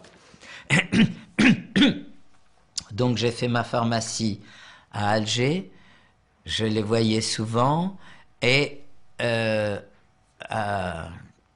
après, en troisième année, j'étais en troisième année de pharmacie, ou en deuxième année de pharmacie, et ils sont venus à Paris, parce que le frère a demandé qu'ils viennent, etc. Et moi, j'ai changé de faculté, je suis venu à Paris. J'ai fini mes études de pharmacie à Paris, et puis je me suis installé comme avant de m'installer, parce que j'ai fini, j'avais 23 ans. On n'a pas le droit d'ouvrir une pharmacie à moins de 25 ans. Et donc, mon père n'avait qu'une ambition, que je retourne prendre son affaire qui était très florissante, qui était très valable. Et moi, je n'étais pas tellement contre, mais bon, je voulais rester à Paris. Et donc, j'ai continué mes études. Et mon père, qui n'était pas un fan de l'instruction, il voulait avoir des enfants instruits, mais son ambition, c'était le baccalauréat. Après ça, il était content. Mais nous avions un accord avec lui, un deal, si on peut dire. Tant qu'on réussit, ça va, lui, les études, il veut bien, ça va. Mais si on colle, allez mon fils, ça fait rien, c'est très bien, tu peux venir travailler sérieusement. Et donc, j'ai fait des études de biologie, et à 25 ans, je me suis décidé pour m'installer. Mon père m'a dit, allez mon fils, je suis fier de toi, tu es pharmacien, maintenant, mets ton diplôme dans la poche et viens travailler sérieusement au magasin. Et bon, et j'ai dit non, et j'ai ouvert un laboratoire d'analyse médicale à Paris. Donc ça a marché, et puis au bout de 10 ans, je me suis senti périmé, parce que aujourd'hui, il y a la formation continue. À l'époque, il n'existait pas. Et donc, quand on a eu son diplôme, 20 ans après, on ne connaît rien de plus. Et je me rappelle, en 68, j'étais étudiant en médecine, tiens. Et je leur avais fait au cours d'une conférence, j'avais dit, écoutez, si un médecin vous dit, je vais vous soigner comme on soignait il y a 20 ans, qu'est-ce que vous direz? C'est un assassin. Et pourtant, il n'avait reçu aucun enseignement nouveau et toutes les choses qui ont été découvertes depuis. Et donc, moi, 10 ans après, je me suis senti périmé et comme enseignement post-universitaire, j'ai fait la médecine. Et quand j'ai eu fini la médecine, je n'ai pas changé de métier. J'ai simplement changé de conseil de l'ordre. Voilà, et puis voilà, et puis je me suis très bien débrouillé. Puis aujourd'hui, j'essaie de militer un petit peu pour la mémoire, pour la Shoah, je fais des témoignages dans les écoles, j'ai fait des voyages à Auschwitz, pas tellement de voyages à Auschwitz parce que je ne vais pas comme ça toutes les semaines, mais j'ai fait un voyage. La première fois, ça a été parce que mon rabbin m'a demandé pour la communauté. Et donc j'ai été pour ma communauté, je fais partie du MJLF. Mouvement juif libéral de France. Et donc mon rabbin m'a demandé, j'ai été. Et j'ai été ensuite, une autre fois, voyage à Auschwitz, avec les francs-maçons. Et là, j'ai rencontré le fils Nathan, sous l'égide du consistoire, qui a fait un voyage pour les élus, les maires, les députés, etc. Et j'ai fait partie de ce voyage. Bon, à part ça, j'ai écrit un livre, L'adolescence d'un juif d'Algérie, qui est publié chez l'Harmattan. Je vous dis, je fais des témoignages dans les écoles. Je suis passé à la radio sur RTL au moment de la sortie de La vie est belle avec Bellini. Et j'ai donné un avis défavorable à ce film-là. J'ai dit qu'il y avait des dérisions qui n'étaient pas valables avec certains cas. J'ai dit que de se permettre des choses qui ne sont pas tout à fait rigoureuses, ça ouvre la voie aux négationnistes qui disent ça n'était pas possible. Un enfant dans un camp, c'est pas possible. Eh bien, donc, tout le reste n'est pas plus possible autant. Mais Bellini lui-même m'a dit qu'il avait montré ce film à la communauté italienne et qu'ils avaient trouvé très bien. C'est ce qui l'avait encouragé à continuer. Bon, chacun a l'impression qu'il a, hein. Et puis je crois que je suis passé une fois à la télévision, aussi c'était par mon rabbin, qui faisait une séquence sur... je ne me rappelle plus. Depuis combien de temps vous témoignez? Quand est-ce que vous avez décidé, vous vous êtes rendu compte que c'était nécessaire? Alors, le témoignage, ça m'a pris... mon premier témoignage, ça a été au lycée Molière. Au lycée Molière, mon petit-fils, qui était en 3e,